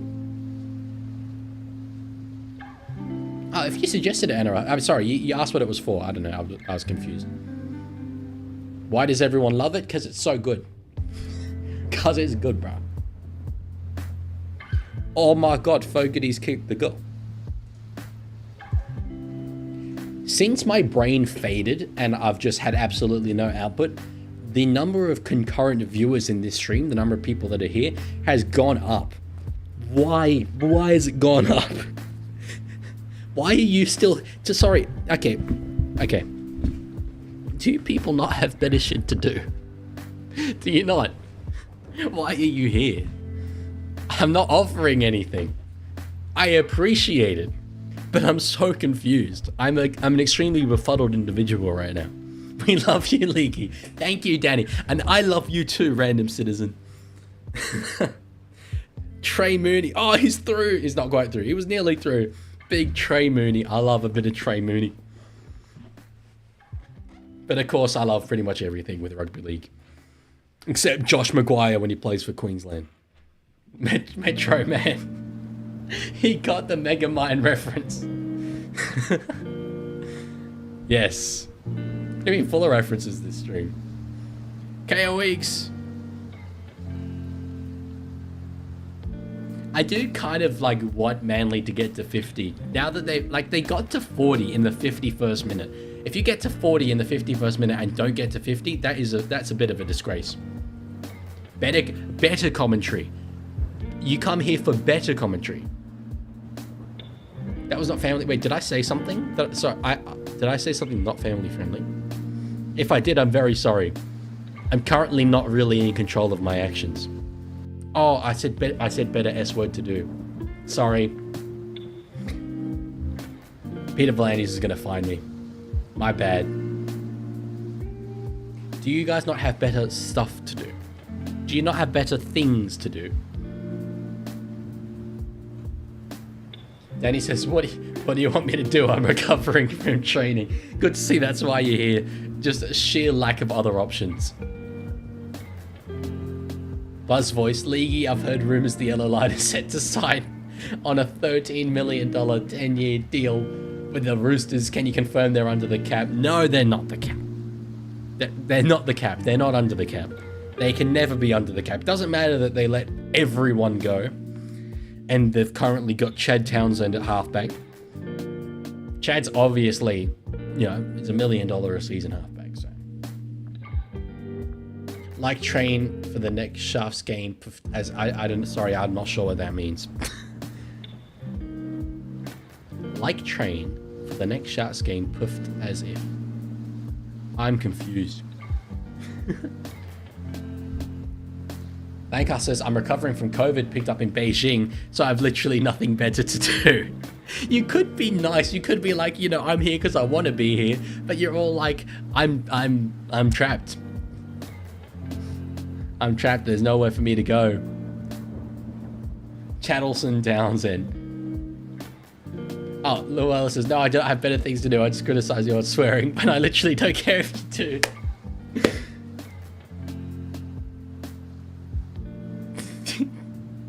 Yellow line emojis. I'm here because you're holding the yellow line hostage. The yellow line lives on my computer. Mason, I will do that like at some later date. I've got the link. I promise I will watch it. But I won't watch it on stream. As you could tell, I like really need to go when this is done. Orange line on orange line. What does the orange line represent? I've just totally so I've got this thing in my ear, right? This is how I can hear the commentary. I've just totally toned it out. Yellow line face. A face made out of yellow lines, that is way too overpowered.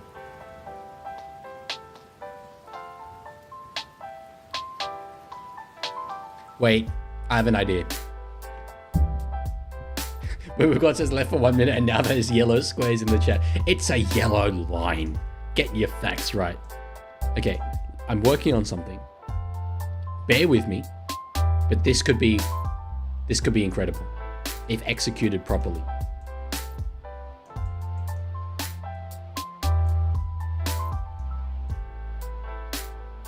Okay, are you ready? Something amazing is coming here. 3, 2, 1. Fat yellow line. Look how big that boy is. It is actually kind of a bit orangey. It's a dark yellow, that's for sure. But look at the size of that. That's crazy. People joining the stream now, they're just going to be like, oh, what am I here for? What is this? Danny says orange better. It's a very orangey line. Let's just call it an orange line. Chris Shouts says, Leaguie, there's rumors saying Katoni says he's going to Roosters. Is that true? I have no basis to know, but I really doubt it. I think he's going to stay at Broncos. He's a Bonko. He's a Bisbee Bonko. Okay, is this... Do Raiders come back or not? Nah, most definitely not. No time. Okay. It's gold, says Woo Woo God. Okay, there's another one. I'm going to end... This is a canon event. I'm going to end the poll, right? Is stream... I'm going to start a new poll. Is stream better like this? The options are yes and no. Let's see what we got. If it's overwhelmingly yes, I'll keep it like this until the end of the stream. This is really good because you can't see me, so I don't need to like... I don't need to be performing as much. I can just talk. I'm like a radio host. Have Manly considered playing a full 80 minutes? I don't think that's occurred to them yet. Oh, it's 50-50. Wow, there's some people that don't like the line. They must be a silent minority, not really commenting in the chat. Because this seems very line... Oh, we will protest against the gold line. Okay. 55-45. I've got to say, I think I might have to side with the minority here. If it's that close, I think the minority deserve to see an actual proper stream. Sorry, the people have spoken. Oh, Mason, I can't watch your video right now. I'm streaming. I will in the fullness of time. I promise you, I will watch it. I just not right now. Okay, here's what I want. Ethan Bullymore to get a try so that he gets a hat-trick. Come on, Ethan. Come on, finance bro. I believe in you. Our Ethan, who doth play footy, hallowed be thy finances. The try will come. It will be done. Let's hope it's in the next 10 minutes. Give us this day that hat-trick and forgive you for conceding 6 points as we forgive Canberra for conceding 40. And lead us please into the top 4 so that we can make a tilt at the premiership. Tamale's caught it. That was ad-lib, by the way. I know my religion.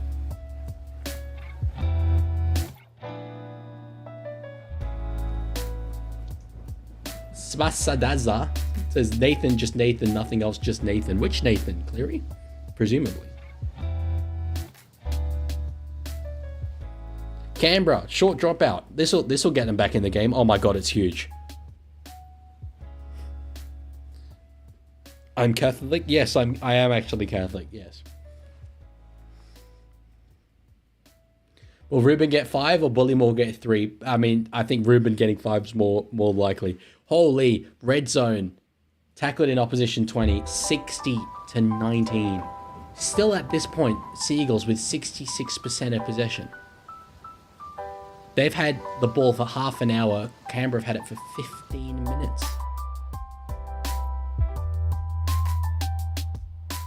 Cherevitz, finds Gerbo underneath. Ruben Cotter? Did I say Cotter? I meant Garrick. If I said Cotter, I'm sorry. Kohler. Oh, geez, he looked like he was so to score. What a tackle there from Weeks. How can he get 5? He's already got 4. Oh, that kick. Bullymore was running through. Knock on Canberra.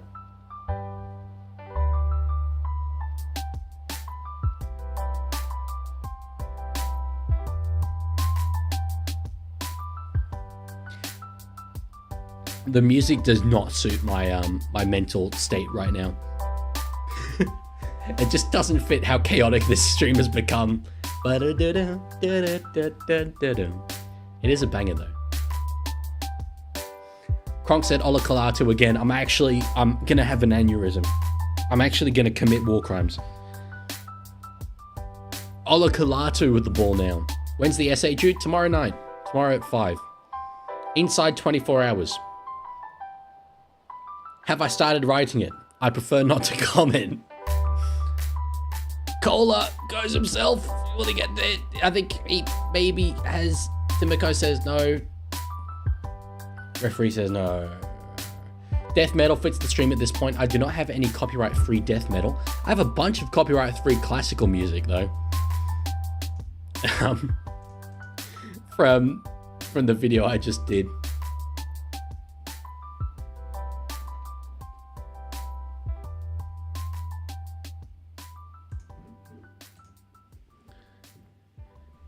Joseph, okay, so Joseph just chimes in here. Joseph hasn't said anything for a really, really long time. He's just kind of been lurking, I would assume.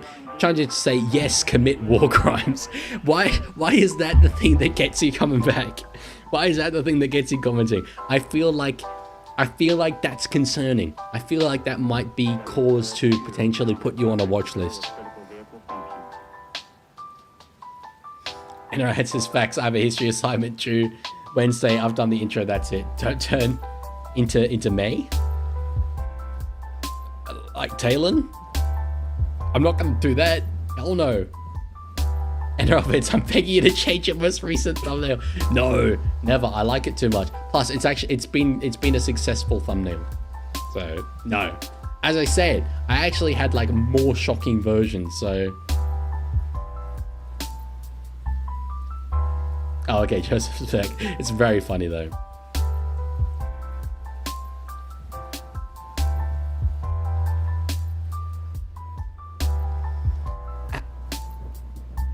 A science assessment on Tuesday that you haven't started studying for is a concern. Like, I genuinely, why are you here now? You should be studying. I mean, to be fair, I can give you some science lessons. I know what a prokaryote and a eukaryote is. I know for sure that the mitochondria is the powerhouse of the cell. I know about forces of friction. I'm actually like, I'm knowledge up. I got bare IQ, bro. I invested all of my ability points into science IQ and none into live streaming abilities. Manly with the ball. Are they gonna score a try? Maybe. Have they felt like it? You know, since the 51st minute. It's been a while. Joseph says, "I was serious. Please commit them, please." Maybe just for you. Maybe I will for you. Can we hear the other titles? It wasn't titles. It was the thumbnails. Yeah, some of them were bad. What Weeks was nearly away. Luella homeschool. Schoolwork is optional and assessments are almost non-existent. That's cool. I really like that. That homeschooling kind of vibe. Show them. Let me find if I still have them, because normally when I don't use thumbnails, I end up deleting them. What's the chance of you losing your Johns after the stream? What are my Johns? I don't know what that is. Thanks, appreciate. Oh, jobs. Yeah, quite a bit. Quite high. Oh my god, Huddo Young's away. It wasn't him, it was Nicholson, but it's just given, it just passed. That's funny. I know the ball came free, but from that angle, it really just looked like he passed it. No, it was Hudson. He said Nicholson. Okay. I have one version I can show. Most of them I deleted. I have one that essentially is the same, but it just basically has the players a little more, let's say, exposed. It's still safe for work. It's still like, you know, it's not a problem. So, okay, wait. This is what I went with And I'm covering up the side of it. I can't really hold that. This is what I went with. But see, the players are like quite big. I did have this one where you can like, it was a really, really weird ass couple of evenings photoshopping these. Yeah. Not great. Not great. Hope you got a lot out of seeing that. TMCRK says F1 is good. Don't tell me. No, don't. Okay, I can't read the chat. I'm avoiding F1. Okay, mods. I need you right now. Can you delete any F1 related comments in the chat now? I don't want to see anything. I'm gonna... I guess you have no way of telling me when you've done it because I'm not looking at the chat. Go. Okay, I can see the bottom of the chat. You can't? What do you mean you can't? Mods can delete things in chat. No. B, he said, chat, stop talking. I gotta say something. Okay, there's only 14 people here now. This makes sense. He's a mod. Oh, he's a mod. Okay, sorry. I'm genuinely really sorry about this, especially given that I'm not commentating on the game very much, but I can't read chat right now. I legitimately can't read chat. So if you're saying things, I can see it out of the corner of my eye moving. You don't know how much effort I've gone to avoid F1 spoilers this weekend and how much I'm looking forward to watching it tomorrow night. So I can't do that to myself. I'm gonna actually unironically watch the game. It's Fogarty. Gives it out to Matt Timoko, who may or may not have had a really good game today. I don't know because I didn't really watch it. Savage gives it to Fogarty. Will put a big kick up, hangs up in the air. It's being contested here. Mooney ran through it. Bit chaotic. Owen Paddy looked like he knocked it on there. Penalty. I think it'll be... Oh, for Canberra. Okay. Take the two. Take the two, boys. Comeback's on. Oh, they'll challenge though. Okay. Chat, you can talk now. Am I able to read it? Are they gone?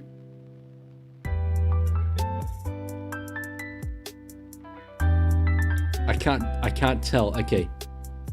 I'm gonna take a chance. No, there's no. Okay, good. Cooper, wait, Cooper. If you're fucking oh no, I swore. Oh. If you're serious, Cooper, I really hope you're not. That's not a nice thing to do to a fellow human being, if that's correct. NRL had deleted it. That makes me think it's true. Oh no. Cooper, why? Why would you do that? That's just not good. Oh. You actually have no idea how much that's ruined my day. That's... Okay. I still don't, like, I don't 100% know that that's true or not. He might have been joking. I don't know. Just please stop talking about it, everyone. For the love of God. Oh my God, Canberra have scored a try. This is awful content.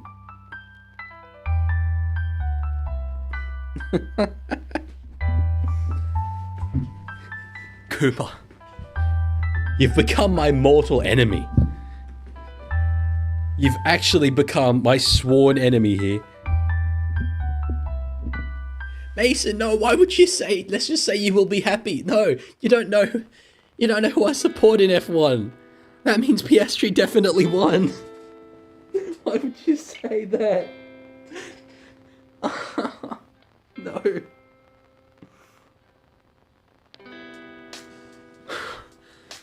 God damn it. I did so well as well. I've avoided the sprint qualifying, the qualifying, the race. Well, I had avoided the race. Oh, it's okay. I kind of knew anyway because of what Cooper said. I'm just sad now. There's still a minute and 50 seconds to go. Doing one, yeah, I'm sure it did. Oh, I had no energy before. Now I'm just depressed. Mason, you're not... I don't know if you're joking. Just stop talking. Everyone, stop talking, please. You don't know the effort I've gone to. No, he retracted it. No. That means Lewis won. That means Lewis won the sprint. Oh, guys, I swear to God.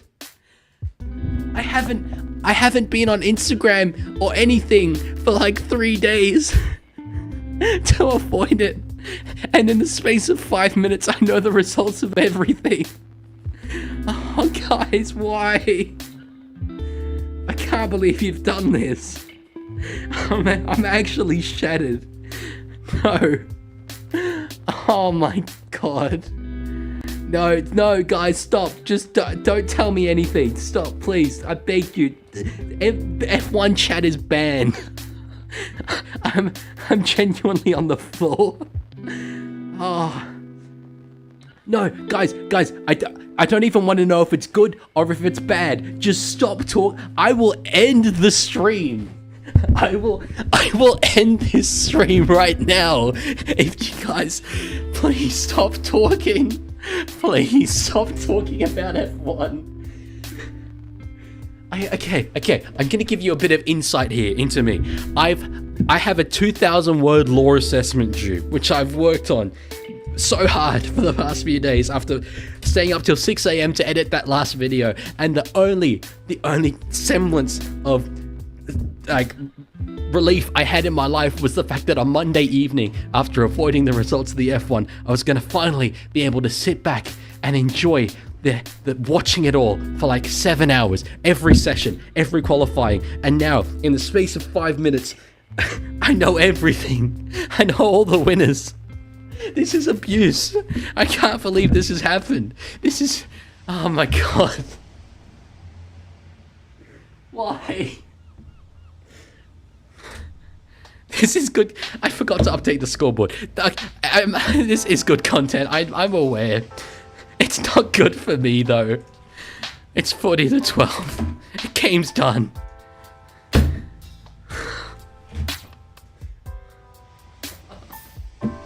I'm so sad.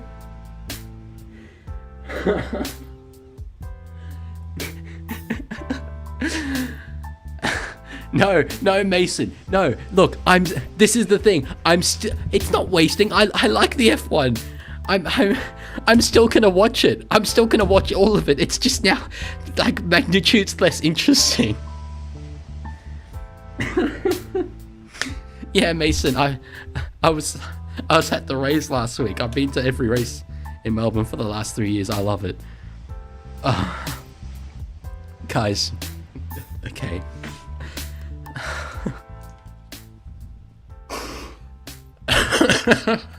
Okay, put Leaguie in rehab. I probably need it. I'm glad you were all here to see this. See me at my lowest.